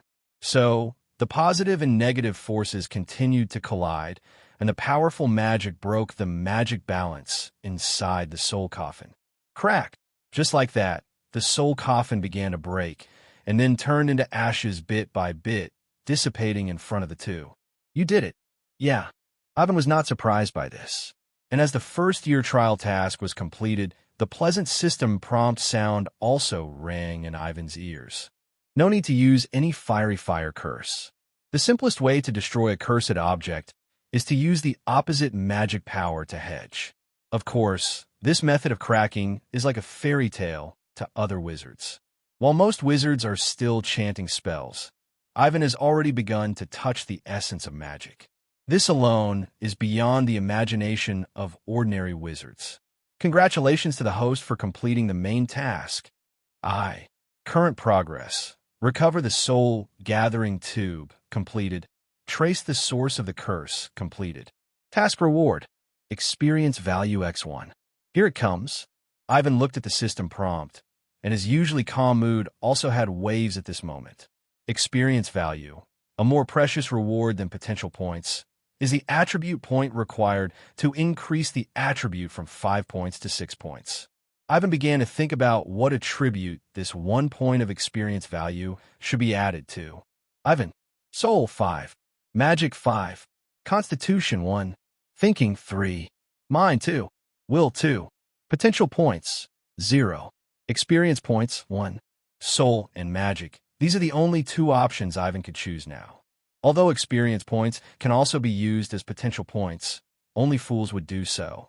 And between the 2 attributes of soul and magic, Ivan already knew which one to choose first. Magic. Ivan has almost figured out the role of the soul. In Ivan's opinion, these abilities, such as clairvoyance, magic eye, and dream dimension, can be summed up in one sentence. That is, observation. In other words, the higher the soul attribute, the clearer the world that can be perceived. As for magic, with only 5 points of magic, Ivan became a natural great wizard. It is hard to imagine what kind of experience Guafan would get if the magic attribute was further improved to 6 points. Professor, do you know what the realm above the Grand Master is like? Above the Grand Master. Dumbledore did not warn Ivan not to be too ambitious. On the contrary, Dumbledore looked at Ivan with interest, wondering why he had such doubts. As a wizard, it is normal to want to go further on the road of magic, isn't it? Dumbledore could find no fault with Ivan's reason. Although it may be a little early for you, Dumbledore, but it is necessary to be mentally prepared in advance. It was mentioned before that the difference between the Grand Master and ordinary wizards lies in the qualitative change of their magic power. The magic power of the Grand Master is obviously stronger than that of ordinary wizards. Once the 2 collide, the Grand Master's spell will crush the magic power of ordinary wizards with a crushing attitude. The battle between Harry and Voldemort in the original book. Harry, who is just a student, can fight against a grandmaster like Voldemort. This kind of thing should not happen in theory. However, the fact is that no matter how powerful Voldemort is, he can't kill Harry Potter. There are many reasons, such as prophecy, Lily's love, Voldemort's integration of Harry's blood into his body, and the resonance of the Phoenix Tail feather wand, and his unwillingness to kill his brother. In short, there are many reasons, but the only one is that Voldemort is not strong enough. Because except for Harry, his nemesis, and Dumbledore, Voldemort crushes everyone, and there is no stalemate, confrontation, or back-and-forth situation.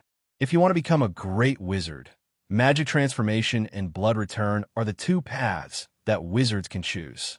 No matter which of these two paths, if you go to the end, there is hope to glimpse the realm above the great wizard. In other words, 6 points of magic power also existed in this world. Although it is very difficult, it is so difficult that strong people like Dumbledore and Grindelwald have thought that it is just a myth. I once got 2 Deathly Hallows, and through research, I found the way to a higher level. The Deathly Hallows represent the magic of death, and in European legends, the person who collects 3 Deathly Hallows will become the master of the God of Death. The God of Death here is definitely not the real God of Death. Ivan thinks that the God of Death here should refer to the magic of death. To become the master of the God of Death is to become the master of the magic of death. Do you mean to completely merge with a certain natural magic? Yes. Dumbledore knew that Ivan could think of this. If the initial magic transformation is to integrate a certain natural magic into the body, then the end of this road is to completely control one of the 12 natural magics. 12 natural magics. This is the definition of the number of natural magics in the wizarding world. It's a pity that times have changed, and British wizards have not produced a strong man above the Grandmaster for hundreds of years. As for blood reversion is much easier than magic transformation. The so-called blood reversion is actually relying on the power of the ancestors in your own blood. It is equivalent to standing on the shoulders of giants and taking a step further. Of course, if you want to take the path of blood reversion, the prerequisite is that you really have an ancestor who has reached magic power 6. If not, such as ordinary wizards, then he is not qualified for blood reversion. Ivan, you inherited the blood of Merlin and the Phoenix family. Maybe you will feel that the pure blood set of things allows them to still live in the beautiful dreams they once had. But we have to admit that pure bloods are right. The purer the blood, the stronger the magic power that can be inherited, and the level that can be reached in the future will be higher than that of ordinary people. Pure bloods are not good, not because of bad blood, but because the pure bloods, Zhao Hao Hao, of each generation are living a life of drunkenness and dreams, and are in a hopeless situation. However, if we really trace back to the source, there have been countless powerful wizards who are famous in the history of today's pure blood families. Ivan must be able to reach the level of magic power 6, not to mention anything else, just relying on the 2 ancient bloods he now has. If any of them is developed to the extreme, Ivan may awaken the power in it, and thus embark on a path that Dumbledore has never seen in his life. You are lucky. Dumbledore did not envy Ivan, because he was also a member of the Phoenix family. What's more, Dumbledore had already found his own way. Dumbledore also knew what to do at the level of Magic 6. Professor, what do you want? A great adventure? Ivan thought of what Dumbledore said, and this was the opportunity Dumbledore was looking for to break through magic. Death is another great adventure. At the end of the original novel, Harry met Dumbledore at King's Cross Station. Ivan felt that at that time, Dumbledore might have broken through to the realm of Magic 6 and transcended the boundary between life and death. And Grindelwald was willing to die after Dumbledore's death. Ivan suspected that the deaths of these 2 people were premeditated. How do you feel about the adventure in Gringots? Dumbledore has been training Ivan, from Snape to Voldemort, to mercenaries and Aurors. Ivan's combat experience now is no less than those veteran combat wizards. How do you say it? Ivan shrugged and said, a little disappointed, today's wizards are like this. Dumbledore was also helpless. Because of Voldemort, The inheritance of wizards in England was interrupted, and many powerful wizards died in that war. The reason why Dumbledore did not blame Ivan was because Ivan had done it before. He did not kill the wizards who fought with him. As long as he did not kill anyone, Dumbledore could understand whatever Ivan did. This was not to say that Dumbledore was a saint, but that the number of wizards was limited and each one was a valuable resource. Ivan agreed with Dumbledore on this point. If Ivan chose to kill, then he would be completely free from restraint in the future. Killing 1 or 2 wizards was nothing, but killing hundreds or thousands of them would be a heavy blow to the entire wizarding world. Ivan acted with discretion, which made Dumbledore very relieved. Grindelwald had completely lifted the restrictions on killing, and Voldemort treated human life as worthless. In the Muggle world, killing is normal. However, there are hundreds of thousands of wizards in the world, which is only 1/10,000th of the Muggles. According to this ratio, every wizard Ivan kills is equivalent to killing 10,000 Muggles. Then killing 1,000 people would be 10 million. Think about it. If someone kills tens of millions of people by himself, it would be a terrible thing. Let alone looking at the history of mankind. Even looking at the future, it is estimated that no one can succeed. Add to that the indirect deaths, CFBC. Once a war breaks out, tens of thousands of wizards will die. If this is magnified 10,000 times, it will be even more horrifying. You should know that the number of casualties in the entire World War II was only over 100 million, less than 200 million. With Ivan's magic, he will sooner or later grow to a point that Dumbledore has to look up to. By that time, no one can restrain him. The only thing that can be asked of Ivan is his own heart. What do you think of my work? Very good. Dumbledore smiled. It's just that the punishment for Fudge and Umbridge is a bit heavy. At least I didn't really hurt them. Ah, yes. Dumbledore didn't care about the humiliation of the Minister of Magic. There was no other way before. There were only so many wizards in England, so he could only pick the tallest one among the short ones, and chose Fudge. But now it's different. The appearance of Ivan made Dumbledore see the hope of the rise of the British magic world. To put it bluntly, with Ivan, the magic world will prosper for at least 100 years. This alone is not something Fudge can compare to. They are too noisy. Ivan didn't pretend to be a saint in front of Dumbledore. I don't quite understand why they can be so arrogant. Ivan does things as he pleases. Maybe he will be disturbed by the emotions of others. But in the general direction, Ivan has always been himself. Just because he is the Minister of Magic, he is fearless. This is power. Compared to the mistakes Ivan made this time, Dumbledore paid more attention to teaching Ivan. When a person is corrupted by power, he will become more arrogant. Magic is power, and the status of wizards is never obtained by power. Many people think that Dumbledore is a saint, but only he himself understands that he just can't change it. Dumbledore fears power, even strength. He is worried that he will become a more terrible existence than Grindelwald and Voldemort. However, power is also omnipotent. Dumbledore hopes that Ivan can make good use of his power. You know, Gryffindor is not afraid of power. The 4 colleges of Hogwarts essentially represent 4 types of people. Among them, Gryffindor is a reckless man, but also a brave man. If you really annoy them, the worst thing is to risk your life to fight you. Unless Ivan can kill all the people like Gryffindor, he can't make them convinced simply by strength. I understand, people. Ivan nodded. He pursues elegance. The so-called elegance naturally does not wave the wand like a big fool. Language, transaction, emotion. There are more than just 1 or 2 ways of communication between people. Similarly, if you want to win over people with different personalities, you have to use different means. It's good that you can do this. Dumbledore was very satisfied with Ivan. He thought for a while and said, "If you encounter any trouble in the future, you can come to me at any time." As soon as this sentence came out, even Ivan was a little surprised. Dumbledore's meaning was very clear. He decided to release Ivan's restraints and let him act freely. Not only that, Dumbledore told Ivan that if he encountered any problems, he would be willing to be his backup and help him deal with these troubles.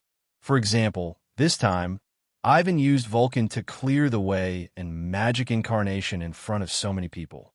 Although there are many high-level officials in the Ministry of Magic who are just sitting there doing nothing, there are also elites like Scrimgeour and Moody. With their abilities, it is only a matter of time to investigate Ivan. How do you know this? Ivan frowned slightly. He found that Dumbledore knew too much, just like he was also present during the Battle of Gringots. There are many ways.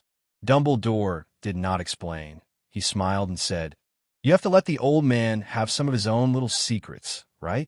You were there at the time?" Dumbledore, who knows, maybe. Ivan was not very satisfied with Dumbledore's answer, but he did not delve into it. Anyway, as long as he knew that Dumbledore had no ill will towards him, but supported him, Ivan would not care about it. The follow-up of the Ministry of Magic. Just leave it to me. Dumbledore, didn't you say that they can't prove that you are that person? Ivan didn't expect Dumbledore to really accept his sophistry. Thinking of this, Ivan looked at Dumbledore with a strange look. I didn't expect you to be such a headmaster. Haha. Dumbledore turned around with a smile. The old headmaster's protection of his shortcomings on the Gringots issue made Ivan's impression of him change greatly. Dumbledore is also a person, an elder. He really knows how to distinguish between the close and the distant. Ivan is one of his own, and Dumbledore is very tolerant of what he does. Even if Ivan commits a crime, as long as it does not involve principled issues, Dumbledore will not say anything. Ivan even suspects that even if he really degenerates and becomes the second Voldemort, Dumbledore will persuade him to get back on track instead of hoping and giving up. Perhaps in the eyes of the old man, Ivan is still young. He took the wrong path, which is just an inevitable experience in the process of growing up. As an elder, it is Dumbledore's responsibility to correct Ivan's mistakes. His life, his power, even if it is at the cost, if it can be exchanged for Ivan's situation, it is worth it. Ivan said goodbye to Dumbledore, and then returned to the Gryffindor dormitory impatiently. Holding an experience point in his hand, Ivan's mind is now full of what changes will be obtained after adding it to the soul or magic. As soon as he returned to the dormitory, Ivan did not see Hermione and others. Neville stayed here. When he saw Ivan, he was a little curious about where he had gone. But Neville did not ask, but just looked at Ivan in surprise as he hurriedly opened the secret world closet and got in. What's going on? Neville had never seen Ivan so excited. Ivan is back. When Neville was puzzled, Hermione and Parvati walked in. The two asked about Ivan, and after learning that he had gone to the secret world, the little witches decided to wait for him to come out in Ivan's dormitory. On the other side, Ivan walked in the secret world. He went straight into the Guardian town and then modified the permissions of the magic barrier, temporarily canceling anyone's entry. It's not that Ivan doesn't trust Hermione and the others, but Ivan himself can't guarantee what the consequences will be when a magic power is promoted to 6 points. After all, Magic 5 gave birth to Obscurus, and there is no need to say how destructive Obscurus is. Ivan doesn't want to accidentally hurt Hermione and the others because of his magic power promotion. To be on the safe side, it's better to let him handle it alone. System. Opening the attribute list, Ivan did not hesitate and decisively added the potential points to the magic attribute. Add points successfully. Magic 5-6. At the moment when the magic attribute number increased from 5 to 6, Ivan felt an unprecedented comfort. This feeling is hard to describe, just like a person carrying countless heavy objects suddenly put down the burden on his shoulders. What's going on? Ivan couldn't figure out the root of his own changes. He carefully sensed and finally found the reason why his body became lighter. It's not that my burden has become lighter, but that my strength has been improved. No, it can't be said to be strength. It should be said to be magic power. Ivan's magic power has been greatly improved. The extent of this improvement is very exaggerated. If you describe it with data, Ivan's magic power of 5 can lift a weight of about 50 without the help of a magic wand. However, after breaking through magic power 6, Ivan's upper limit reached 80 points. Don't underestimate the difference of 30 points. 50 and 80 are not 60% more, but the difference in the quality of the real soil. just like fine steel and ordinary iron, ironware and bronzeware. The hardness of copper is less than 3. The hardness of iron is between 4 and 5, and the hardness of steel can reach more than 7.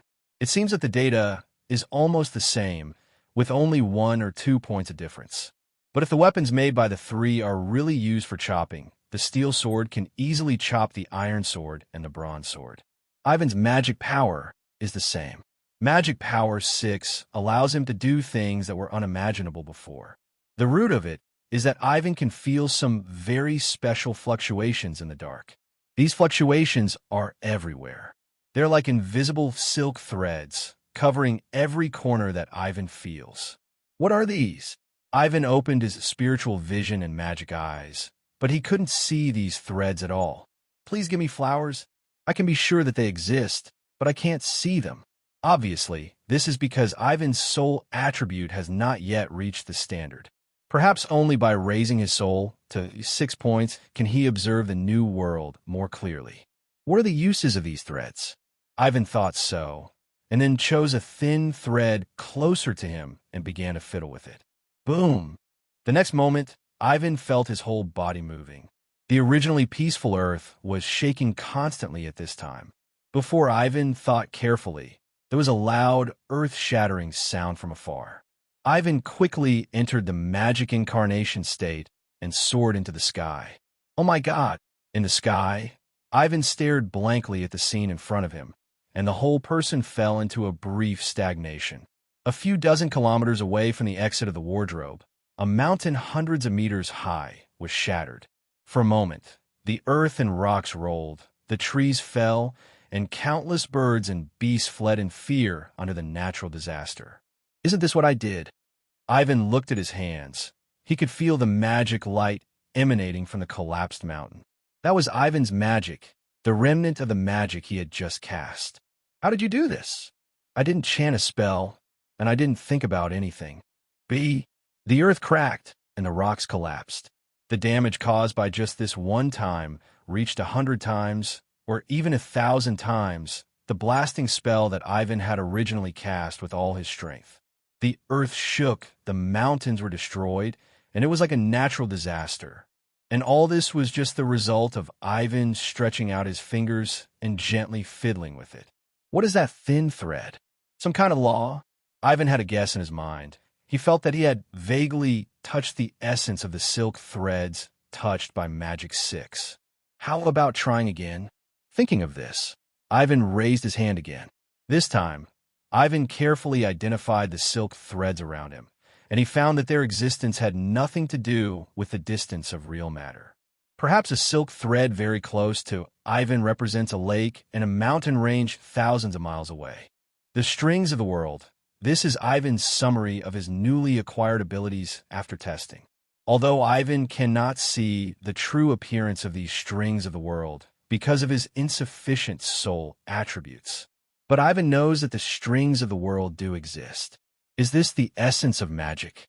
Ivan put down his wand and had a deeper understanding of the magic system of this world. If magic is compared to a piece of music, then the process of plucking the strings of the world is casting a spell. Then, different magic requires different strings of the world to be plucked, and some strings of the world are stronger than others. To make an analogy, it is like the difference between silk wool, nylon and steel wire, or even an iron rod. Yes, an iron rod. Ivan discovered that among the countless strings of the world, there were 1,002 stubborn strings that were difficult to describe as 4/4 shaded. Even with Ivan's current magic power of 6 points, these strings need to be hit with all their strength to make them make sounds. If I were still the great wizard, let alone making them make sounds, even wanting to shake them would be as difficult as ascending to heaven. As for the specific functions of these 12 strings, Ivan did not dare to try them casually, and the only one he struck was the relatively peaceful string of life. The sound of the string of life, or the feedback it gave Ivan, was really like the concept of life, warm and soft, the kind of vibrant feeling. Before Ivan could experience it carefully, he found that the surrounding lakes, forests, and the originally collapsed mountains began to revive. Is this the realm of Magic 6? The real magic is displayed in the form of power, and the whole world is indirectly changed by plucking the string of the world. If Ivan uses the words in the novel he read in his previous life, the string of the world is a law that already exists. Magic 6 is to directly control it with magic. The finer threads surrounding the string of life should be the more specific powers derived from the law of life. Ivan thought so and tried again, and the result proved that his idea was correct. Silk, thread, and string, 3 different laws from low to high. They have their own sounds, and what these sounds affect is the real world. In theory, Ivan only needs to find the meaning of these silk threads, and he can perform great magic more accurately. Great magic. This is Ivan's nickname for the magic cast by Magic 6. In Ivan's view, the power of great magic is comparable to natural disasters. Just Ivan's casual plucking just now can cause the collapse of mountains and rivers and besiege Fengshan, which is a scene that is beyond the level of miracles. You know, this is not Ivan's current limit. If I try my best, even at a sufficient price, I can even play music with 12 laws that are comparable to pillars. Time, space, life, death, love, thinking, celestial bodies, destiny.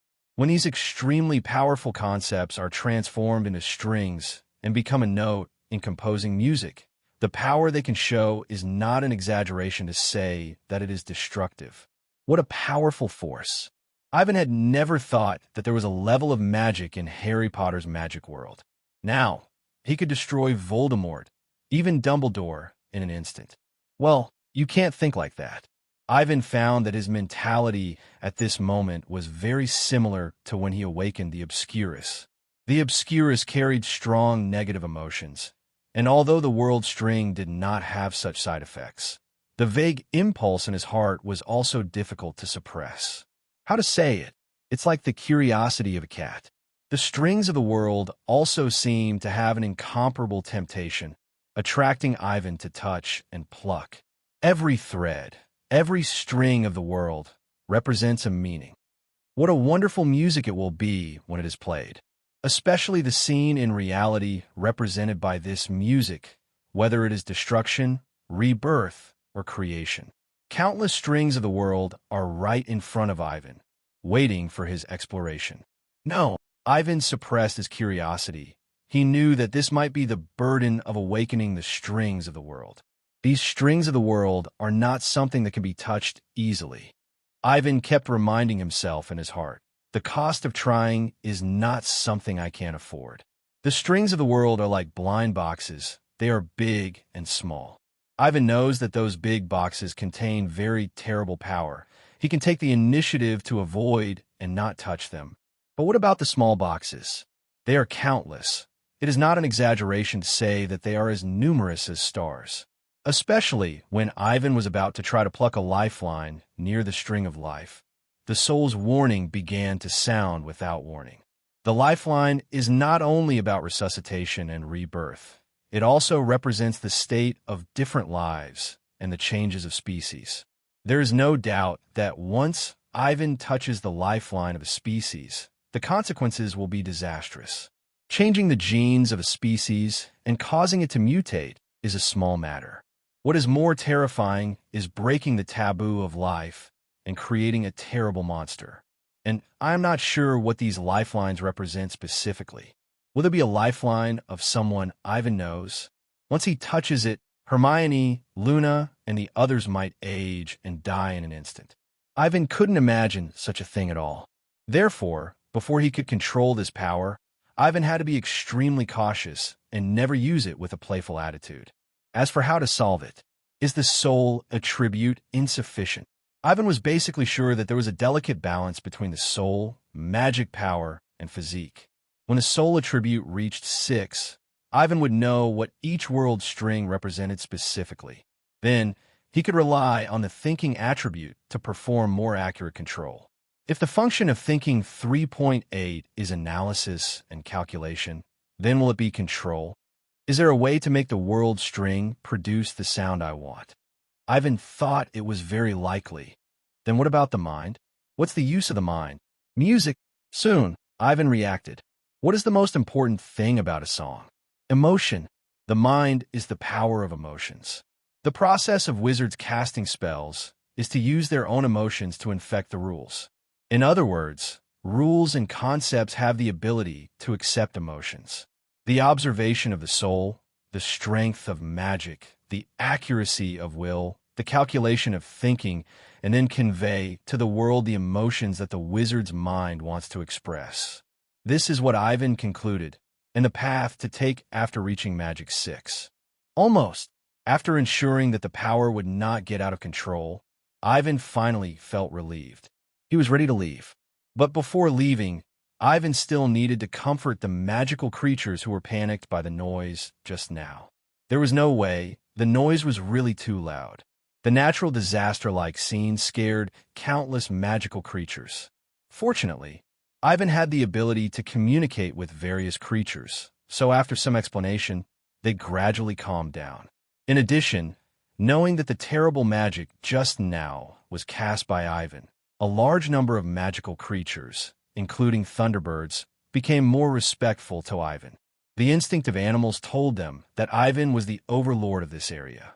The deterrent power at the top of the food chain was enough to turn the most ferocious beasts into clever little cats.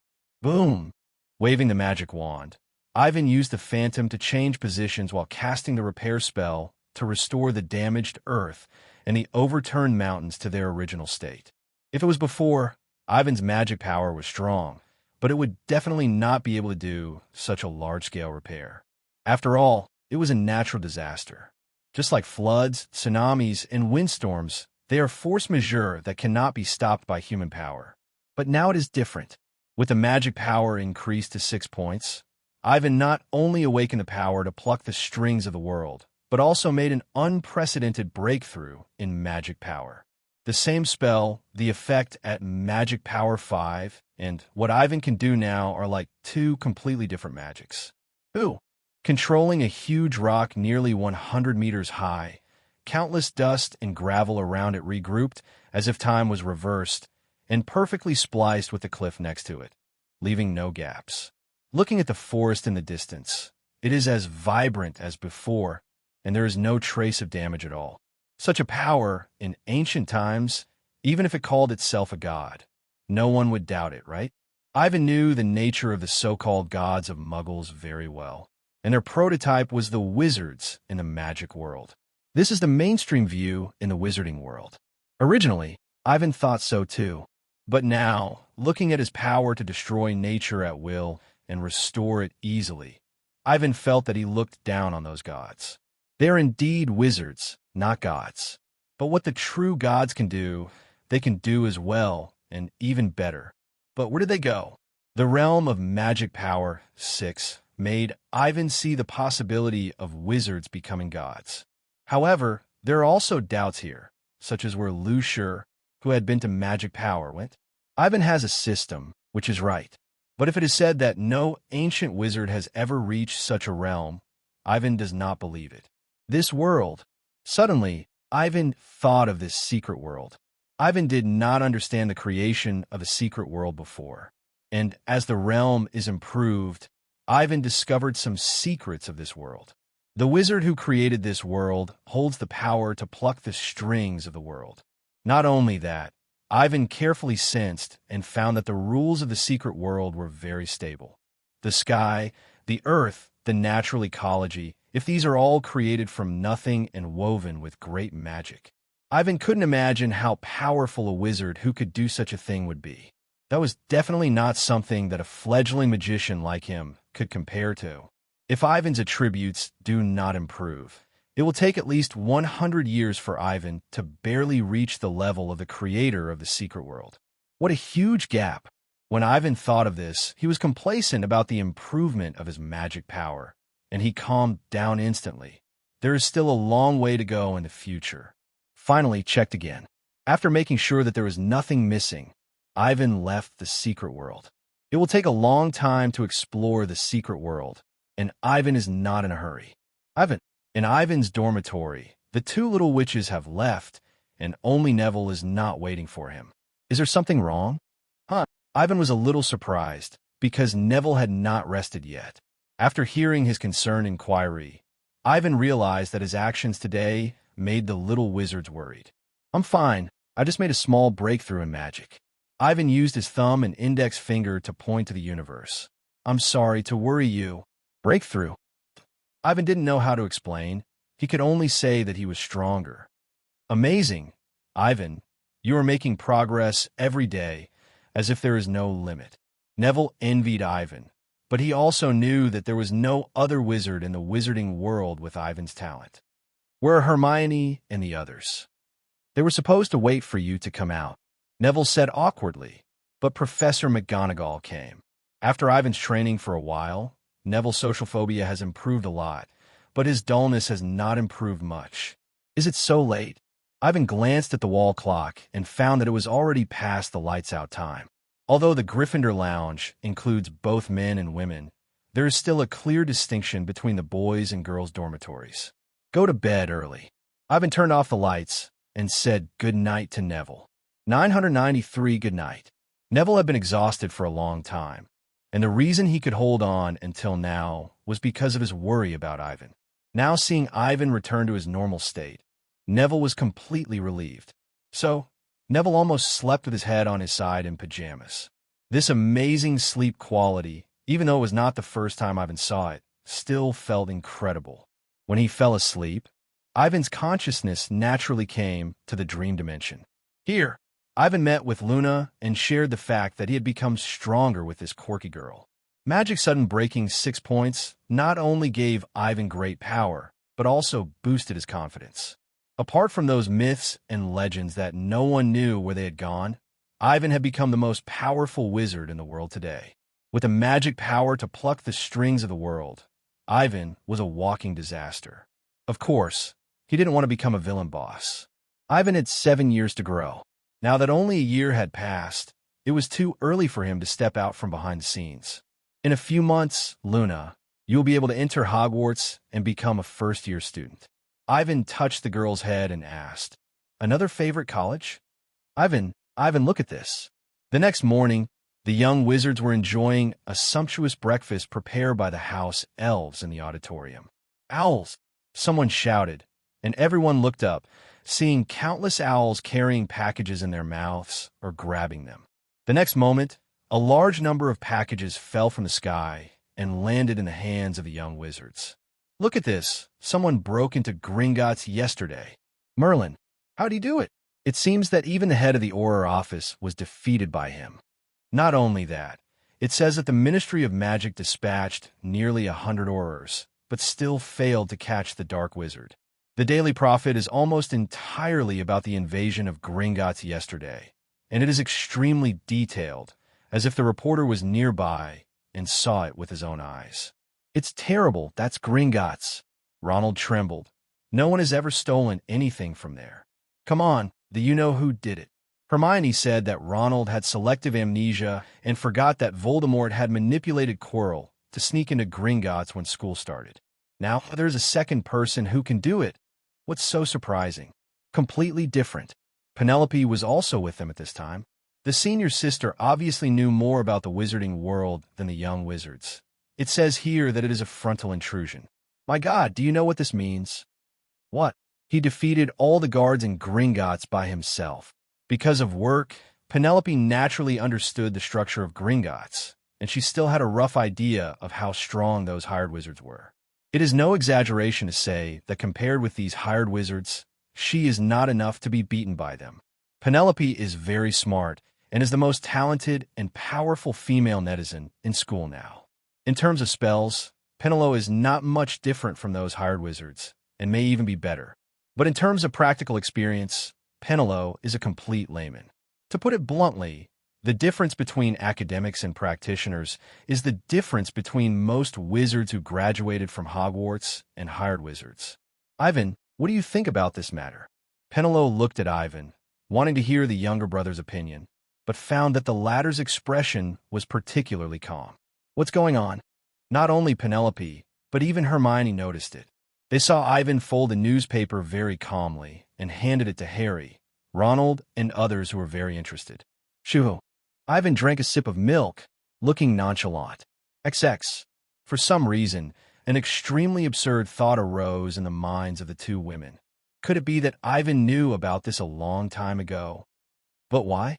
How did Ivan know it? Yesterday. At this time, Ivan seemed to... Suddenly, the two women looked at each other, and they saw shock and disbelief in each other's eyes. This person, the person who invaded Gringots, is Ivan. The two women almost covered their mouths tacitly to prevent themselves from exclaiming and thus exposing Ivan's identity. No need to do that. It's actually no big deal.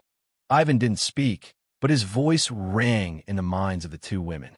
This is an alternative use of legilimency, a wandless and spellless magic that only wizards like Ivan, whose sole attributes have reached 5 points, can do. Is it really you? Penelope exclaimed in her heart. She didn't know if Ivan could hear her, but she still asked, "How did you do it?" "It's not difficult, senior sister." Ivan smiled slightly and said lightly, "Just like it's written above, I walked in from the main gate, broke in, and then defeated the guards of the ancient Liberation Pavilion and the Aurors who came. That must be 200 people, right?" Hermione was shocked and scared. "You are only one person, and then you won?" The little witch knew that Ivan was very strong and beat Snape. Now that nearly a year has passed, his efforts must have improved a lot. However, facing the siege of nearly 200 adult wizards, he broke through the siege with his own strength. "Are you okay?" Penelope said worriedly, and Hermione's heart rose to her throat when she heard the senior's words. "Don't worry, their magic didn't even touch my clothes. To be honest, I'm very disappointed." Ivan did not hide the two women. This is what he prepared for himself. The poster girl next to the library owner. Most of the Aurors of the Ministry of Magic can't even use the Ire electricity charm properly. The wizards hired by Gringots are fierce enough. They came up with Avada to clear the way. At the beginning, I was also shocked. Unfortunately, after fighting for a long time, they just use a few tricks over and over again. Ivan discovered the difference between Aurors and hired wizards. The former has good theoretical knowledge, but poor practical ability. The latter is very strong in actual combat, but they're just a group of three-pronged acts. Of course, a few magic tricks are more than enough for killing enemies and fighting. After all, the killing curse is basically unsolvable. When fighting, you can directly hit the enemy in the face. There is no need to practice magic, such as removing your weapons and petrifying curse. In the future, when you meet hired wizards, you'd better be careful. They are too aggressive. Ivan's evaluation of hired wizards is still good. At least they are really determined to kill the enemy in the fight. This is too dangerous. Hermione still felt scared. She thought Ivan was too risky. In the future, don't do such a thing again. At this point, the little witch added, "Let us go with you." Hermione knew that she was weak and couldn't help Ivan at all now. But there was no way to fight head-on. She could, Wang Qianhao, provide logistical assistance, such as helping Ivan conceal his tracks, falsely reporting an alibi, etc. For Ivan, her best friend, Hermione would not care about the laws of the Ministry of Magic. Even Penelope was mentally prepared for this. I understand. Ivan accepted Hermione's kindness. The little witch really cared about him. "Next time, I will inform you in advance." And senior sister, is my strength okay? One of the purposes of Ivan's action this time is to verify his combat effectiveness. And this is the record before Ivan made a breakthrough. If it were now, Ivan would have the confidence to use a big magic to raise Gringots from top to bottom. It is precisely because of this kind of natural disaster power that Ivan is not afraid of the Ministry of Magic. If a fight really breaks out, he can kill all the magicians. Amazing! Can wizards be so powerful? Harry looked at the live photos in the newspaper. The picture looped was the dark wizard transformed by Ivan, who cast the magic of Vulcan to instantly defeat all the hired wizards. The young wizards had never seen the magic of Vulcan, and they didn't know what this magic meant. But this didn't stop them from being shocked. The battle at Gringotts seemed to open the door to a new world for the young wizards, making them understand that magic could reach such a height. He fought against hundreds of people with his own strength, and beat back the powerful wizards with a magic. So cool. The young wizards living in the wizarding world, led by Ronald, had a fear of Ivan, but more of it was admiration and envy. Ivan was not Voldemort, and he did not kill people wantonly. Even the bear wizard whose arm was cut off by Ivan recovered afterward under the treatment of magic. So, don't look at the newspapers that Ivan is killing people everywhere. In fact, according to the statistics above, Ivan has not caused any greater harm except for slapping the Ministry of Magic in the face and questioning the safety of Gringots. But who is he? On the Slytherin side, the little snakes are more concerned about Ivan's identity. It is unreasonable that such a powerful dark wizard did not know about his existence beforehand. At this time, Snape, who was dressed in a black robe and looked like a big bat, walked in from outside the auditorium in a hurry. He found Ivan, who was sitting there eating breakfast, at a glance. "Ambrosius, come with me." Ivan raised his head and looked at Snape for a moment. Then he stood up leisurely and followed Snape's footsteps. What happened? Ivan was called away by Professor Snape. Snape's arrival did not cause much movement. The little wizards now focused their attention on today's Daily Prophet. They really wanted to know how the Ministry of Magic would act, and whether Gringotts was still trustworthy, whether their parents would transfer their property out, etc. What should we do? Hermione and Penelope were the only ones who knew the truth, and they were quite worried. However, Snape just called Ivan over, which did not mean that his actions had been exposed. They knew Ivan's influence in Hogwarts. Sometimes, when professors discussed things, they would call Ivan over and seek his advice. Therefore, no little wizard associated the intruder with Ivan. On the other side, Snape took Ivan into an empty classroom with no one. He waved a spell to seal the entire classroom, not letting outsiders in, and preventing the conversation inside from being eavesdropped by others. "Is this you?" Snape took out the Daily Prophet and pointed at the dark wizard emitting white mist on it. "Isn't it obvious, Professor?" Ivan calmly found a seat and sat down, and this fearless look really made Snape's eyebrows jump wildly. Does he know? Snape was referring to Dumbledore. Snape had complicated feelings towards Ivan. On the one hand, Ivan was a student of Hogwarts, and as a professor, Snape had the responsibility to guide and protect them. But the problem was that Ivan's talent was too high. In just 1 year, no, it should be said that 1 month after enrollment, Snape was no longer his opponent. "Are you crazy?" Snape gritted his teeth and said, "Your magic with white steam is unique in the entire wizarding world." And the god of fire led the way. "I suspect that there is only troll feces in your mind. Don't you know that this is Dumbledore's exclusive magic? Can't you use other magic?" At the end, Snape expressed his true attitude. CFBJ, he didn't care about Ivan's friction with the Ministry of Magic, nor did he care about the life and death of the Gringotts goblins. As for the wizards hired by Gringotts, those guys are all international dark wizards. Since they dared to cast the killing curse on Ivan, they should be prepared to be killed by Ivan. The only thing that worried Snape was that Ivan was only 12 years old and had killed someone. Would it affect his mentality? However, according to the newspaper, Ivan didn't kill anyone at all. The most he did was to cut off the hand of a hired wizard. What else can I say? Thinking of Ivan's strength that could sweep everything away, Snape just wanted to say, "Ivan is really," I cried to death. He showed mercy and let him go. And you still say he has stepped into evil? If Voldemort had Ivan's strength, let alone letting him go, he would be considered rational if he didn't kill everyone in England. "Professor, are you concerned about me?" Trait. Snape stared at Ivan, not only him, but also Professor McGonagall and the others. You should know that before, a group of professors had joined forces to besiege Ivan during training. And with Ivan's strength at that time, the magic incarnation naturally could not hide. Therefore, when Hogwarts, at least the professors at the dean level, saw today's newspaper, they recognized the identity of the Black Gang at a glance. To be honest, how do you plan to solve this matter? Snape knew that Dumbledore doted on Ivan, but he was a little jealous of him to this extent. You really let Ivan do whatever he wants and then clean up his mess, right? If this is not AB ************** D, I, Snape, will drown him with Potter shampoo when I go back. Triple X.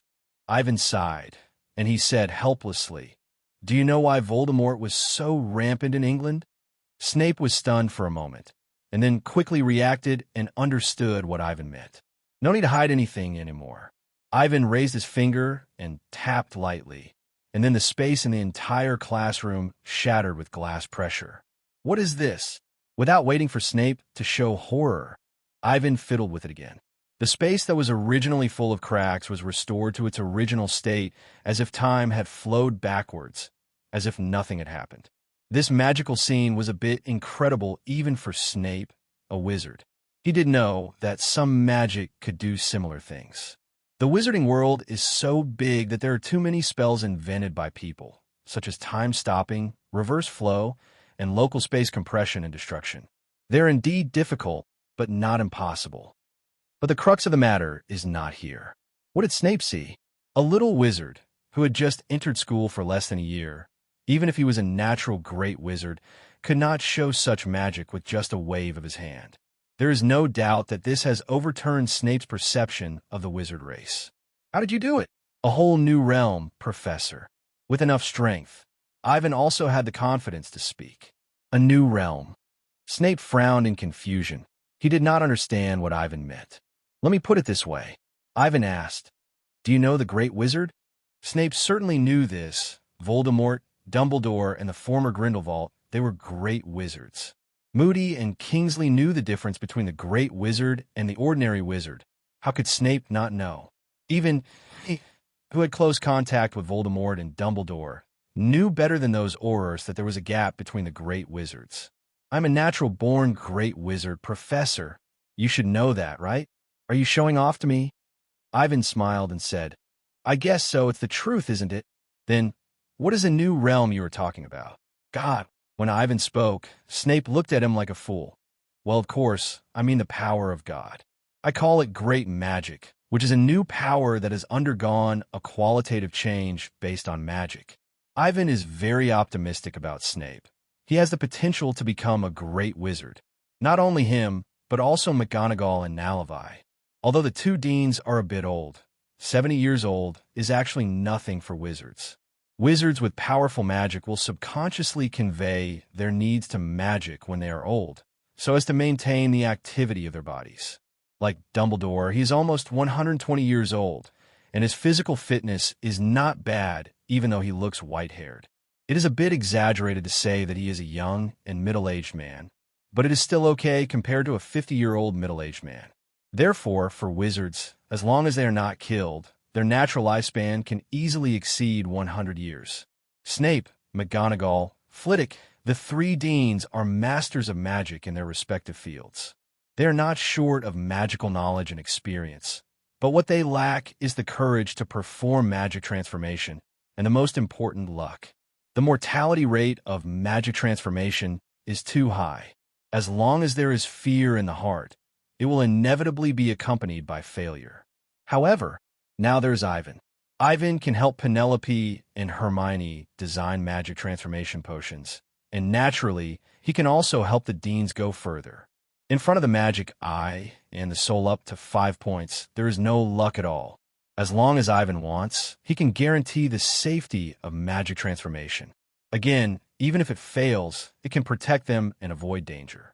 After many magic transformations, the magic master can break the shackles of life, let the magic power go further, and thus become a great wizard. And now, I am in the E of the great wizard. For this new realm, Ivan could only describe it as mythical, because the power of plucking the strings of the world is really not much different from the legendary gods. Ivan did not tell Snape about the specific changes. There's no way. Without experiencing that feeling in reality, outsiders can't understand how the strings of the world exist. Magic is power. "Professor, you asked me why I didn't disguise myself." Ivan asked back, "But is it necessary? In the whole of England, there is no wizard more powerful than Professor Dumbledore. But why does the Ministry of Magic fear Voldemort, but not him? Because the headmaster will restrain himself, and he is willing to abide by the rules of the game set by the magic world. Voldemort is a pure table flipper. He directly ignored the rules of the magic world. Not only did he kill wizards indiscriminately, but he also treated muggles as pigs and dogs and slaughtered them at will. But even such a Voldemort still has a lot of pure blood support. It can be seen from this that the laws of the Ministry of Magic are bullshit. The Ministry of Magic is not enough for me to fight alone. Professor, do you know what this means? Ivan said recklessly. This means that if I want, I alone could destroy the entire Ministry of Magic. Hearing this, even Snape couldn't help but tremble in his heart, and then took a breath. Asterisk, asterisk, asterisk. He knew that the little teacher in front of him was not a good person. Ivan may be more terrible than Voldemort. Higher talent, more powerful power, and his ambition and thoughts. As Ivan said, as long as he wants, the law is worthless in his eyes. Magic is power. Snape murmured this sentence, and he couldn't find a word to refute Ivan. But, Professor, Ivan raised a finger and smiled. I am willing to abide by everyone's rules of the game. I want to be the second Dumbledore, not Voldemort. When a powerful wizard with overwhelming power does not intend to use violence, but instead obeys the rules, what else can they ask of him? Does it really mean to force such a monster to the opposite side of oneself to be happy? The old headmaster officially realized this, so he was extremely relieved. In the magic world, wizards have a path to promotion. After graduating from magic school, they join the Ministry of Magic in various places or become free wizards and quietly accumulate reputation. When the term of office of the president of the International Confederation of Wizards expires, they can seek nominations from the Ministry of Magic of various countries.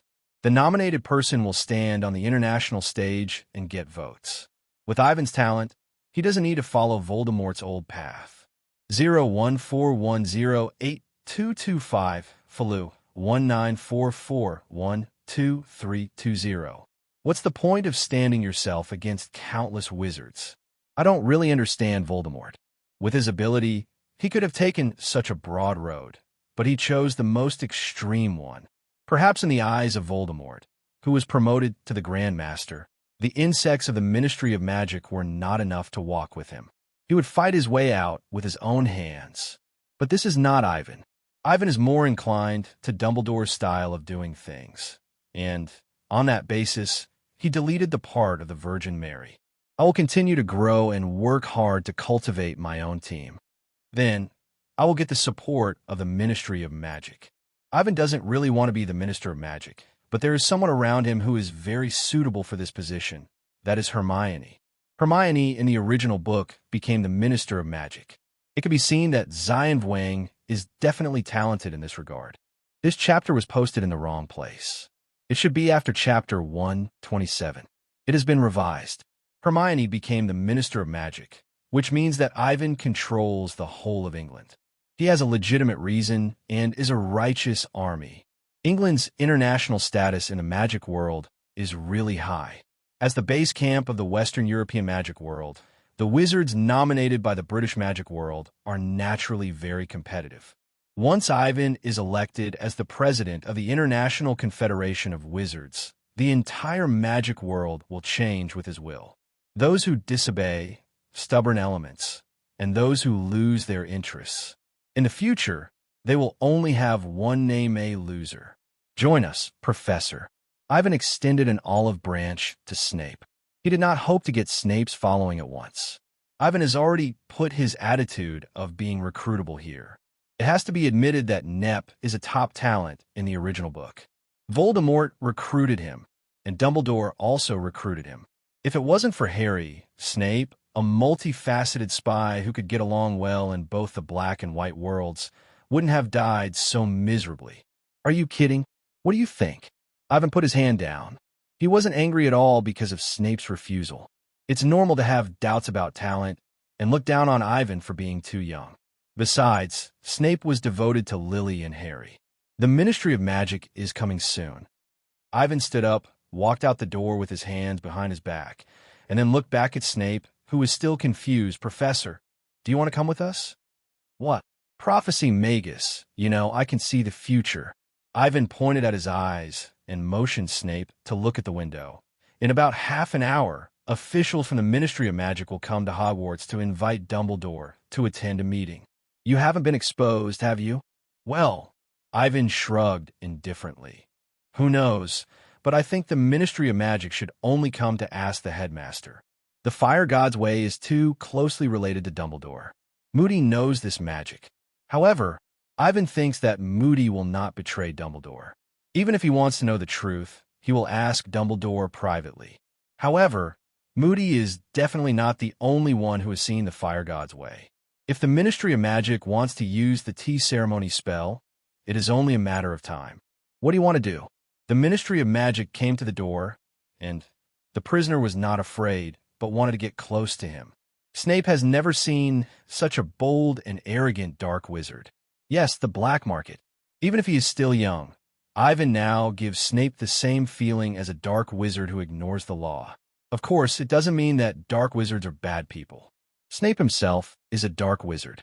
The so-called dark wizards and white wizards are actually two types of people in the magic world, and there is no difference between the two. Maybe in the eyes of Muggles, dark wizards are very evil. But in the eyes of wizards, the black market is similar to professions such as forensic doctors and gravekeepers. People will avoid risks and be afraid, but they will not think that they should not exist. Dark wizards are not criminals. They're just wizards who study dark magic. That's all. Let's go, Professor. Ivan did not explain, because he had already walked towards the 8th floor. Snape hurriedly followed. He wanted to tell Ivan not to conflict with the Ministry of Magic. However, when he thought of the power Ivan now had, Snape began to worry whether the Ministry of Magic would collapse. By the way, who should be afraid? This little monster. Snape could not understand why such an unreasonable little master would appear. Can the great wizard go further? What is that? Is it more powerful than Dumbledore and Voldemort combined? On the way, Ivan met Professor McGonagall. When the old cat saw Snape, she was stunned at first, and then she focused her attention on Ivan. She also guessed what Ivan did yesterday. This morning, Professor McGonagall was almost scared to death when she saw the newspaper. Are you okay? McGonagall knew Ivan's nature. He was not a bad boy like Voldemort, and he had his reasons for invading Gringots. Moreover, Ivan restrained himself throughout the whole process, and this alone was enough to make McGonagall feel at ease.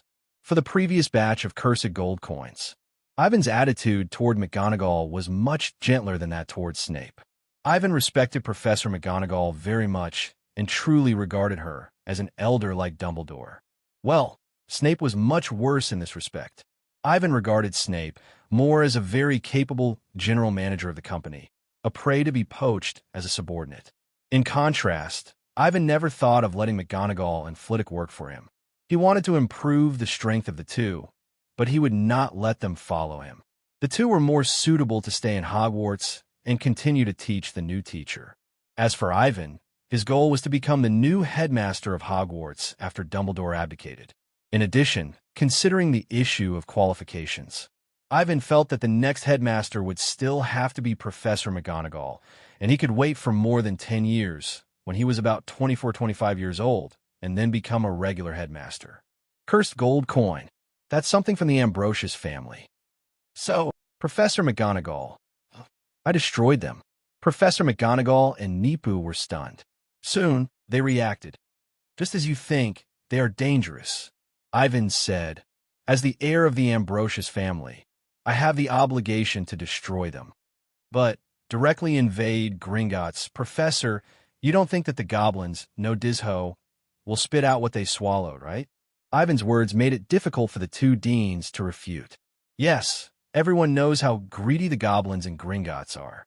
Even the property stored by wizards and Gringots will be coveted by goblins, not to mention the treasures that have been obtained by them and belong to them. Not to mention the British Ministry of Magic, even Dumbledore. He can't change the will of these greedy goblins. The Ministry of Magic will not go against the goblins because of my words. In that case, my only choice is this. Even Snape could accept the words Ivan prepared, let alone McGonagall. Professor Cat heaved a sigh of relief. Fortunately, Ivan did not learn bad things. He took action to destroy the evil magic props. You should be careful recently, and don't expose yourself. McGonagall said, I will remind them because you keep it secret. What are you talking about? Snape was confused. He felt that Ivan's words were no different from slapping the Ministry of Magic in the face, especially since he had cursed Fudge and Umbridge, turning them into toads. For this reason alone, the Ministry of Magic would not let Ivan off easily. Moreover, Ivan was planning to expose himself. Yes, expose himself. According to Ivan, he would tell the Ministry of Magic that he was going to retrieve the soul chest of the Ambrosius family and destroy it. This sounded right. But the problem is, you are admitting that you are a criminal. Then what? How will it end? You really don't want to give the Ministry of Magic any face, right? How to deal with the Ministry of Magic? Leave it to me and little Ivan. Dumbledore. Now, I think everyone should congratulate this child first. He may have become the most powerful wizard in the entire wizarding world. McGonagall and Snape with a black question mark face. They said that Dumbledore's words changed so fast that they couldn't react at all. Albus, I don't understand what you mean. Are you talking about 08? This kid was not joking with me just now. McGonagall had no idea what happened, while Snape on the other side recalled what Ivan told him, that he had broken through and entered a higher realm. Is there really a higher realm? More powerful than the Archmage? What? McGonagall was stunned and asked quickly, What Archmage? Is there a realm above the Archmage? McGonagall could understand every word here, but when they were put together, she felt like she had skipped dozens of pages when reading a book, missing a large part. The Archmage is the realm of wizards who have undergone magical transformation and achieved qualitative change. I, little Ivan, and Tom, we were originally at this level. But not long ago, probably last night, Dumbledore stroked Ivan's hair with great pride, with an expression of a younger generation in the family who was admitted to Tsinghua University and Peking University and was proud of himself. Last night, this child successfully crossed that barrier and stood at a height that no one has reached in nearly 100 years. As for this realm, because it is too rare and there's a historical gap, the magic world does not know how to call them. If there must be a conclusion, it is probably a half-circle that controls the great history of gods with a mortal body. In fact, the creator of the Deathly Hallows, the death god that the three brothers met, is actually a wizard of this realm. He left his inheritance in the three Deathly Hallows. Only wizards who have discovered the secrets can find a way to achieve magic through the path of death. In addition, Ivan is different from wizards who reach demigod through the 12 orthodox paths.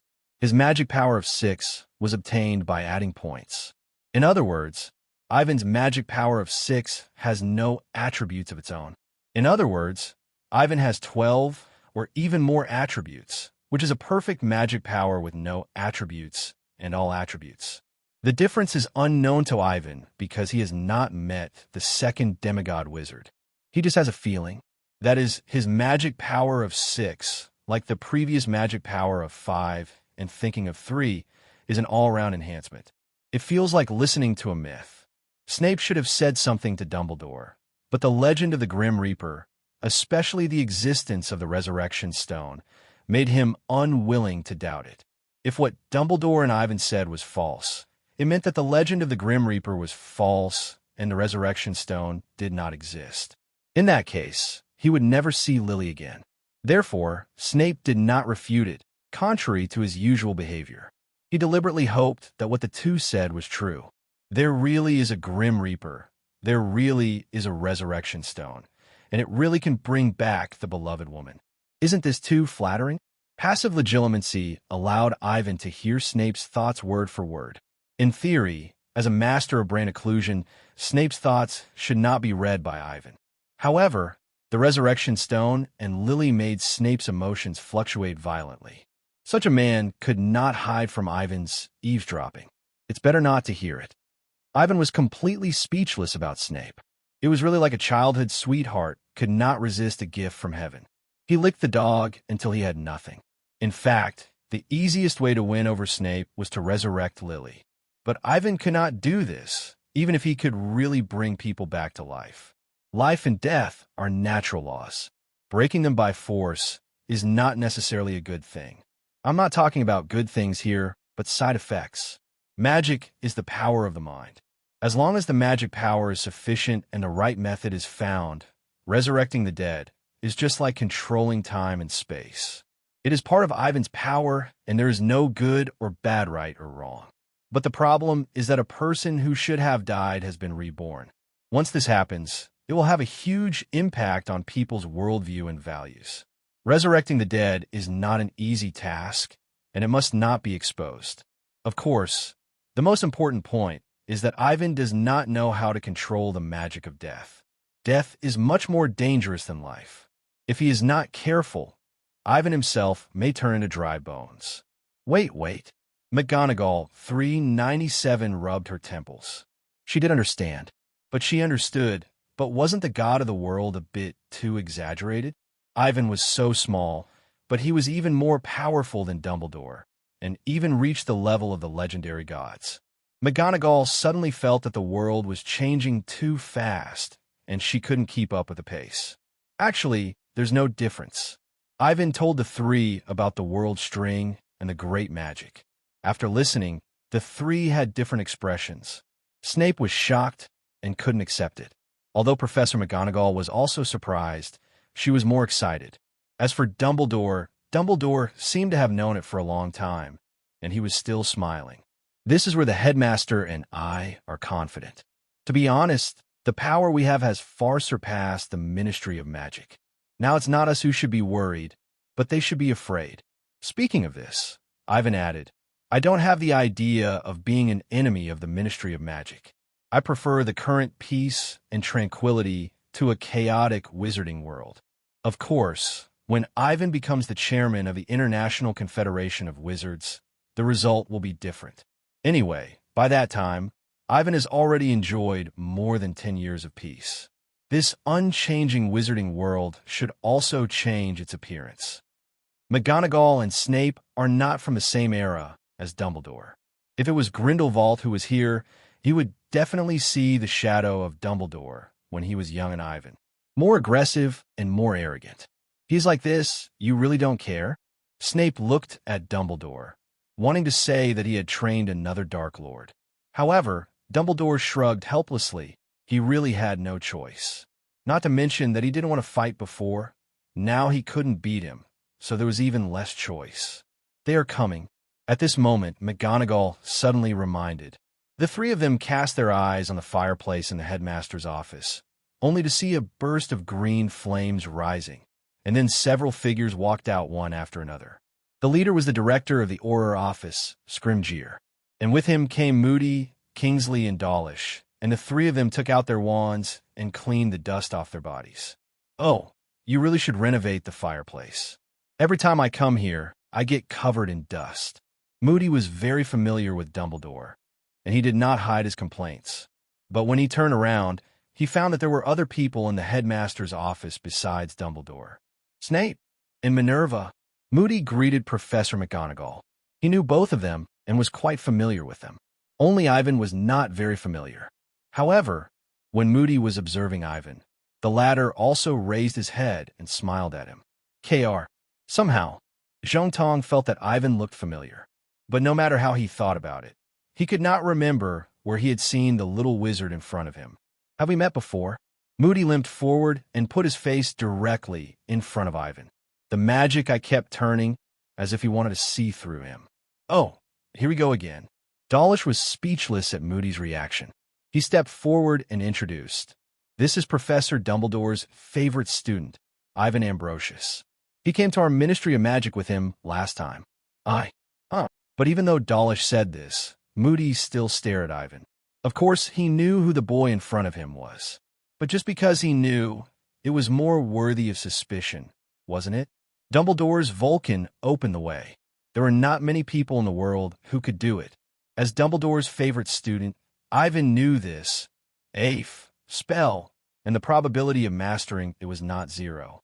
The most important thing was that Moody found that since he appeared here, Ivan had been very calm, as if he had known they would come early. As for the problem of mana, this is indeed a doubtful point. Such a young child cannot have such powerful mana. The guy in Gringots, his strength is really exaggerated. If the other party's identity is really Ivan, then it is quite scary. Moody couldn't imagine how such a young child could have such power. What's more terrifying is, if he continues to grow, what heights can he reach in the future? Alastair. This time, Kingsley and Skollinger also found the problem. Mad-Eye, don't scare this child. Skollinger was about to step forward to stop him. He knew that Moody was sick and looked at everyone as if there was something wrong, so he wanted to question him carefully. But Ivan was just a little wizard in Hogwarts. He couldn't have the motive to commit a crime, and they came here this time for important things to do. No. Moody and Ivan pulled a distance. He smiled. You can hide it from others, but you can never hide it from me. It's you, right? That person, it's you. What? Skollinger and Dawlish were confused. Only Kingsley slowly took out his wand and pointed it at Ivan. What are you doing? McGonagall stepped forward and stood directly in front of Ivan. Professor Cat is actually a little nervous now. She never thought that Ivan's identity would be exposed so quickly. But when I think of Moody's ability, it doesn't seem strange to be seen through. After all, Mad-Eye's detection ability is well known in the wizarding world, and even Dumbledore may not be better than him. Professor. Ivan was very touched by Professor McGonagall's protection of him, but he did it, so there was no reason to hide behind the professor. So, Ivan gave McGonagall a reassuring look and bypassed her. First meeting? No, this should be our second meeting. Ivan's attitude was quite calm, without any of the arrogance he had in Gringots. Instead, he looked like a bookish boy next door. Let me introduce myself. My name is Ivan Ambrosius. Ambrosius? This was the second time Moody heard this surname, and it was emphasized by Ivan. Eternal family? Descendant of Merlin? Suddenly, Moody looked at Ivan in disbelief, then quickly turned his head and asked Dumbledore. This kid, he is a great wizard. What? Knowing the difference between the great wizard and ordinary wizards in Gringots, Dumbledore already felt that his worldview had collapsed. However, that shock, compared with what he heard now, was simply a joke. Are you serious? Such a little guy, a wizard? Scrimgeour and Kingsley looked at each other, and Dawlish on the side shouted, Impossible! This is absolutely impossible. How old is he? Great wizard. Dawlish, you must be crazy, Moody. Moody ignored the silly Dawlish. He was more curious about Ivan now. Albus, do you know about him? What do you mean? Dumbledore laughed and avoided Moody's question. Boy, you are very strong, really fishy. But you shouldn't break into Gringotts without permission. That will put you on the opposite side of the Ministry of Magic, which is not rational at all. After knowing Ivan's situation, Moody actually no longer had the idea of being an enemy of Ivan. As for Dawlish and Scrimmage, it was just a matter of a forgetfulness spell. There were two great wizards present, and anyone could knock them down in an instant.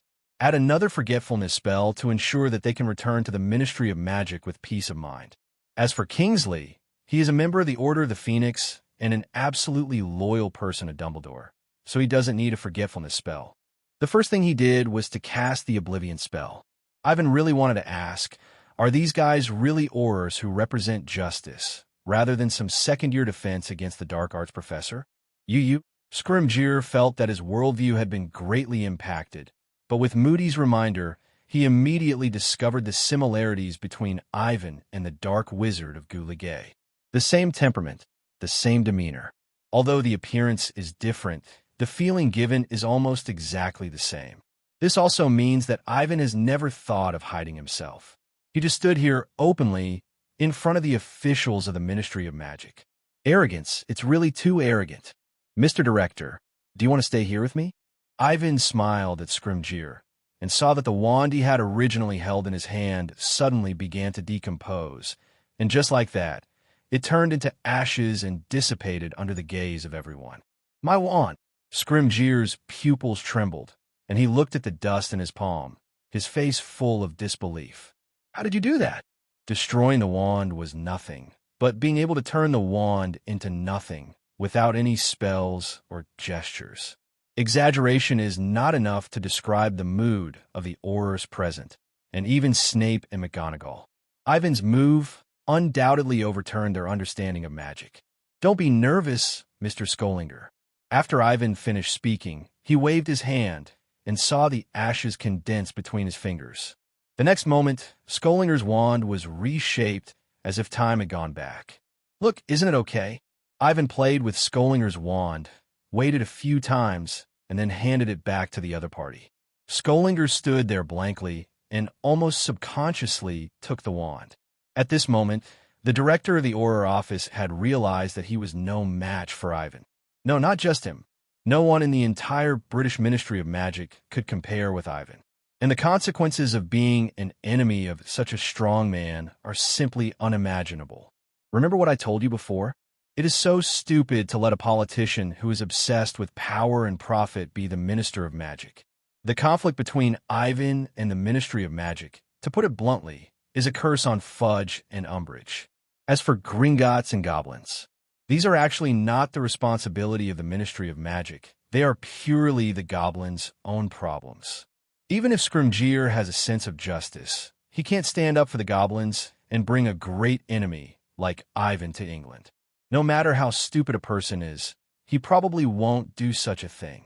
Fudge, Umbridge, H.N. Moody said disdainfully, they don't care about the difference in strength between the two sides. In the eyes of the two, Ivan is out of control and has slapped them in the face, tarnishing the authority of the Ministry of Magic. This kind of person is a threat and must be sent to Azkaban immediately. But send Ivan to Azkaban? Scrimgeour, Moody, and Kingsley, the three have never thought of such a thing. Ivan is too strong and too good.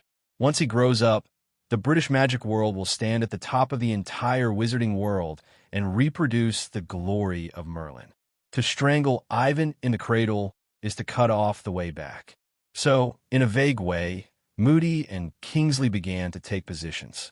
The two were not on guard against Ivan, but Scrimgeour and Dawlish. On the other side, not to mention Dawlish, who was still in a state of confusion, Skollinger did not feel fear.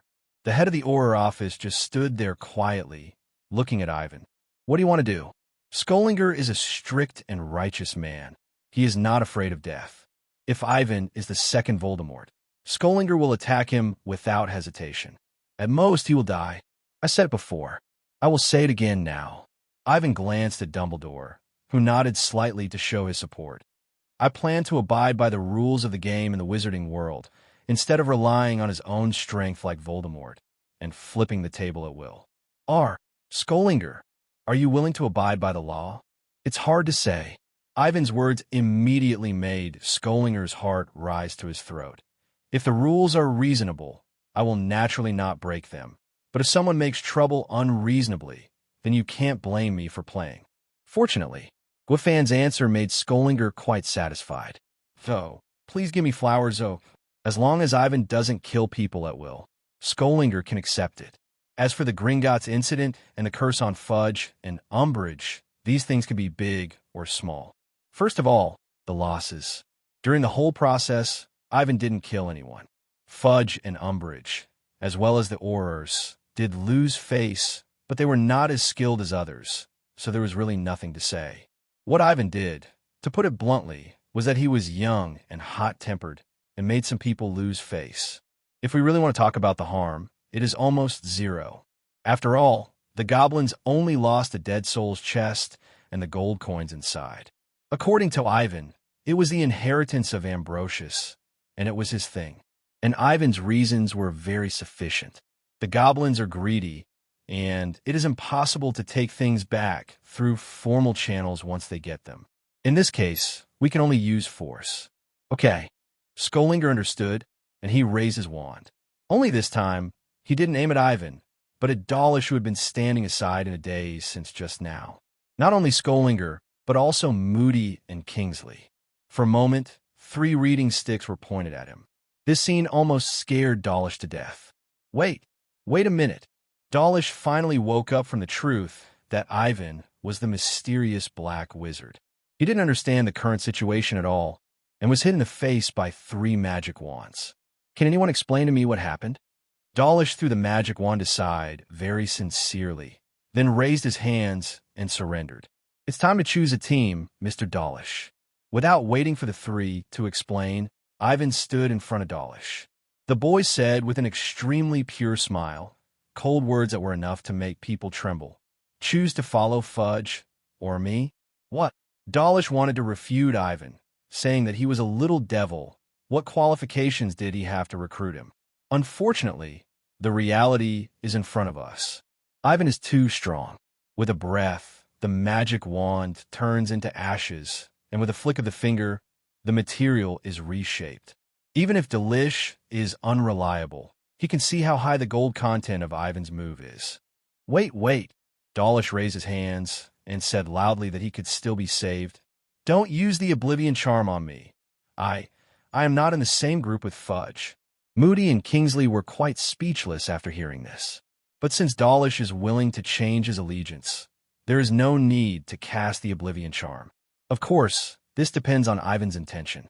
You will not regret your choice today, Mr. Dawlish. Ivan will not take small problems to heart, as long as the wizards who come to surrender are not evil. Then, Professor, I'm old and my legs are inconvenient. Dumbledore can naturally remove Ivan's curse. Even if the curse has reached the 6th level of magic power, as long as it does not have a fatal effect, Dumbledore can break it. The difference is only the length of time. It is a pity that Dumbledore chose to be lazy and simply threw all the troubles to Ivan, looking like a retired person enjoying his old age. There is no way. Who told me that Ivan is too capable? Dumbledore originally thought that it would take at least 4 or 5 years for Ivan to grow up. But no one expected that Ivan would become stronger so quickly, not only surpassing him, but also having the same ambition as himself and Grindelwald when they were young.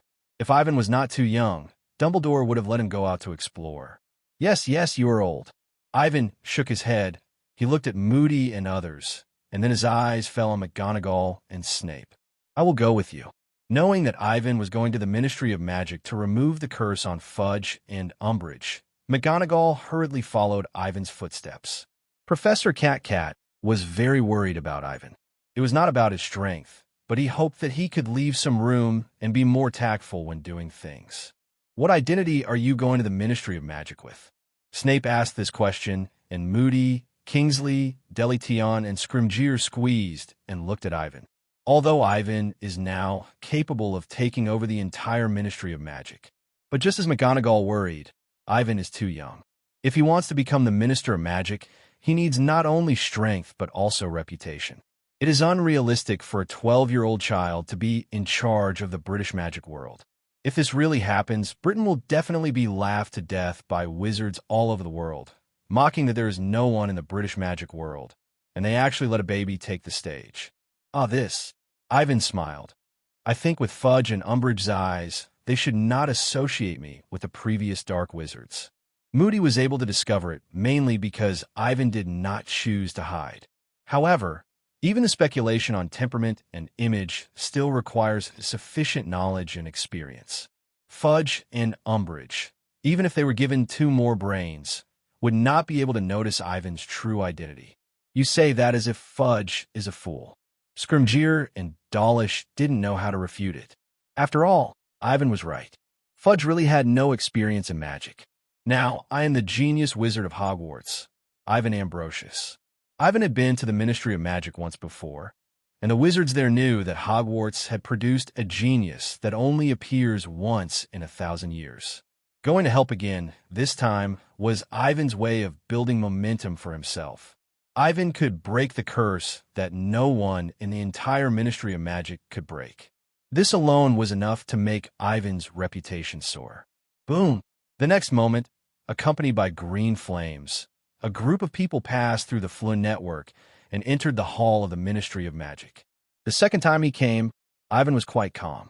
He followed the 2 professors. Moody and Scrimgeour led the way for them, and Dawlish and Kingsley began to summon Aurors to maintain order. The group soon arrived at the Ministry of Magic's department dedicated to breaking curses.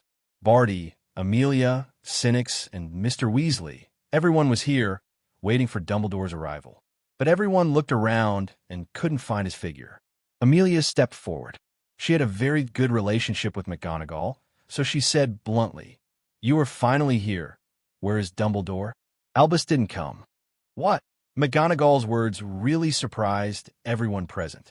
How could Dumbledore not come for such a big thing? I don't underestimate you, Minerva, but this curse is really unusual. Group. Amelia obviously misunderstood. She thought that Dumbledore sent McGonagall to break the curse. Understand, Amelia, McGonagall said, pushing Ivan in front of him, but please believe in the ability of Hogwarts. This time, Albus has given full authority to this child to deal with the curse. What? This time, not only Amelia, but everyone was stunned. Admittedly, they had met Ivan once and knew that he had a very high level of magical attainments. Even in terms of pure strength, the adult wizards present may not be able to beat him. Are you kidding, Minerva? Barty Crouch said seriously. No matter how good this child is, he is just a child now. Obviously, the officials of the Ministry of Magic did not believe that Ivan could solve this incident. You know, the entire Ministry of Magic's curse breakers were busy all day and night, but they could not shake the curse on the two people. Is it possible that Ivan alone is more powerful than the entire Ministry of Magic? If it was Dumbledore standing here. A person's reputation is like a tree's shadow. The prestige of the world's #1 white wizard is indeed beyond words. But Ivan, he's really too young. Don't underestimate this child. McGregor did not explain much, but asked about the ward where Fudge and Umbridge were. XX. Although there were doubts in their hearts, they were all here, so it was okay to let them try. With this thought in mind, everyone surrounded McGonagall, Ivan, and others, and entered a room that was cast with a traceless spell. It was all white here, but there were no beds. Instead, there were two translucent devices that looked like petri dishes. Ivan walked forward and found a toad lying in each of the two devices, which were Fudge and Umbridge. Poof! Although he remained calm on the surface, Ivan had already laughed in his heart. What a pity! If it weren't for the image, they would have been allowed to stay like this for a few days. Ivan didn't like Fudge, and he hated Umbridge in the original book even more. These two guys are simply a cancer in the magic world. Is he really okay?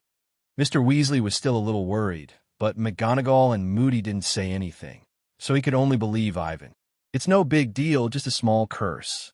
Ivan said it very easily, as if he was eating and drinking water, which made the several curse removers in the room quite embarrassed. The cursed gold coin last time was the same. All of them were helpless with this thing and could only ask for help from Dumbledore. At that time, Ivan came with the old man. However, Ivan didn't show too much strength at that time, but just showed them a trick to prove that his magic attainments were not inferior to them, and even far exceeded them. Now, Ivan came alone. McGonagall and Snape were more like guardians who accompanied him to the Ministry of Magic, and Ivan was the main contributor. This curse is quite clever. Ordinary wizards really can't do anything with it. The root of it is still your magic power. Mana is the abbreviation of magic strength. 08, however, it must be admitted that this word, coming from a first-year wizard, is somewhat ironic.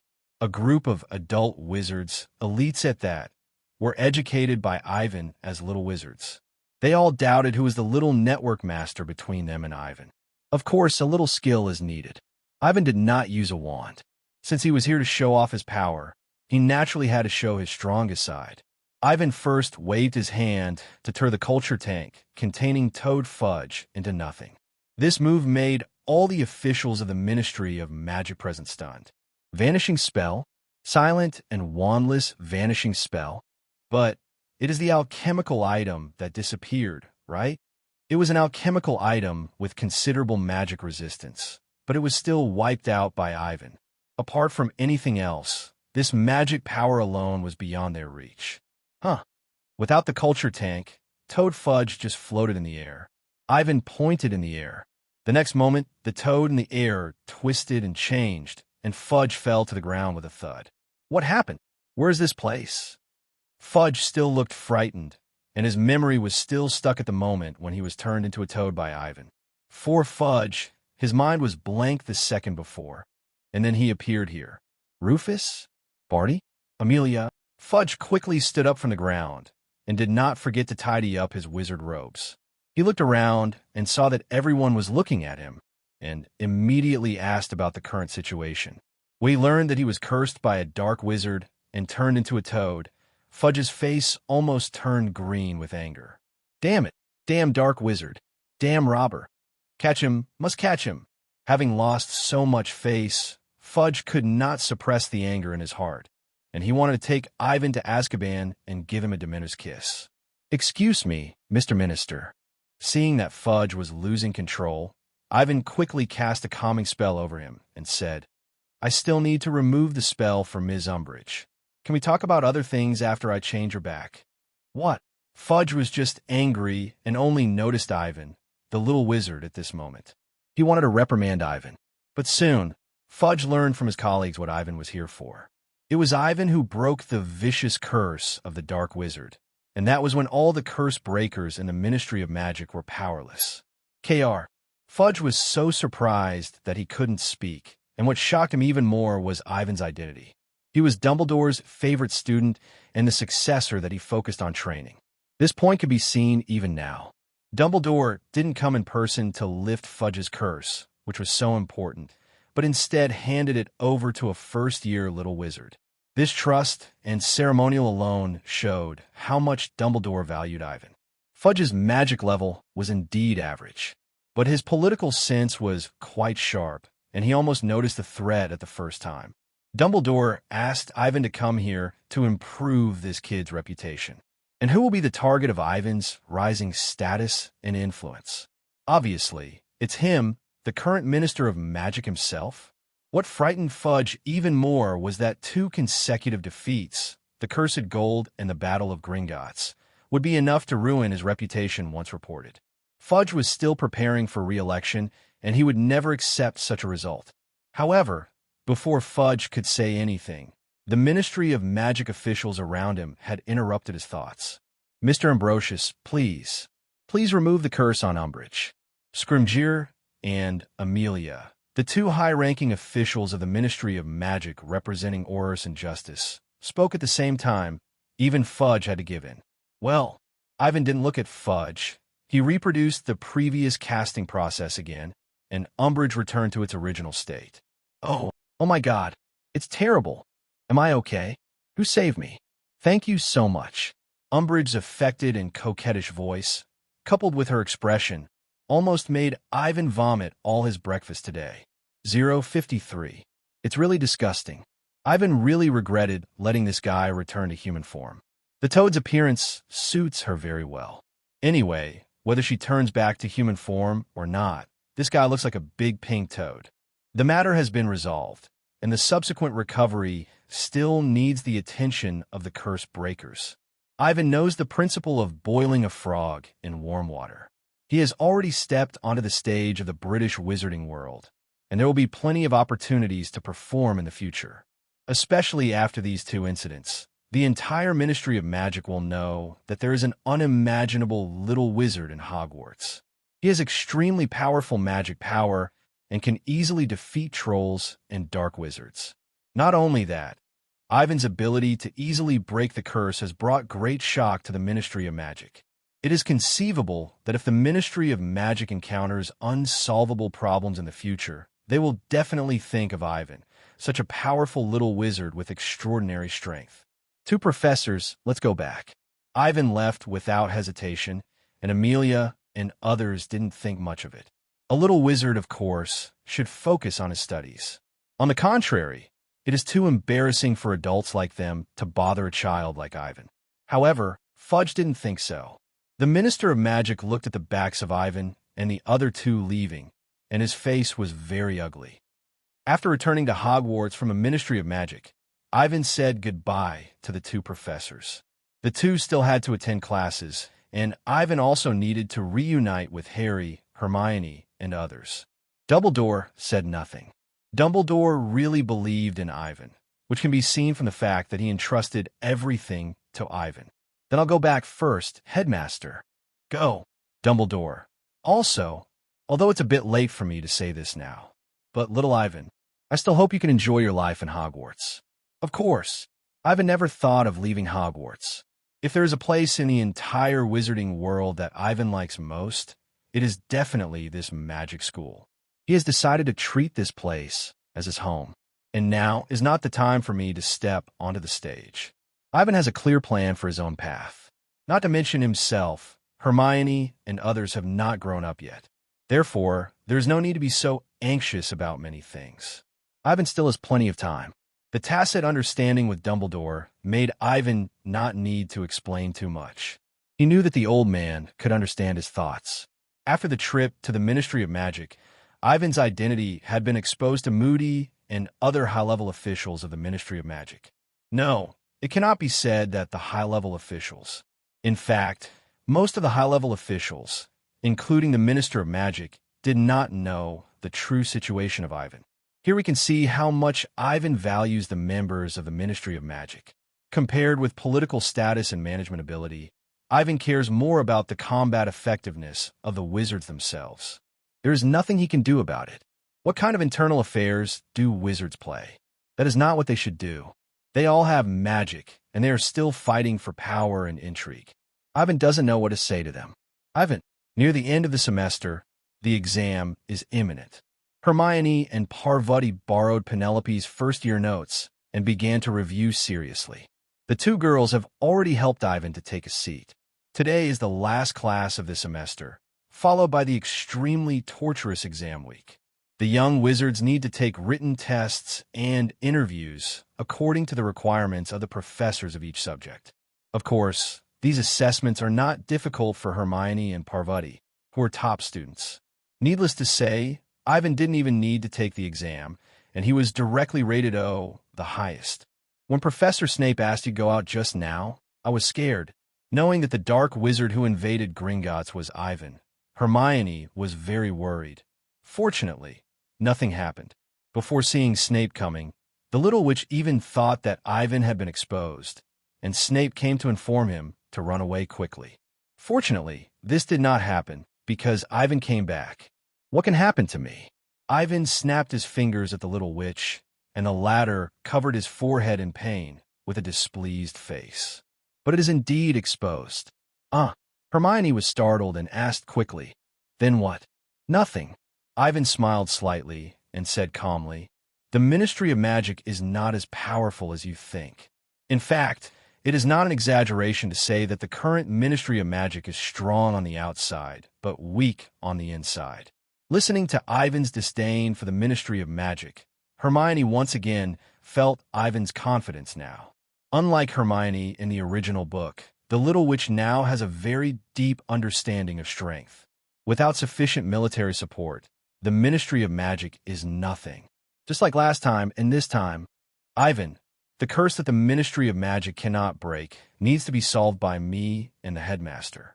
And there are people who understand things in the Ministry of Magic. For example, Moody and Kingsley are very insightful. They see Ivan's strength and potential. The most important thing is that Ivan is not Voldemort.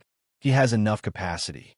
In addition to Ivan's background, he is a Gryffindor student at Hogwarts and a disciple of Dumbledore, with a good family background. They can't find any reason to refuse. They're all working for others, so they naturally hope that their boss is capable, not a fool like Fudge. On the other hand, after listening to Ivan's description of the trip to the Ministry of Magic, Hermione's eyes were filled with admiration for Ivan. They are obviously the same age, but the ability shown by Ivan is simply incomparable to them. No, it's not just the little market in Hogwarts. Even if you look at the entire magic world, it is estimated that there is no other wizard who can compare with Ivan. But there shouldn't be anything next. Ivan said, "When the final exam is over, the professors will renovate the 4th floor and have a practical test for you. Ivan doesn't need to worry about this matter. The professors are free to arrange it."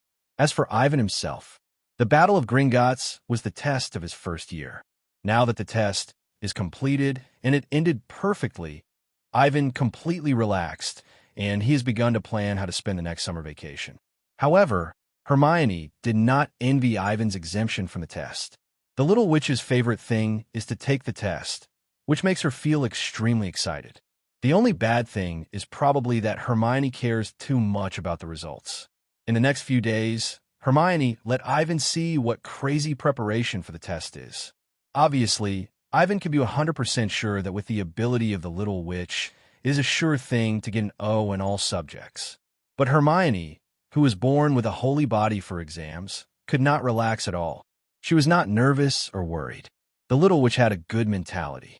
She liked exams, not the exam results. Of course, if she didn't get an O, King's good, in any subject, Hermione would still feel sad. In this way, the exam week passed in a flash. Without a doubt, she got full marks in all subjects. Parvati, on the other hand, failed to get an O evaluation due to a mistake in the spell interview. As for Harry, Ronald, and Neville, Harry's results were very good, and he could be in the top 5 even in the entire first grade. With Ivan's guidance, Harry is definitely stronger than his counterpart in the original book, especially in terms of combat ability. Ivan estimated that Harry now could beat his own Harry in the original book in seconds. Then there was Neville, whose progress was very obvious. In addition to getting an O in the herbology class, Professor McGonagall and Professor Flitwick also gave him good evaluations. Even Ronald didn't have to worry about being beaten by Mrs. Weasley when he took his transcript back because of Ivan's magic class. The result of the final exam was a happy one for everyone. The trapdoor trial on the 4th floor was not only for Harry and Hermione, but also for wizards of all grades under Ivan's suggestion. Of course, participation here requires the permission of the professors. The professors will adjust the difficulty of the trial according to the grade of the young wizards, except for the graduating 7th grade. If it was the original trapdoor trial, the professors would definitely not be able to control it. But now, there is Ivan. After Ivan's transformation, the trapdoor trial has undergone a huge change. First of all, the level structure is no longer the original single-threaded, but according to the strength of the person entering, there are different difficulties such as simple, difficult, and hell to choose from. Not only that, the magical creatures and magical plants that appear in the trapdoor trial are all provided by Ivan. The professors will make and refine them into various magic props and potions, and use them as the boss and rewards of the level to increase the enthusiasm of the little teachers. In addition, the assessment of the trapdoor trial is not mandatory. In fact, only the top 10 or so young wizards in each grade are qualified to take the test. If you can't even satisfy the professor with your performance in the final exam, then this kind of adventure with a certain degree of danger is even less likely to be allowed to participate. And this kind of assessment qualification, the mentality, is also crucial. Just like the original Neville and the little badgers and eagles, even if they meet the requirements, if their minds are not mature enough, the professors will not let them go. The grand first Hogwarts trapdoor trial began. Because it was the first time, not many young wizards signed up. In addition to Ivan's friends, only Slytherin and Gryffindor students signed up in the first grade. Unfortunately, except for a few first-year wizards such as Draco, none of them met the minimum requirements of the professors. Even if they only participated in a simple trial, it was the same. The situation in the 2nd and 3rd grades is similar to that in the 1st grade. The main reason is that Hogwarts has been peaceful for too long, and the young wizards have too little experience in actual combat. This makes many people not have the courage to take any trial. Especially after watching the 1st grade after Hermione and others passed the level, the broadcast of passing the level was extinguished. Yes, the broadcast of passing the level. This is another modification that Ivan made to the trapdoor trial. He set up warning magic and monitoring magic at various places in the level. The former is to ensure the safety of the children, and the latter will capture the thrilling scenes of the little wizards when they pass the level. Among the first-year friends, the best performance is Hermione and Harry. Hermione has mastered a variety of magic, and Harry is a genius in practical combat. Looking at the top reaction talent, the broadcast of the two peoples passing the level really amazed many little wizards, and even the seniors were frightened. Although the professors have repeatedly stated that the little wizards in the trial will be adequately protected, at most they will be injured, and their lives will never be in danger. Unfortunately, not everyone has the courage to face the monster. This is just a first-year assessment. As the grade increases, The levels that students have to face, even if they're just simple, will make people's heartbeats accelerate and feel great fear. After several months of teaching by Ivan, Penelope's magic level has been greatly improved. She was lucky that she encountered a storm just after the time. The magic potion was successfully refined, and the subsequent transfiguration was naturally not a problem. With the help of Ivan's magic eye, the senior sister successfully completed the practice of Animagus transfiguration, which greatly improved her understanding of transfiguration. According to Ivan's calculations, the senior sister's thinking attribute must have been improved in this wave. And being able to survive such a test is very good for Penelope. Penelope's Animagus form is a delicate and small white dove. A5. The senior sister can be said to be quite satisfied with this result. Although the practice of Animagus transfiguration is more about improving one's adaptability to transfiguration, who would refuse to have a good animal form. The white dove belongs to birds and has the ability to fly, which can improve the mobility of the net gangmaster. Moreover, the size of the pigeon is relatively small. If it encounters danger in the future, it only needs to hide in a corner, and the chance of escape will immediately soar. Whether in the Muggle world or the wizard world, few people will hurt the pigeon. Common characteristics, flying ability, plus exquisite appearance. In order to fully master her Animagus form, Penelope spent a lot of effort. Before the end of the semester, Penelope was almost always with Ivan.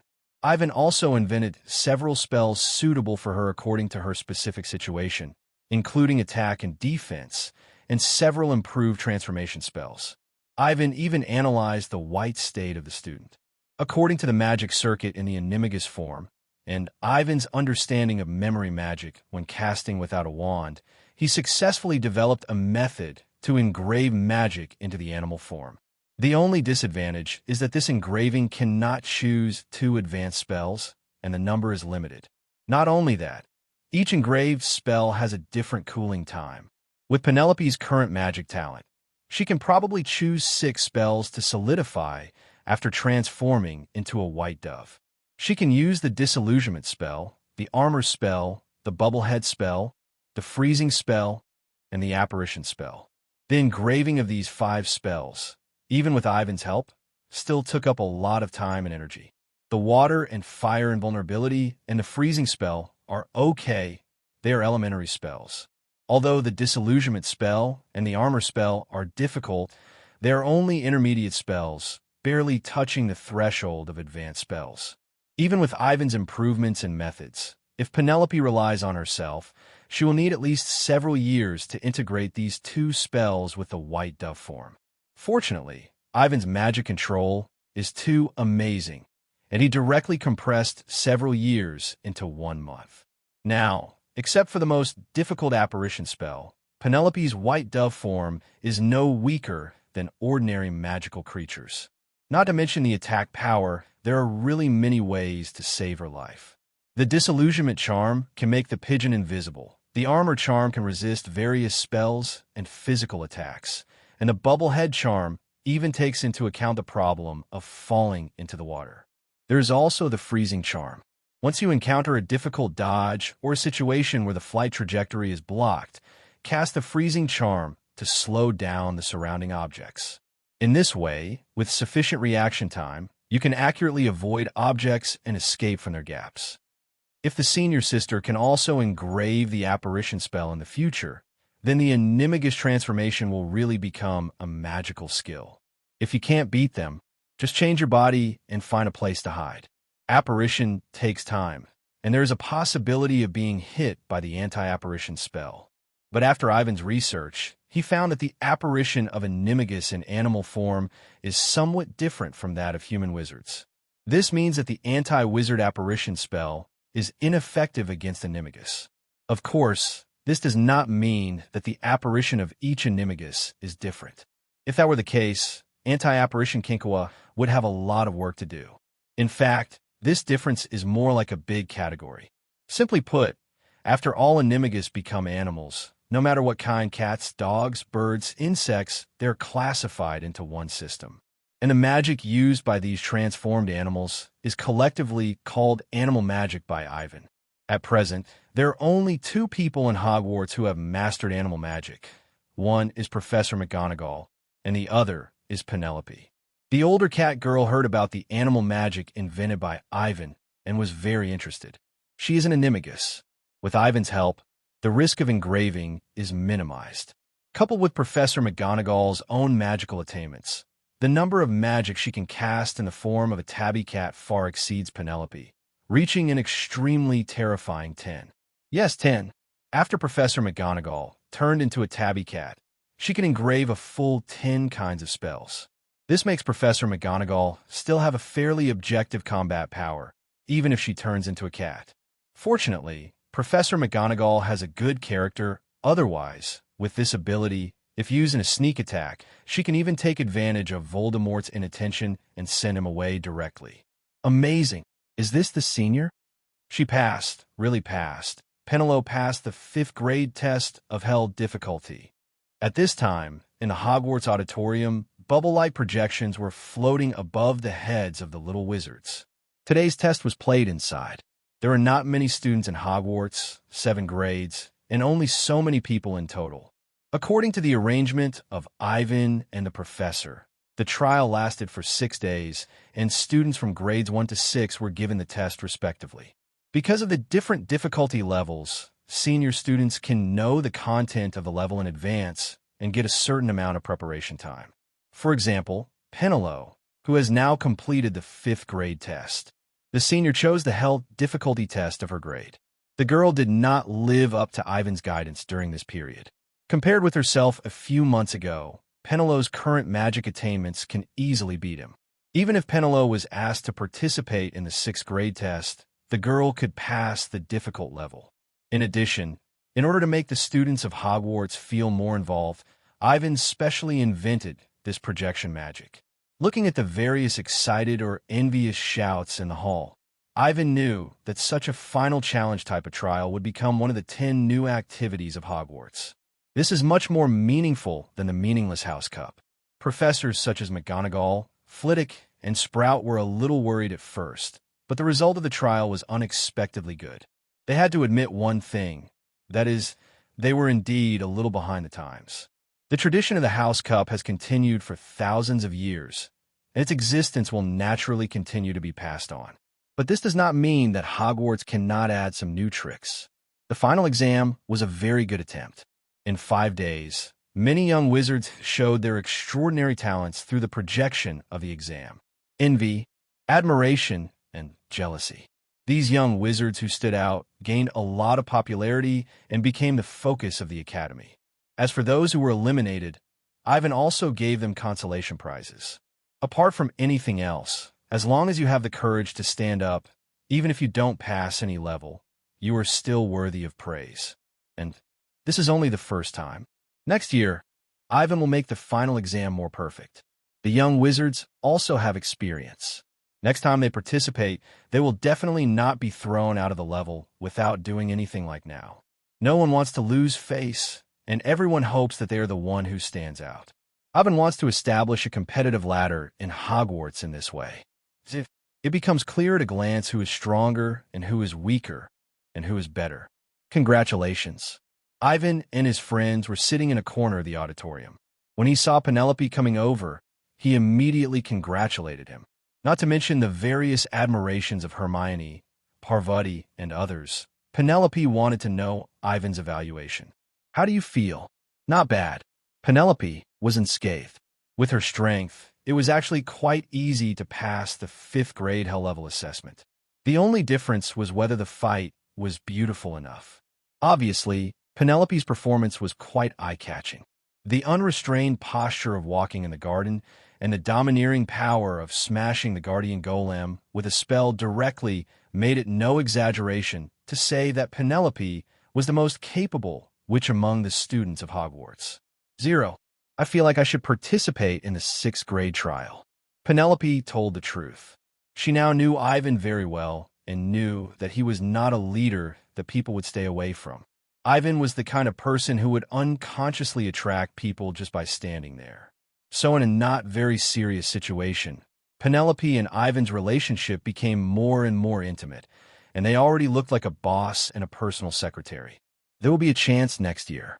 Ivan smiled and said, or do you need me to prepare a special test for you?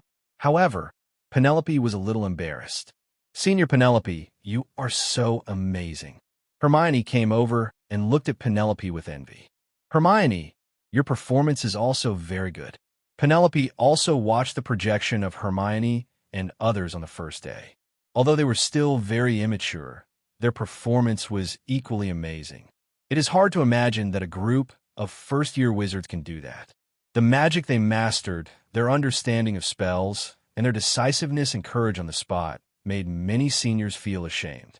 If they were put in the position of Hermione and Harry, not to mention the same age, they seem to be no match for them now. This is very embarrassing. It can be predicted that once the trial projection is released, many unyielding Roll Kings will be born in Hogwarts in the future. The first year of Hogwarts ended in the noisy 7-day trial event. As for the House Cup, it naturally fell into the hands of Gryffindor without any surprise. Poor Slytherin College has won the House Cup for 6 consecutive years. It can only be said that there is a kind of causal force in the magic world, that is, the number 7. 7 is a magical number. Once it is reached, it will form a powerful contract magic, such as Voldemort's Horcrux. Why did he create 7 Horcruxes, and why did he think 7 was a magical number? I haven't actually thought about these. In fact, there are some special magics in the nature of the magic world. They are hidden in the void, waiting for wizards to contact them. This kind of magic has a general name in the wizarding world: contract. Yes, the essence of this 737 contract is to establish a connection with the rules that exist in the void, so as to obtain the constraint of cannot be broken. In theory, any power has its limit, but laws, rules, and conceptual weapons do not. Just like the attributes in the game, one side is numerically strong, while the other side relies on the mechanism. There's a saying that as long as you dare to show your health bar, I will kill you even if you are a god. The health bar here is more inclined to be able to defeat in terms of data. However, most wizard magic tends to the latter, that is, the mechanism of immunity to damage unaffected and must kill, must hit, etc. Facing such a mechanism monster, no matter how strong your data is, you will be directly wiped out. Unfortunately, this is the only way. After Ivan's magic power broke through 6, these hidden powers that were originally imperceptible were no longer as unclear as before. He could clearly see the contract hidden in nature. It was text, language, and the will with magic. They were powerful, but they could not be interfered with. Now Ivan even had the confidence that he would not be punished after signing an unbreakable curse with someone. Goodbye, Ivan. At the exit of London Station, Hermione got into Mr. Granger's car and said goodbye to Ivan.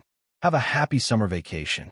Ivan said goodbye to Hermione, and he glanced at Penelope standing beside him.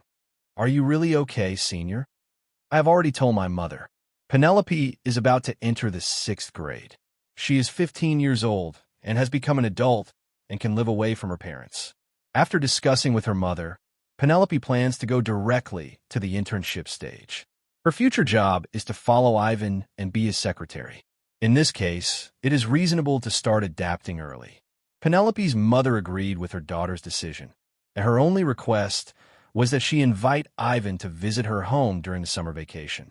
She would treat Ivan well as a thank you for taking care of Penelope. There are a lot of things to do in the next 2 months. Ivan glanced around and made sure no one was paying attention. Then he used apparition and took his senior back to his manor. Click, click. The two appeared at the door of the manor, and Ivan strode forward, and the iron gate opened automatically. As the two crossed the gate, the scene in front of them changed instantly. It was like stepping into another world. The greenery and courtyards that were originally seen from outside the iron gate disappeared, and in their place, there was an extremely vast world. No matter how many times I see it, I feel shocked. Penelope looked back at the disappearing gate, and behind her was a forest, and the exit was no longer visible. It took us a long time to transform this variant of the Ultimate Guardian. Ivan did not really create a world. He just used the barrier of the Ultimate Guardian as a package of a traceless telescopic bag and released a space extension spell on it. As for the sun and the starry sky, there are naturally different spells that can do the corresponding things, which is not difficult. The real trouble is to create such a huge space and maintain it with powerful magic. This is something that 99% of wizards in the world dare not even think about. Just like Newt's magic box, Ivan is just a little more outrageous. What he transformed is not a simple space, but a magic barrier. How did you do this? Can I learn it? Penelope was actually quite interested in this magic. Now that her strength had been improved, her desire for knowledge naturally went a step further. Well, you're still a long way from the Ultimate Guardian. You know, that spell requires a lot of magic power. Seeing Penelope was a little disappointed, Ivan quickly added, but you can start practicing with simple spells. As he said that, Ivan took out an ancient magic book from his pocket and handed it to Penelope. What is this? The senior looked at the cover of the magic book and found that she didn't recognize the words on it at all. The words on it looked like Huxia. There is Qiu Zhang, a witch from the east, in Eagle Academy. Penelope has seen this kind of words, but Westerners don't know much about Huxia because it is too difficult. A magic book from the east, lent to me by Principal Dumbledore. Ivan did not hide anything and said frankly, it records a very ancient oriental magic called Tian. Cutie. Penelope could not speak Huxia well and could not understand the meaning of these two words. To put it simply, you can understand it as the Oriental Traceless Extension spell. Ivan said, it's just that it is more difficult and belongs to the more advanced magic of space extension. Before leaving Hogwarts, Dumbledore gave Ivan all the magic he had exchanged from powerful wizards in various countries when he traveled around the world. According to Dumbledore, the Oriental solid magic has a very long history. Western magic originated from the Jade Record of ancient Egypt, which is the consensus of European wizards. However, there are many different opinions about the origin of magic in ancient Asia. In a legend over there, ancient wizards once passed down 108 extremely powerful spells, which they called the 36 methods of Tiangang and the 70 earth arts of Disha. Tiangang Disha. These are things Ivan had heard of in his previous life. However, in this world, they have become the ancient spells of Eastern wizards, with extremely powerful power. Of course, it is also quite difficult to learn and master them. Moreover, these spells were not passed down intact, and most of them were lost, such as the mediation of destiny in the Tiangang method, which was completely lost. Mai Zhuanzawa, Penelo, what is that? Del. Ivan thought for a moment and explained, Senior sister, you can understand it as creating something out of nothing. Creating something out of nothing. Whether in the East or the West, if we look back, we will find that the spells and their myths and legends have many similarities. There is a law in the spells of the wizard world, that is, nothing can be conjured out of thin air. Transfiguration can increase volume and change form, but it cannot create something out of nothing. Even at Ivan's current level, he can make one thing permanently change into another. Magic materials and magic creatures can be transformed, and Ivan has some leaders. However, it is impossible to create something out of nothing. Even with 6 points of magic power, Ivan still can't do such a thing. From this, we can see the value of the magical powers and mediation of fate in the spells of the Eastern immortal system. In the myths and legends of the East, there's a goddess called Nuwa. She creates 70 things that do not exist in the world every day and creates humans with mud and water. If the characters in the myths are all wizards in this world, then Nuwa is no exception. 13, not surprisingly, Nuwa should be the oldest and most powerful witch in the East among the ancient wizards, because mediation of fate comes from Nuwa. If we can really create something out of nothing, then there is no difference between us and real gods, right? Penelope sighed from the bottom of her heart, and Ivan agreed with her. In the future, we can collect more magic from the East. Magic knows no borders. As long as it can improve our strength, it is worth learning and studying. This summer vacation, Ivan needs to do a lot of things. On the Muggle side, Ivan will continue to use money to pave the way and make his industry here bigger and stronger. With the memory of the previous life and the ability to predict the future, the Muggle world in front of Ivan is like a little girl who can do whatever she wants and let her do whatever she wants. This is not a violation of the rules of the Ministry of Magic. Using the financial ability of Muggles to make money from Muggles, there is no loophole at all, and it is not the responsibility of wizards.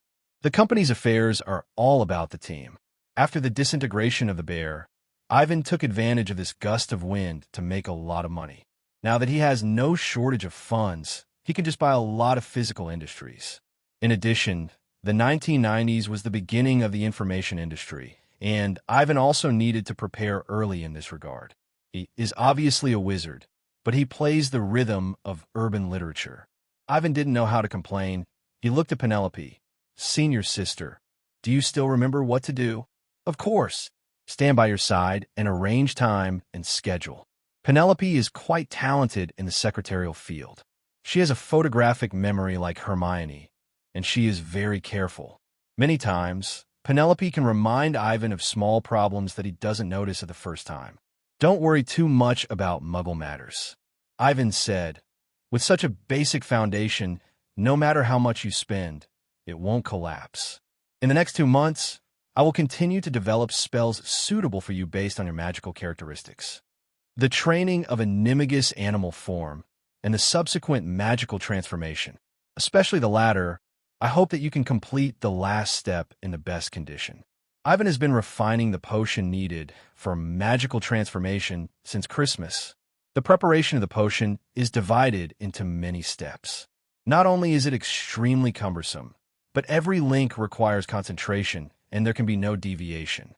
To be honest, Ivan didn't know that magic transformation would be so difficult. Potions have nothing to do with the strength of magic. A high level of magic manipulation can improve the efficiency of refining and reduce the error rate. However, the method of refining potions still needs to be studied carefully. Ivan can study the formula of potions and know which materials to use to build the most perfect magic circuit. But with so many materials, even if he knows their ratios, Ivan still needs to grind and brew them one by one. Magic is useless at this time. Don't underestimate doing it yourself. The refining of potions is part of a certain ritual. Processing with spells will lead to external magic and destroy the balance of the ritual. So potions really require talent. Even Ivan has failed many times in refining potions. It can only be said that data is data, and hands-on ability is hands-on ability. Some people with clumsy hands are really not suitable for the subject of potions. And this time, only Penelope can do magic transformation. In fact, even Ivan himself plans to complete a magical transformation during the summer vacation. Ivan's current attributes are Magic 6, Soul 5, and Physique 1.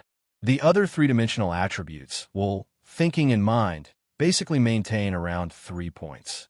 According to Ivan's judgment of the system attributes, 1 point is the most, and most of them are at this stage. Among Muggles, 1 point of attribute is an ordinary person without any special skills. And when it reaches 2 points, it can be regarded as a relatively outstanding ability. Taking the exam as an example, the results of people with 2 points of thinking can occupy the upper reaches of a group. Among wizards, an excellent graduate is definitely not a problem.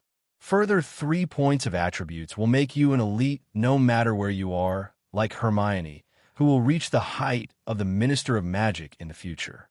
Generally speaking, 3 points can only be regarded as being a leader within the system. From 4 points, wizards jump out of the scope of the country and are truly the pinnacle of the entire race.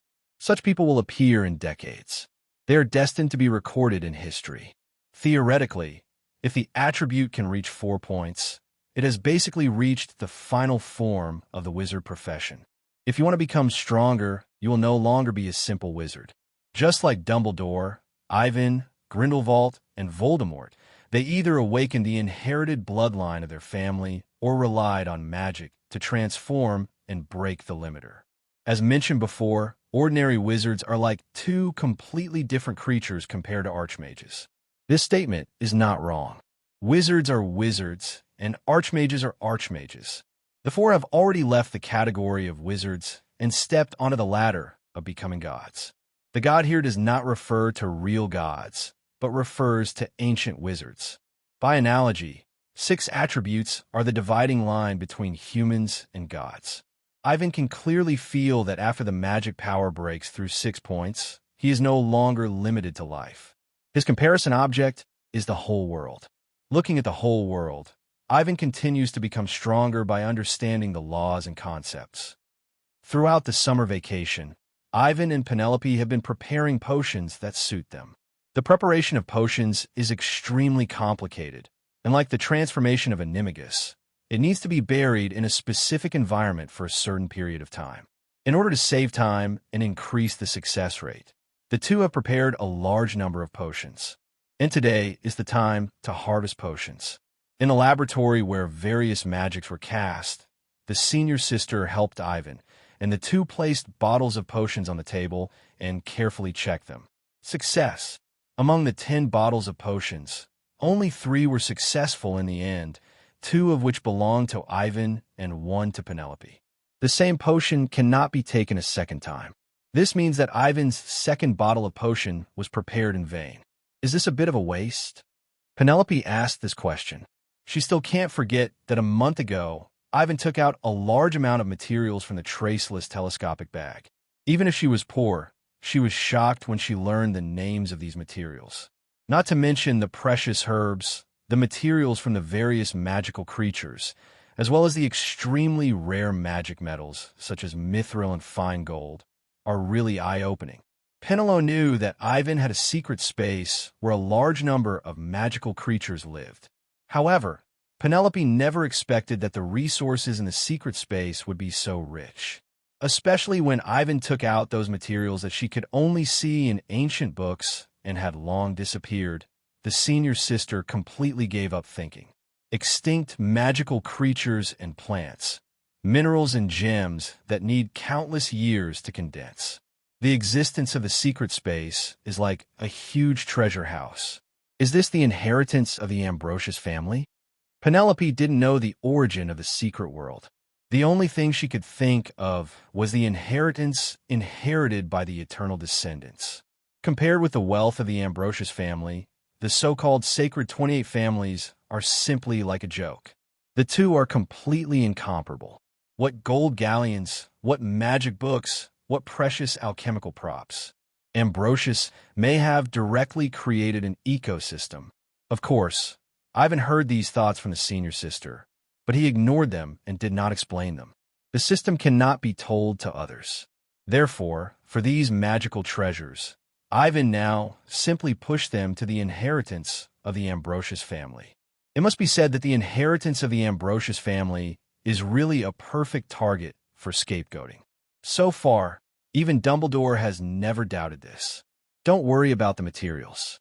The secret realm is very large, and there are things we need in it. Ivan's words are not really showing off his wealth, but telling the truth. For example, Thunderbird feathers. There are a large number of Thunderbirds living in the secret realm. If not thousands, there are hundreds. For these renewable resources, Ivan can naturally say arrogantly, as many as you want, as many as you want. As for minerals and gems, the reserves are quite amazing. Ivan even suspected that the existence of the secret space was not just for him, but for more wizards. He didn't dare to say that he could support the evolution of the entire wizard group by himself, but it was no problem for Penelope to go one step further. As for the number, there are hundreds of thousands of wizards in the world. Even the secret space would feel overwhelmed by so many people. However, Ivan felt that he could afford hundreds or thousands of people.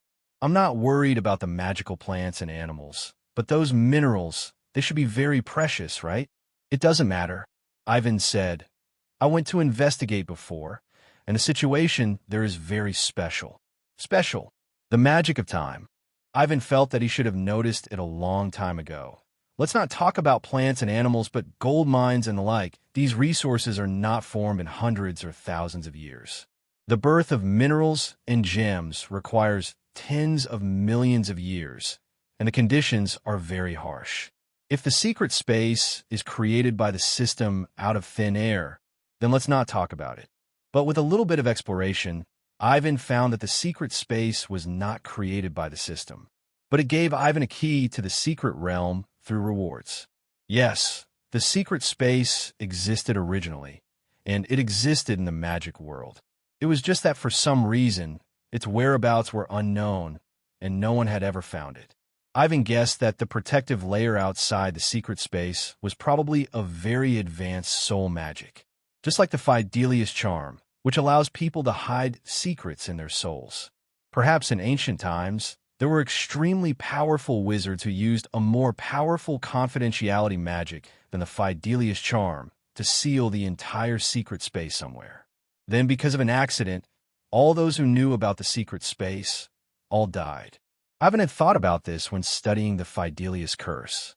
If someone hides a secret in his soul and dies suddenly without telling anyone, then will the secret be completely buried with the death of the keeper, or will it be directly announced? Ivan thinks that both are possible, and the key depends on the situation of the secret. If the hidden secret is very important, its disappearance from an objective perspective will cause a huge impact, and the death of the keeper will not be able to take it away. On the contrary, if it is just a newspaper or a stone, which can be seen everywhere, there will be no risk even if it disappears.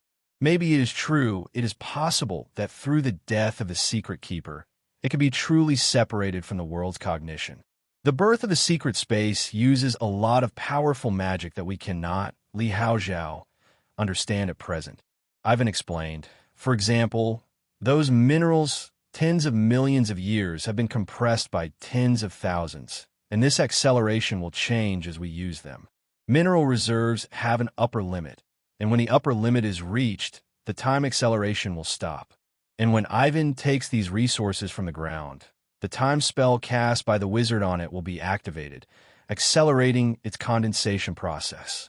According to my research, the entire secret space is distributed with extremely sophisticated magic circuits. They maintain their own balance and form a perfect ecosystem. The forest that Ivan once destroyed has now been restored to its original state, and it is growing more luxuriantly than before.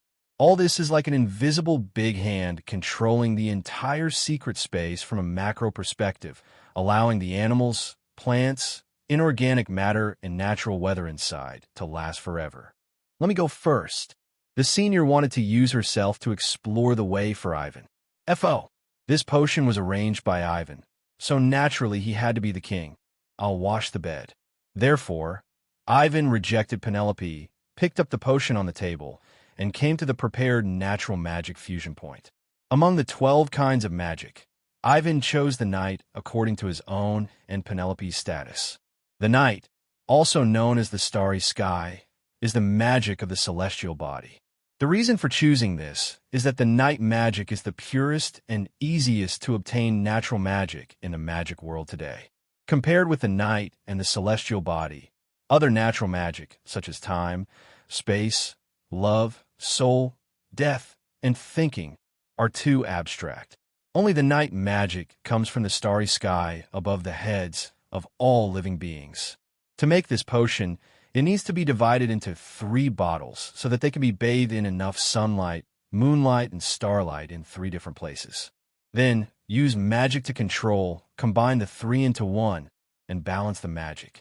Now is the best time for me to take it. The same potion, because Ivan and Penelope are different, the time and material ratio of the 2 are also different.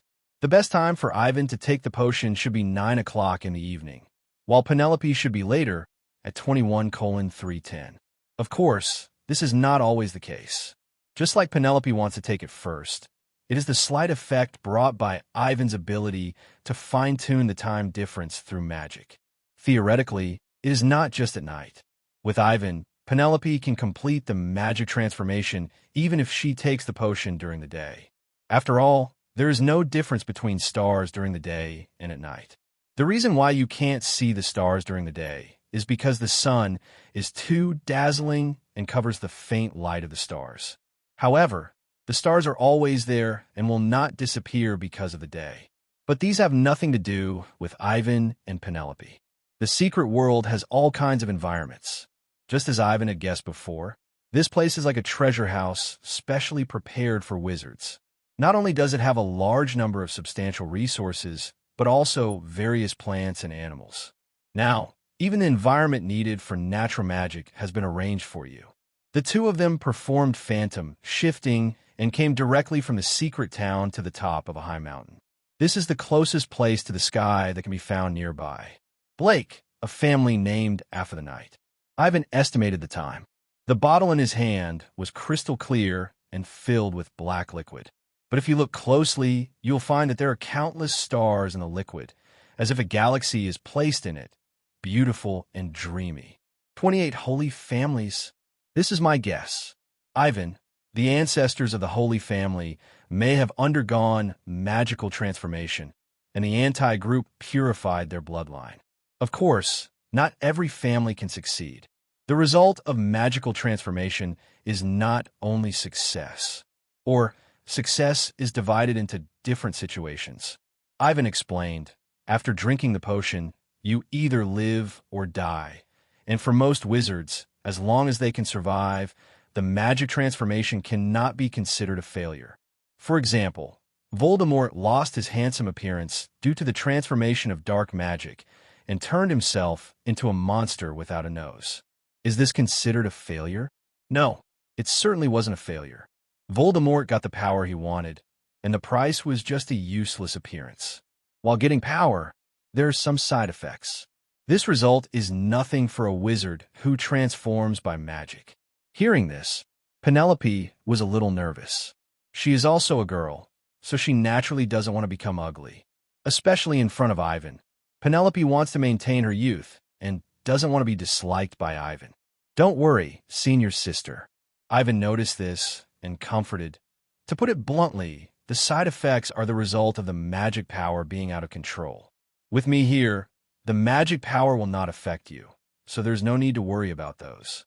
Our magic transformation is a real success, not a half-baked one like theirs. Voldemort's black magic transformation has already got what he wanted.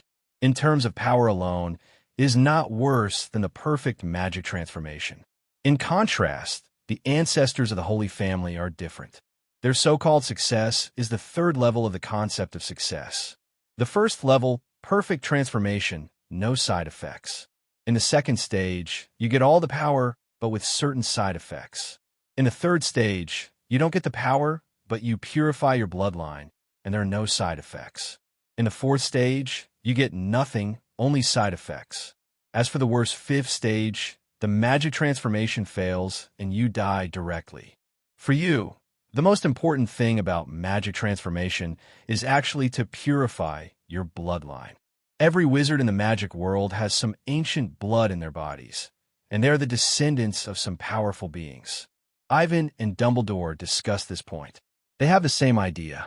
Magic will not awaken in people who have nothing to do with it. Grindelwald once said that magic will only bloom in certain groups of people. The reason is simple. Magic is not a product of this world. It comes from outside the world. Ancient wizards used methods that are unimaginable for today's wizards to introduce magic from unknown places. This behavior is like Prometheus stealing fire, and humans have civilization since then.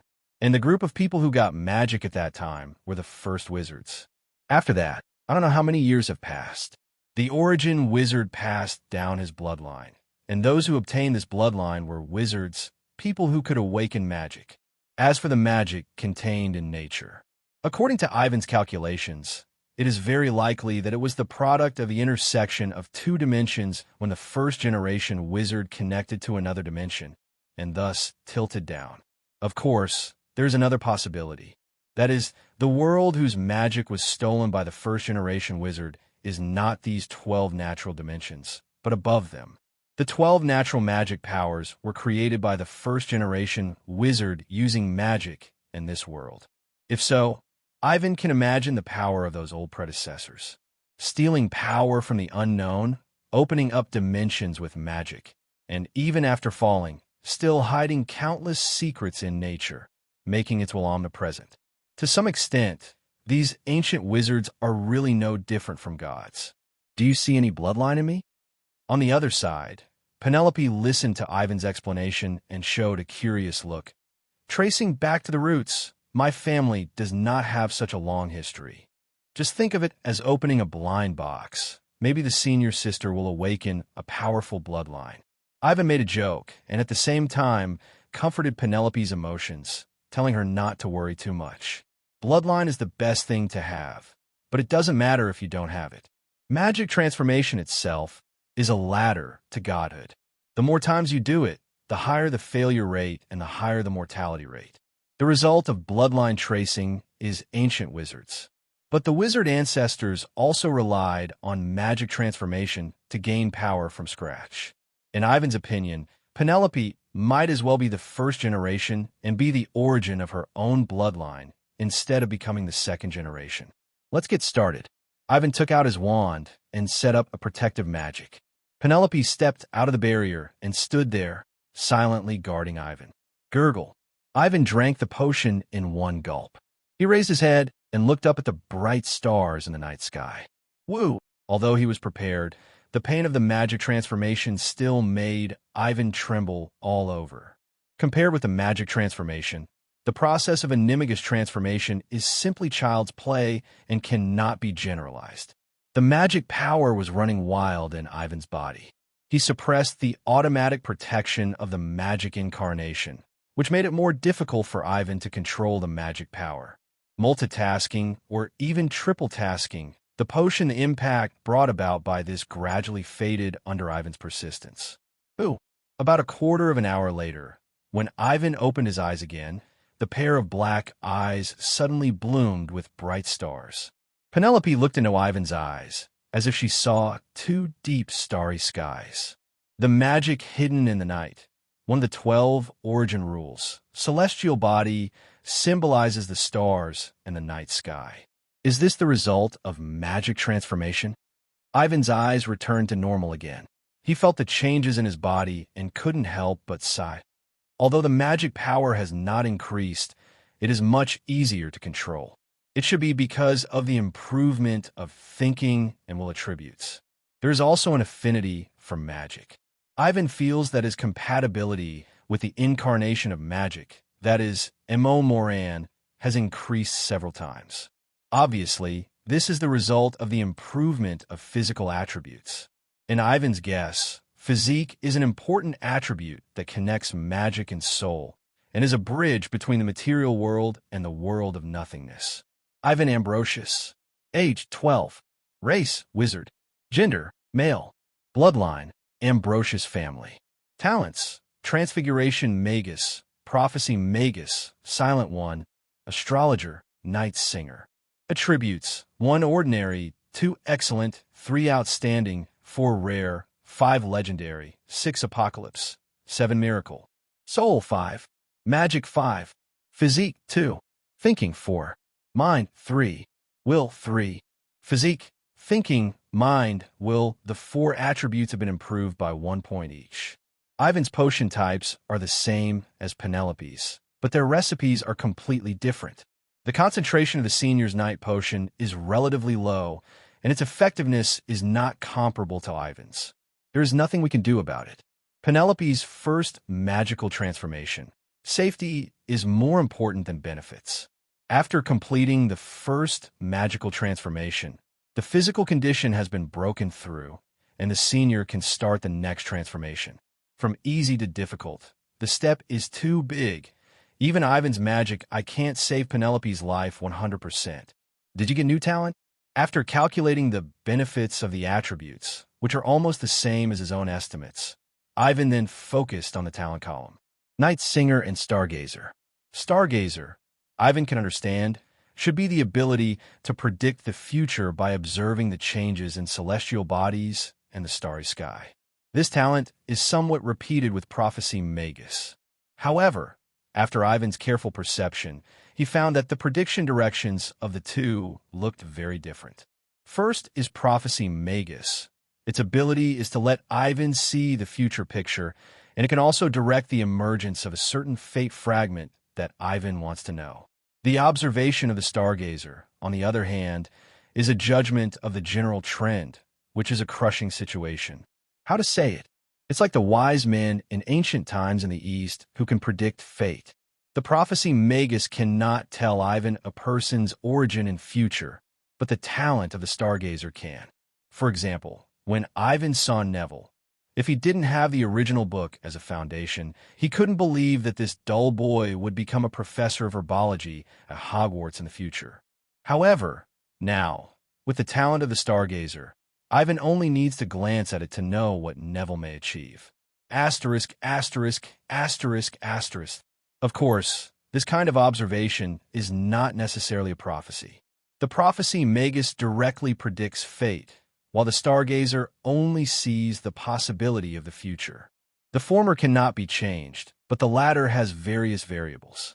Just like now, when Ivan looked at the starry sky again, he soon saw all kinds of changes in the future. There are disasters that England is about to suffer, conflicts between wizards and humans, and a rapid development that the Muggle world is about to usher in. All of this, as if the fog that once blocked fate had dissipated, made it clear at a glance. Incredible. Ivan shook his head, feeling that the world had never been as clear as it was at this moment. He turned his gaze to Penelope. In an instant, a lot of information about the senior sister, her past, her personality, her character, and the various achievements she might achieve in the future, including what would happen recently, all came to mind. A noble person helped.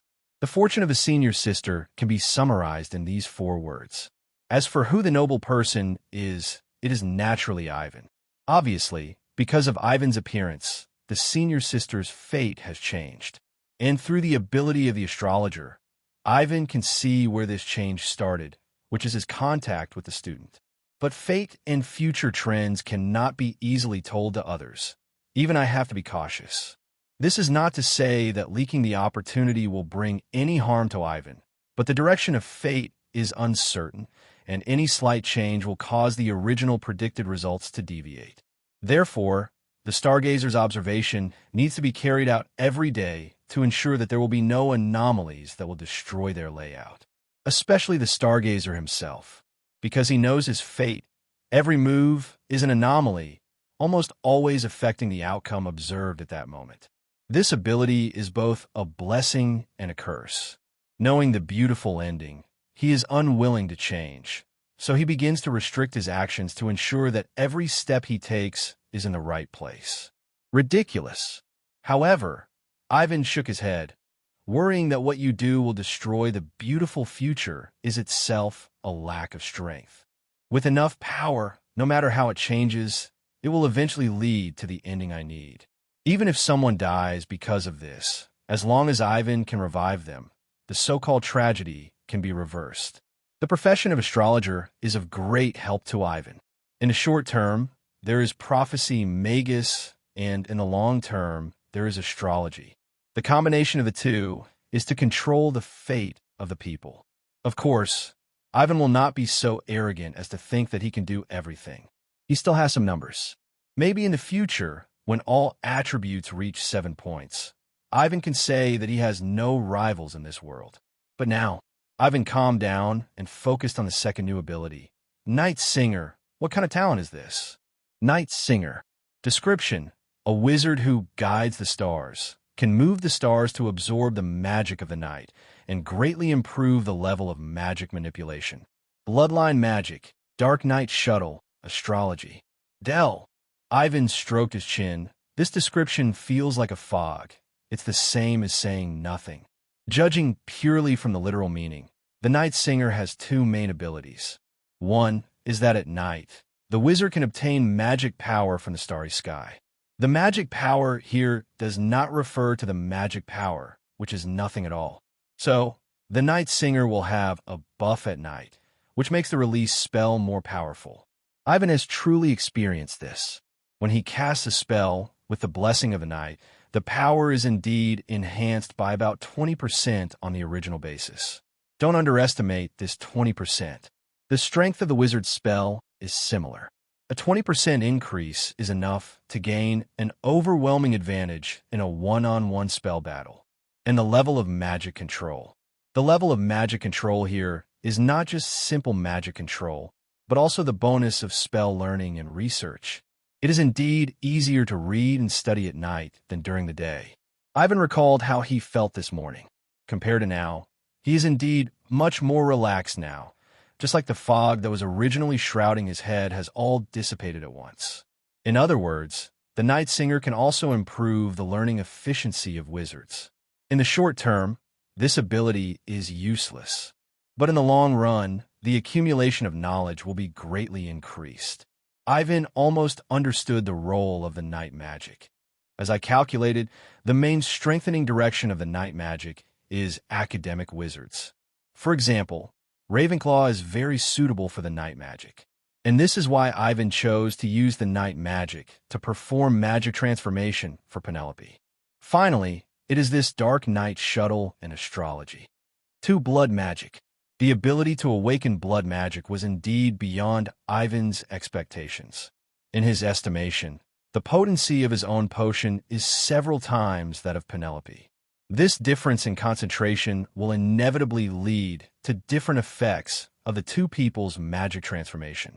However, before the ritual succeeds, Ivan cannot be sure in which aspect this change will manifest.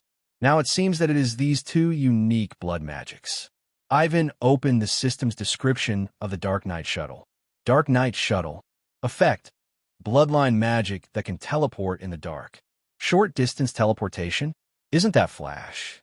Ivan remembered that there was a ball escape bird in the secret realm that could perform space jumps like Flash.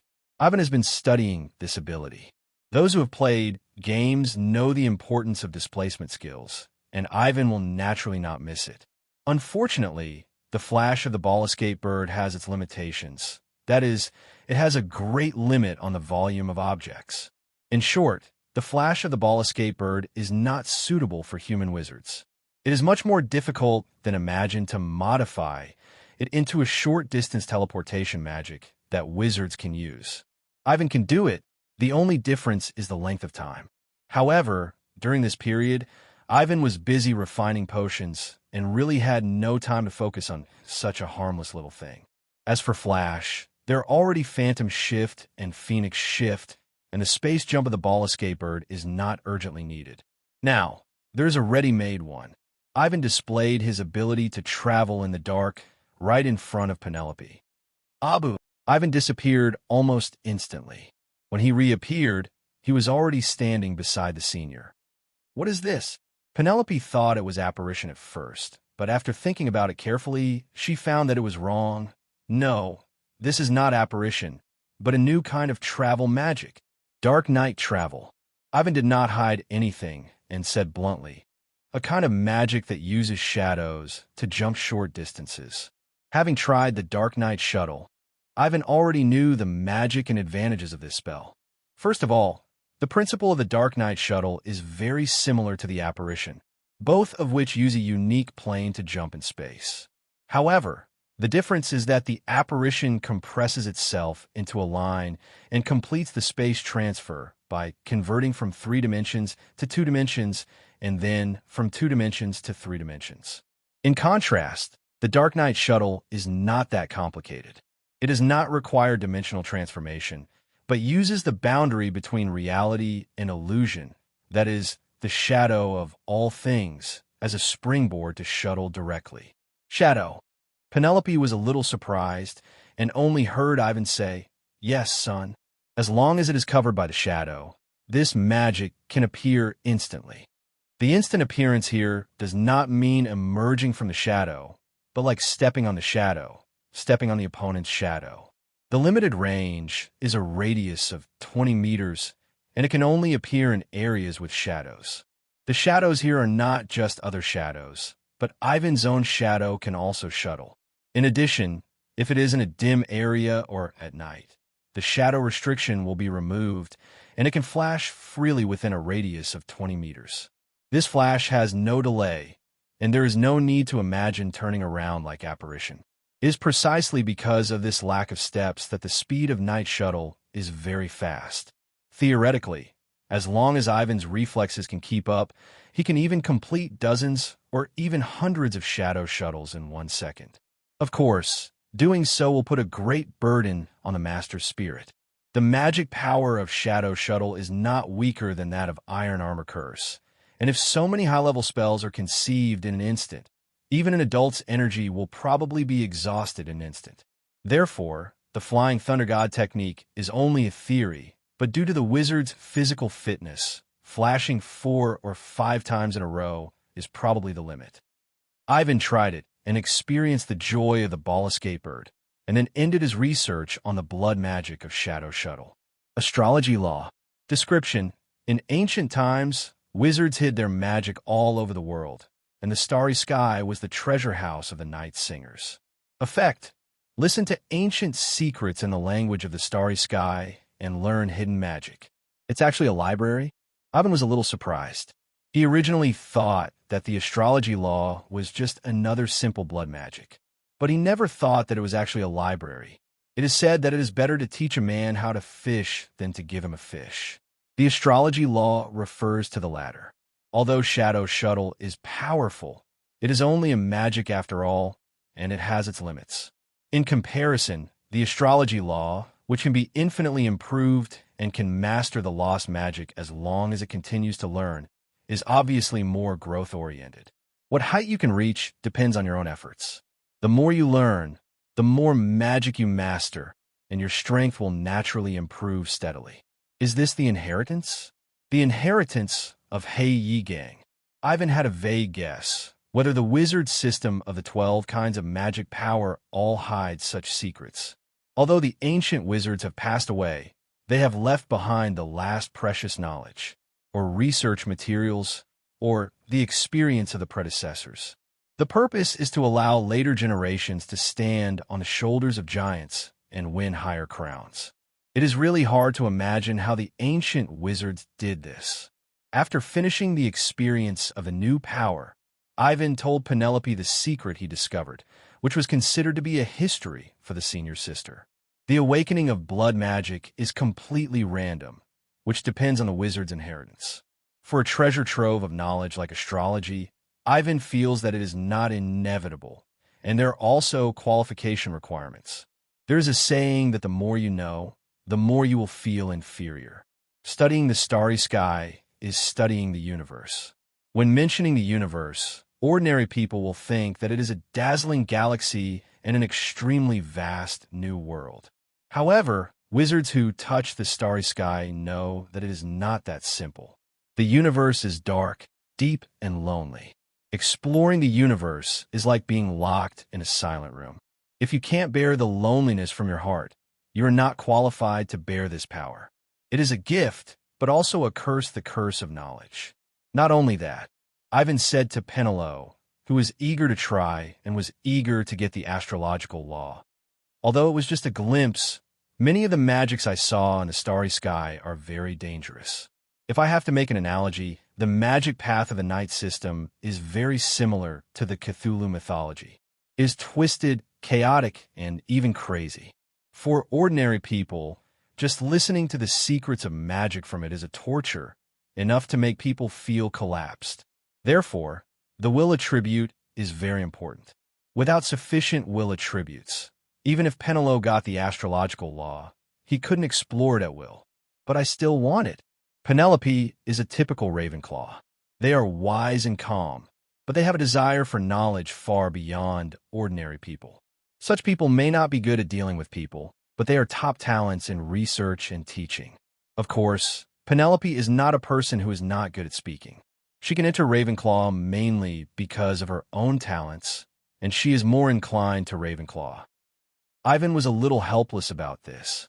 I can't decide either, but I think the magic should be able to understand your mood, senior sister. Magic is the power of the mind, and magic plays only the role of energy. The only thing that really affects the effect of magic is a strong mind. Yeah, Penelope didn't say anything. The senior sister took a few deep breaths, and then took out the bottle of night potion under Ivan's gaze. Don't worry, I'll take care of everything. Ivan's words echoed in her ears, and Penelope no longer hesitated and drank the potion in her hand directly. At the same time, the stars in the entire night sky suddenly brightened a little. This is the magic that Ivan specially studied according to the law to affect the natural magic. To put it bluntly, the condition that requires the first thunder like the Animagus transfiguration is itself the wavelength resonance of natural magic and city magic. This matter, for Ivan, especially Ivan with a magic power of 6 points, there is no pressure. To put it bluntly, as long as Ivan wants, he can simulate any magic environment required for magic transformation at any time. Ouch! On the other side, Penelope, who had drunk the potion, groaned in pain. Ivan's magic, I was always open, so he was very clear about the girl's changes at this time. The magic power continued to rage in her body, and the chaotic rampage caused Penelope great pain. However, Ivan did not stop it immediately. He just maintained a balance to ensure that Penelope would not be really hurt. But those pains, the transformation of the body by the potion, Ivan did not intervene. The potion strengthens the mind and other properties, which is its own function. But there is one property that requires the wizard's own persistence to gain something. Will. Only by experiencing hardships and perseverance can one wash away the lead and regain a new life. Of all the properties, only will is the most special, which belongs to human beings themselves. Compared with it, the mind also belongs to human beings, but it is the most easily affected and the most unstable. People with sensitive minds are often the most extreme, but willpower can control this power and stick to one's heart. Hold on, senior sister. Hold on. Ivan silently cheered Penelope up, hoping that she could tap all her potential. Yes, it was painful, but Penelope understood that this was something she had to go through, and it was a qualitative change for her. Soon, Penelope screamed miserably. Pain that was unbearable.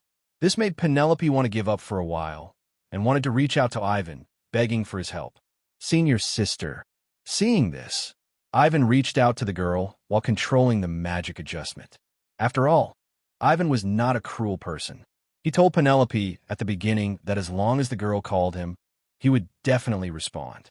However, Penelope's hand was halfway extended, but she did not move forward. The girl clenched her fists, gritted her teeth, and stopped praying to Ivan. Persist, continue to endure. Penelope will never give up halfway. Even if there is no such thing as giving up halfway in potion transformation, Penelope, who has persisted for so long, has already obtained the power she wants. But it's not enough, far from enough. She is Penelope, the pride of Ravenclaw, and a person recognized by Ivan. If she gives up easily, how can she follow Ivan and stand beside him? With this thought, Penelope wakes up immediately. The strong will is inspired by all this, and Penelope's determination even moved Ivan, who was watching from the side. If you want to do it to the best. Ivan is right. The law is the history of the mind. As long as you desire something from the bottom of your heart, the magic will realize this wish for you and turn it into a miracle of reality. Who? Finally, after more than 20 minutes of persistence, Penelope, who was like being fished out of the water, was completely exhausted. What an amazing perseverance. As the girl fell, Ivan quickly held her in his arms. Looking at Penelope's trembling eyebrows, even Ivan was moved. If at the beginning, Ivan approached Penelope because of the girl's beauty and talent, thinking that she was worthy of him and could stand beside the future Demon King like Rosier. But now, Ivan recognized the girl from the bottom of his heart and even admired her. You can say that the wizards in the original book have their own flaws, but you can't say that they are useless. Even Ronald, although he has low ability. But it is precisely because of his lack of ability that people admire him more. Yes, admire. Although this is a derogatory word, Ivan still looks down on Ronald. But Ronald does have something that Ivan can't do. For example, courting death. Imagine that a person who knows nothing wants to do something big. It's like an ordinary person facing a demon. You know you are no match for the devil, who can kill you with just a wave of his hand. Ivan has everything he has now because he really has power. In a favorable situation, you can win friends even if you lie down. Turning the tide against the wind is a challenge. Of course, Ivan still looks down on Ronald. There is no way. Ronald is really not good enough. He was born a wizard family, but he didn't work hard and wasted his good time. This is not Ivan talking without any pain. Look at the children of the Weasley family. This horizontal comparison is enough to see the flaws of people like Ronald. Among all people, Ronald has the lowest talent, but his achievements are the highest in the family. The partner of his savior, the hero who defeated the Dark Lord, the partner of the future Minister of Magic. Reputation, career, family, happiness. And this is the importance of opportunity. Penelope is not lacking in ability, and her will is strong enough. What she lacks is just an opportunity. You did a great job. Amazing. Ivan took the girl back to the room, gently placed her on the bed, and relieved her pain caused by the magic transformation. Soon, Penelope woke up leisurely. The girl was confused at first, and then gradually regained consciousness and remembered the experience just now. It hurts. Penelope's tone was very calm, and she only said the two words that impressed her the most. But soon, the girl smiled. "Thank you, Fan. Congratulations." Ivan stroked Penelope's brow and said, "I really didn't expect you to last so long. I don't want to admit defeat either." Penelope is very similar to Hermione, or they're the same kind of people as Professor McGonagall, with their own persistence and unyielding temperament. And with Ivan around, Penelope is not afraid. It is this trust that allows Penelope to persist to the end and maximize the benefits of the potion. What is the result? Ivan, did you get what you want? Penelope was very excited at this time. She could feel the changes in her body. The magic power was more obedient and more powerful. The improvement of basic attributes is something that every wizard will get. The only difference is the distribution and the total points of the improvement. Ivan observed Penelope and found that her will and physique attributes were improved by 1 point each, and her magic power was improved by 2 points. Of course, the growth of these attributes is not comparable to Ivan's. After all, Penelope's attributes were not as good as Ivan's. Just like magic power, Penelope's magic power only increased from 2 to 4, which is definitely a great improvement. However, compared with Ivan's 5 and 6 points of magic power, the gap is too big. 5 points of magic power. That is the legendary Great Wizard. If Penelope wants to reach that level, she will have to perform magic transformation 3 or 4 times at least. And the danger and pain of magic transformation increase exponentially. Voldemort's bloodline is obviously higher than Penelope's. But even if a madman like Voldemort also became unrecognizable and lost his handsome face when he completed the black magic transformation for the second time, Ivan didn't know whether Voldemort had performed the third magic transformation. Just thinking of the life-saving method of the Horcrux, Ivan believed that Voldemort had a high probability of performing the third magic transformation, even if he paid the price of his sanity for it. So you can't perform the next magic transformation in a short time, senior sister. Ivan, that's not something you can bear now. I understand. Penelope smiled and said, "In fact, I am very satisfied to have such a big improvement. Zhao, Qianhao. In fact, the improvement in attributes is actually the most insignificant thing among the things obtained from this magic transformation. What really made Penelope happy was that she got the blood magic she wanted most, the astrology law, as she wished. Pray to the starry sky and listen to the teachings from eternity. It is deep, lonely, yet so mysterious that one cannot help but indulge in it." Penelope finally understood the meaning of Ivan's previous words. All of them are really beyond the reach of outsiders. Only by experiencing it personally can one realize the depth and horror of the starry sky. No wonder you say that it is a force full of temptation, but also a fearful one. Penelope did not dare to explore too much, because she felt a chill in just that extremely brief glimpse. The mind was leading her to the abyss, while the reason was holding her tightly, preventing her from falling. The loneliness of the starry sky is like a dark abyss. The more you stare at it, the harder it is for the wizard's soul to break free. The 12 great magic powers, the night can actually be divided into 2 parts. One half is the night sky representing silence and darkness, and the other half is the stars of life and brilliance. Stars are divided into the sun and planets. The sun refers to the celestial body that can emit light by itself, while the latter is the unborn body that cannot emit light by itself. Song can emit and receive light. The magic knowledge of astrology is hidden in the celestial body. It can be said that each celestial body is a word, and the starry sky that connects them is an extremely magnificent magic book. As for the remaining dark places, it is a test for the master.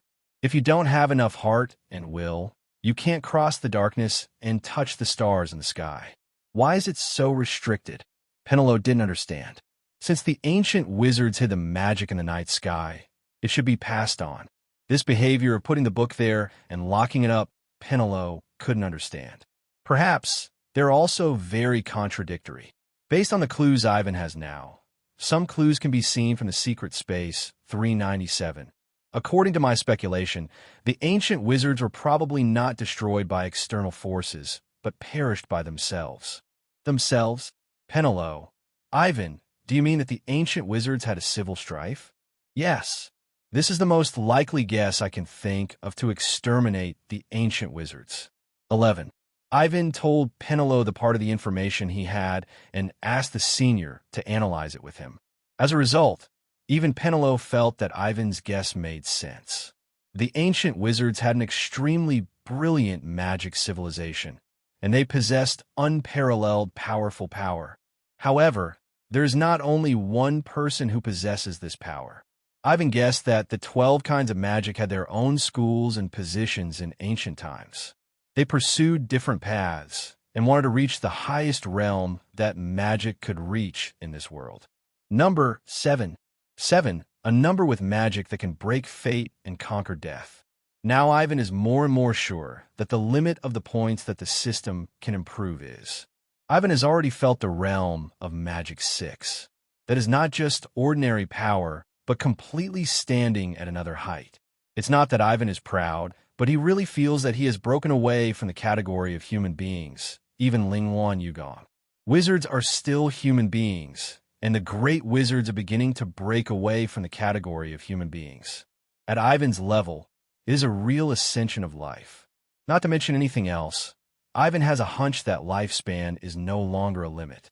As long as he wants, Ivan can even live forever. Not only that, while living forever, Ivan can also use magic to keep himself young forever. Voldemort's lifelong dream is to be immortal. Unfortunately, what he desires can never be achieved, but people who have no intention of immortality can easily obtain this power. What does the number 7 mean? However, Penelope failed to understand what Ivan meant by this sentence. After all, only Ivan himself knew about the attribute. Dumbledore and other wizards never had the concept of digitizing magic. This is a set of level divisions that I came up with. Ivan roughly explained his definition of magic, soul, will, thinking, and other attributes. Then, according to different performances, I divide these attributes into 7 levels, with level 1 being the lowest and level 2 being the highest. I see. Penelope quickly accepted this theory and felt that she really needed accurate data to understand her own status. Then what is my current magic level? CHBJ? It should be level 4. There are so many attributes, but only the soul, magic, and physique can really bring about qualitative changes in people. In contrast, the 3 attributes of thinking, will, and mind are to fully exert the power of the first 3 attributes. The first 3 are potential, and the last 3 are ability. Ivan said, potential determines the upper limit of a wizard, while the lower limit is determined by ability. No matter how talented a wizard is, if he cannot use his mind to learn, control himself with his will, and determine his goals with his heart, then even if this person has huge magic power, he will still become a time bomb, harming others and himself. Don't underestimate the magic power of level 4. After a magical transformation, your magic power is outstanding even among level 4.